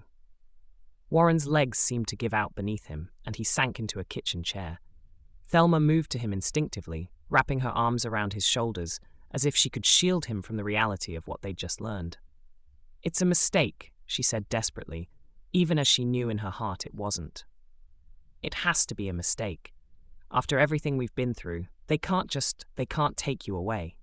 Warren looked up at her, his eyes filled with a mixture of fear and resignation. "Thelma," he said softly, "you know as well as I do that this is real. I've been drafted." The word hung in the air between them, heavy with implications. Drafted. To war. To a conflict that had seemed so distant just moments ago, but now threatened to tear their world apart. Thelma's mind raced, searching for solutions, for some way out of this nightmare. Maybe we could appeal? Or you could claim conscientious objector status. There has to be something we can do. But even as she spoke, she could see the resolve settling over Warren's features. He stood slowly, taking her hands in his. "Thelma, my love," he said, his voice steady despite the tremor she could feel in his hands. "We both know that's not an option. Not for me. Not when our country needs us." Thelma wanted to argue, to rage against the unfairness of it all. They'd only just returned from one harrowing adventure, had only just begun to find their footing again. And now this? But she knew Warren was right. His sense of duty, his innate goodness, they were part of why she loved him so fiercely. She couldn't ask him to compromise that, not even to stay with her. "When?" she asked, her voice barely above a whisper. Warren glanced back at the letter. 2 weeks. I report to the local board in Roanoke in 2 weeks. 2 weeks. 14 days. It seemed like both an eternity and no time at all. Thelma's mind whirled with all they needed to do, arrangements to be made, goodbyes to be said. But underlying it all was a deep, aching fear. What if he didn't come back? What if this was the beginning of the end for them? As if sensing her thoughts, Warren pulled her close, enveloping her in a tight embrace. "We'll get through this," he murmured into her hair. "We've faced worse, haven't we? Ancient swords and mad Irishmen don't hold a candle to the US Army." Despite everything, Thelma found herself laughing, a watery, slightly hysterical sound, but a laugh nonetheless.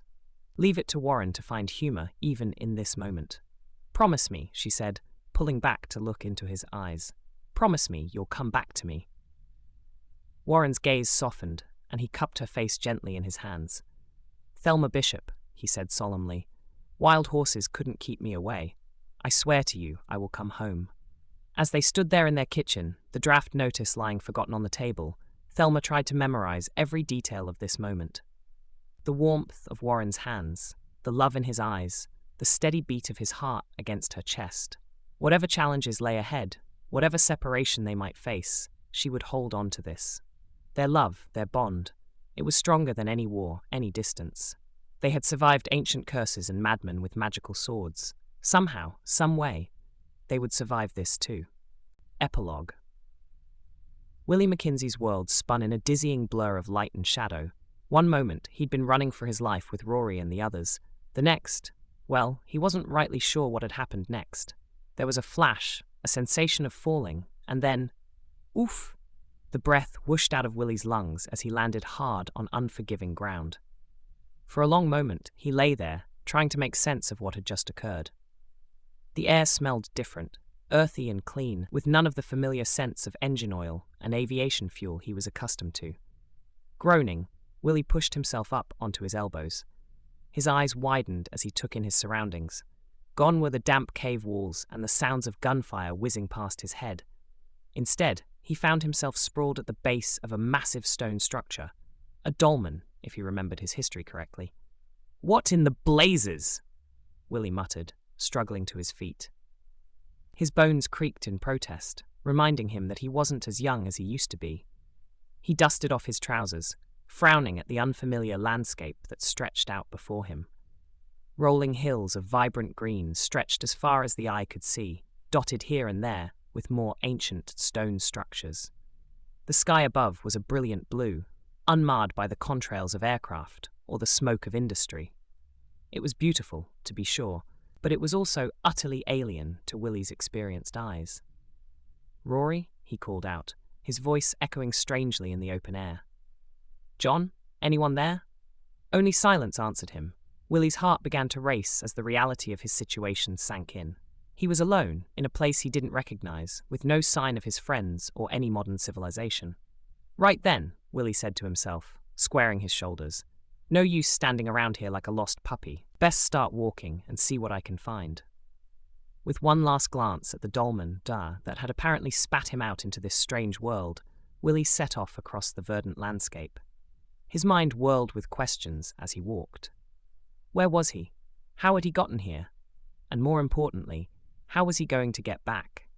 As he crested a hill, Willie spotted something in the distance that made his heart leap, a cluster of buildings that could only be a village. Smoke rose from crude chimneys, and he could just make out the shapes of people moving about. "Thank the Lord," Willie breathed, picking up his pace. Civilization meant people, and people meant answers, or so he hoped. As he drew closer to the village, however, Willie began to notice things that set his nerves on edge. The buildings were unlike any he'd seen before, rough-hewn stone and thatch, with none of the modern conveniences he'd come to expect. And the people. Willie's steps faltered as he took in the villagers' appearance. Men and women moved about their daily tasks, dressed in clothing that looked like it had come straight out of a history book. Rough-spun tunics, leather boots, and not an ounce of modern fabric in sight. "Sweet sassafras," Willie muttered, coming to a complete stop at the village's edge. "What kind of place is this?" A group of villagers had noticed his approach and were now regarding him with open curiosity. Willie couldn't blame them. His own clothing must have looked as strange to them as theirs did to him. Swallowing hard, Willie raised a hand in what he hoped was a universal gesture of greeting. "Hello there," he called out, trying to keep his voice steady. "I seem to have gotten myself a bit turned around. Could you tell me where I am?" The villagers exchanged glances, then began to speak amongst themselves in a language Willie had never heard before. It was lilting and musical, but completely unintelligible to his ears. "I'm sorry," Willie tried again, speaking slowly and clearly. "Do any of you speak English? Gaelic, perhaps?" More confused looks and rapid-fire conversation in that strange tongue. Willie felt a cold sweat break out on his forehead as the implications of his situation began to sink in. The clothing, the buildings, the language, it was all wrong. Or rather, it was all too old. A wild, impossible thought began to form in Willie's mind, one that he immediately tried to dismiss as pure fantasy. And yet, "Willie, my boy," he said aloud, his voice shaking slightly, "I've a feeling you're not in Kansas anymore."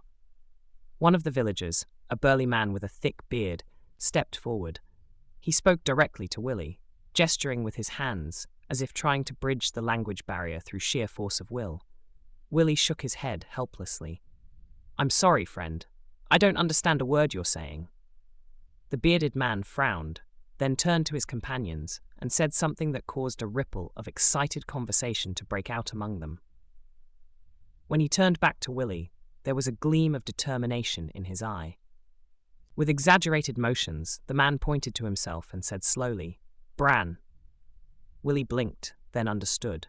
Names, at least, seemed to be universal. He pointed to himself and replied, "Willie." Bran nodded, a smile breaking across his weathered face. He gestured for Willie to follow him, then turned and began walking towards what appeared to be the village's central gathering place. For a moment, Willie hesitated. He was alone in a strange place, surrounded by people he couldn't understand, with no idea how he'd gotten there or how to get back. Every instinct told him to run, to find somewhere safe to hole up until he could make sense of what had happened. But then again, when had Willie Mackenzie ever been one to play it safe? With a rueful shake of his head, Willie followed Bran into the village. Whatever had happened, whatever strange twist of fate had brought him to this place, he'd face it head on. After all, he'd survived wars, crashes, and more near-death experiences than he cared to count. Surely he could handle a little time travel. "Willie, my boy," he muttered to himself as he walked, "this is a fine mess you've gotten yourself into." As they approached the village centre, Willie couldn't help but marvel at the sights and sounds around him. Children ran barefoot through the streets, chasing each other with wooden swords. Women gathered around a communal well, chatting animatedly as they drew water. The air was filled with the sounds of hammering from a nearby forge and the bleating of sheep from a nearby pen. It was like stepping into a living history book, and despite his predicament, Willie found himself fascinated. He'd always had a keen interest in the past, a trait that had served him well in his years working with John and Rory. But this was beyond anything he could have imagined. Bran led Willie to a large, circular building at the heart of the village. As they approached, Willie could hear the sound of music and laughter spilling out from within. The smell of roasting meat and ale filled the air, making his stomach growl in response. A tavern, Willie realized with a start of recognition. Some things, it seemed, were constant, no matter what time period you found yourself in.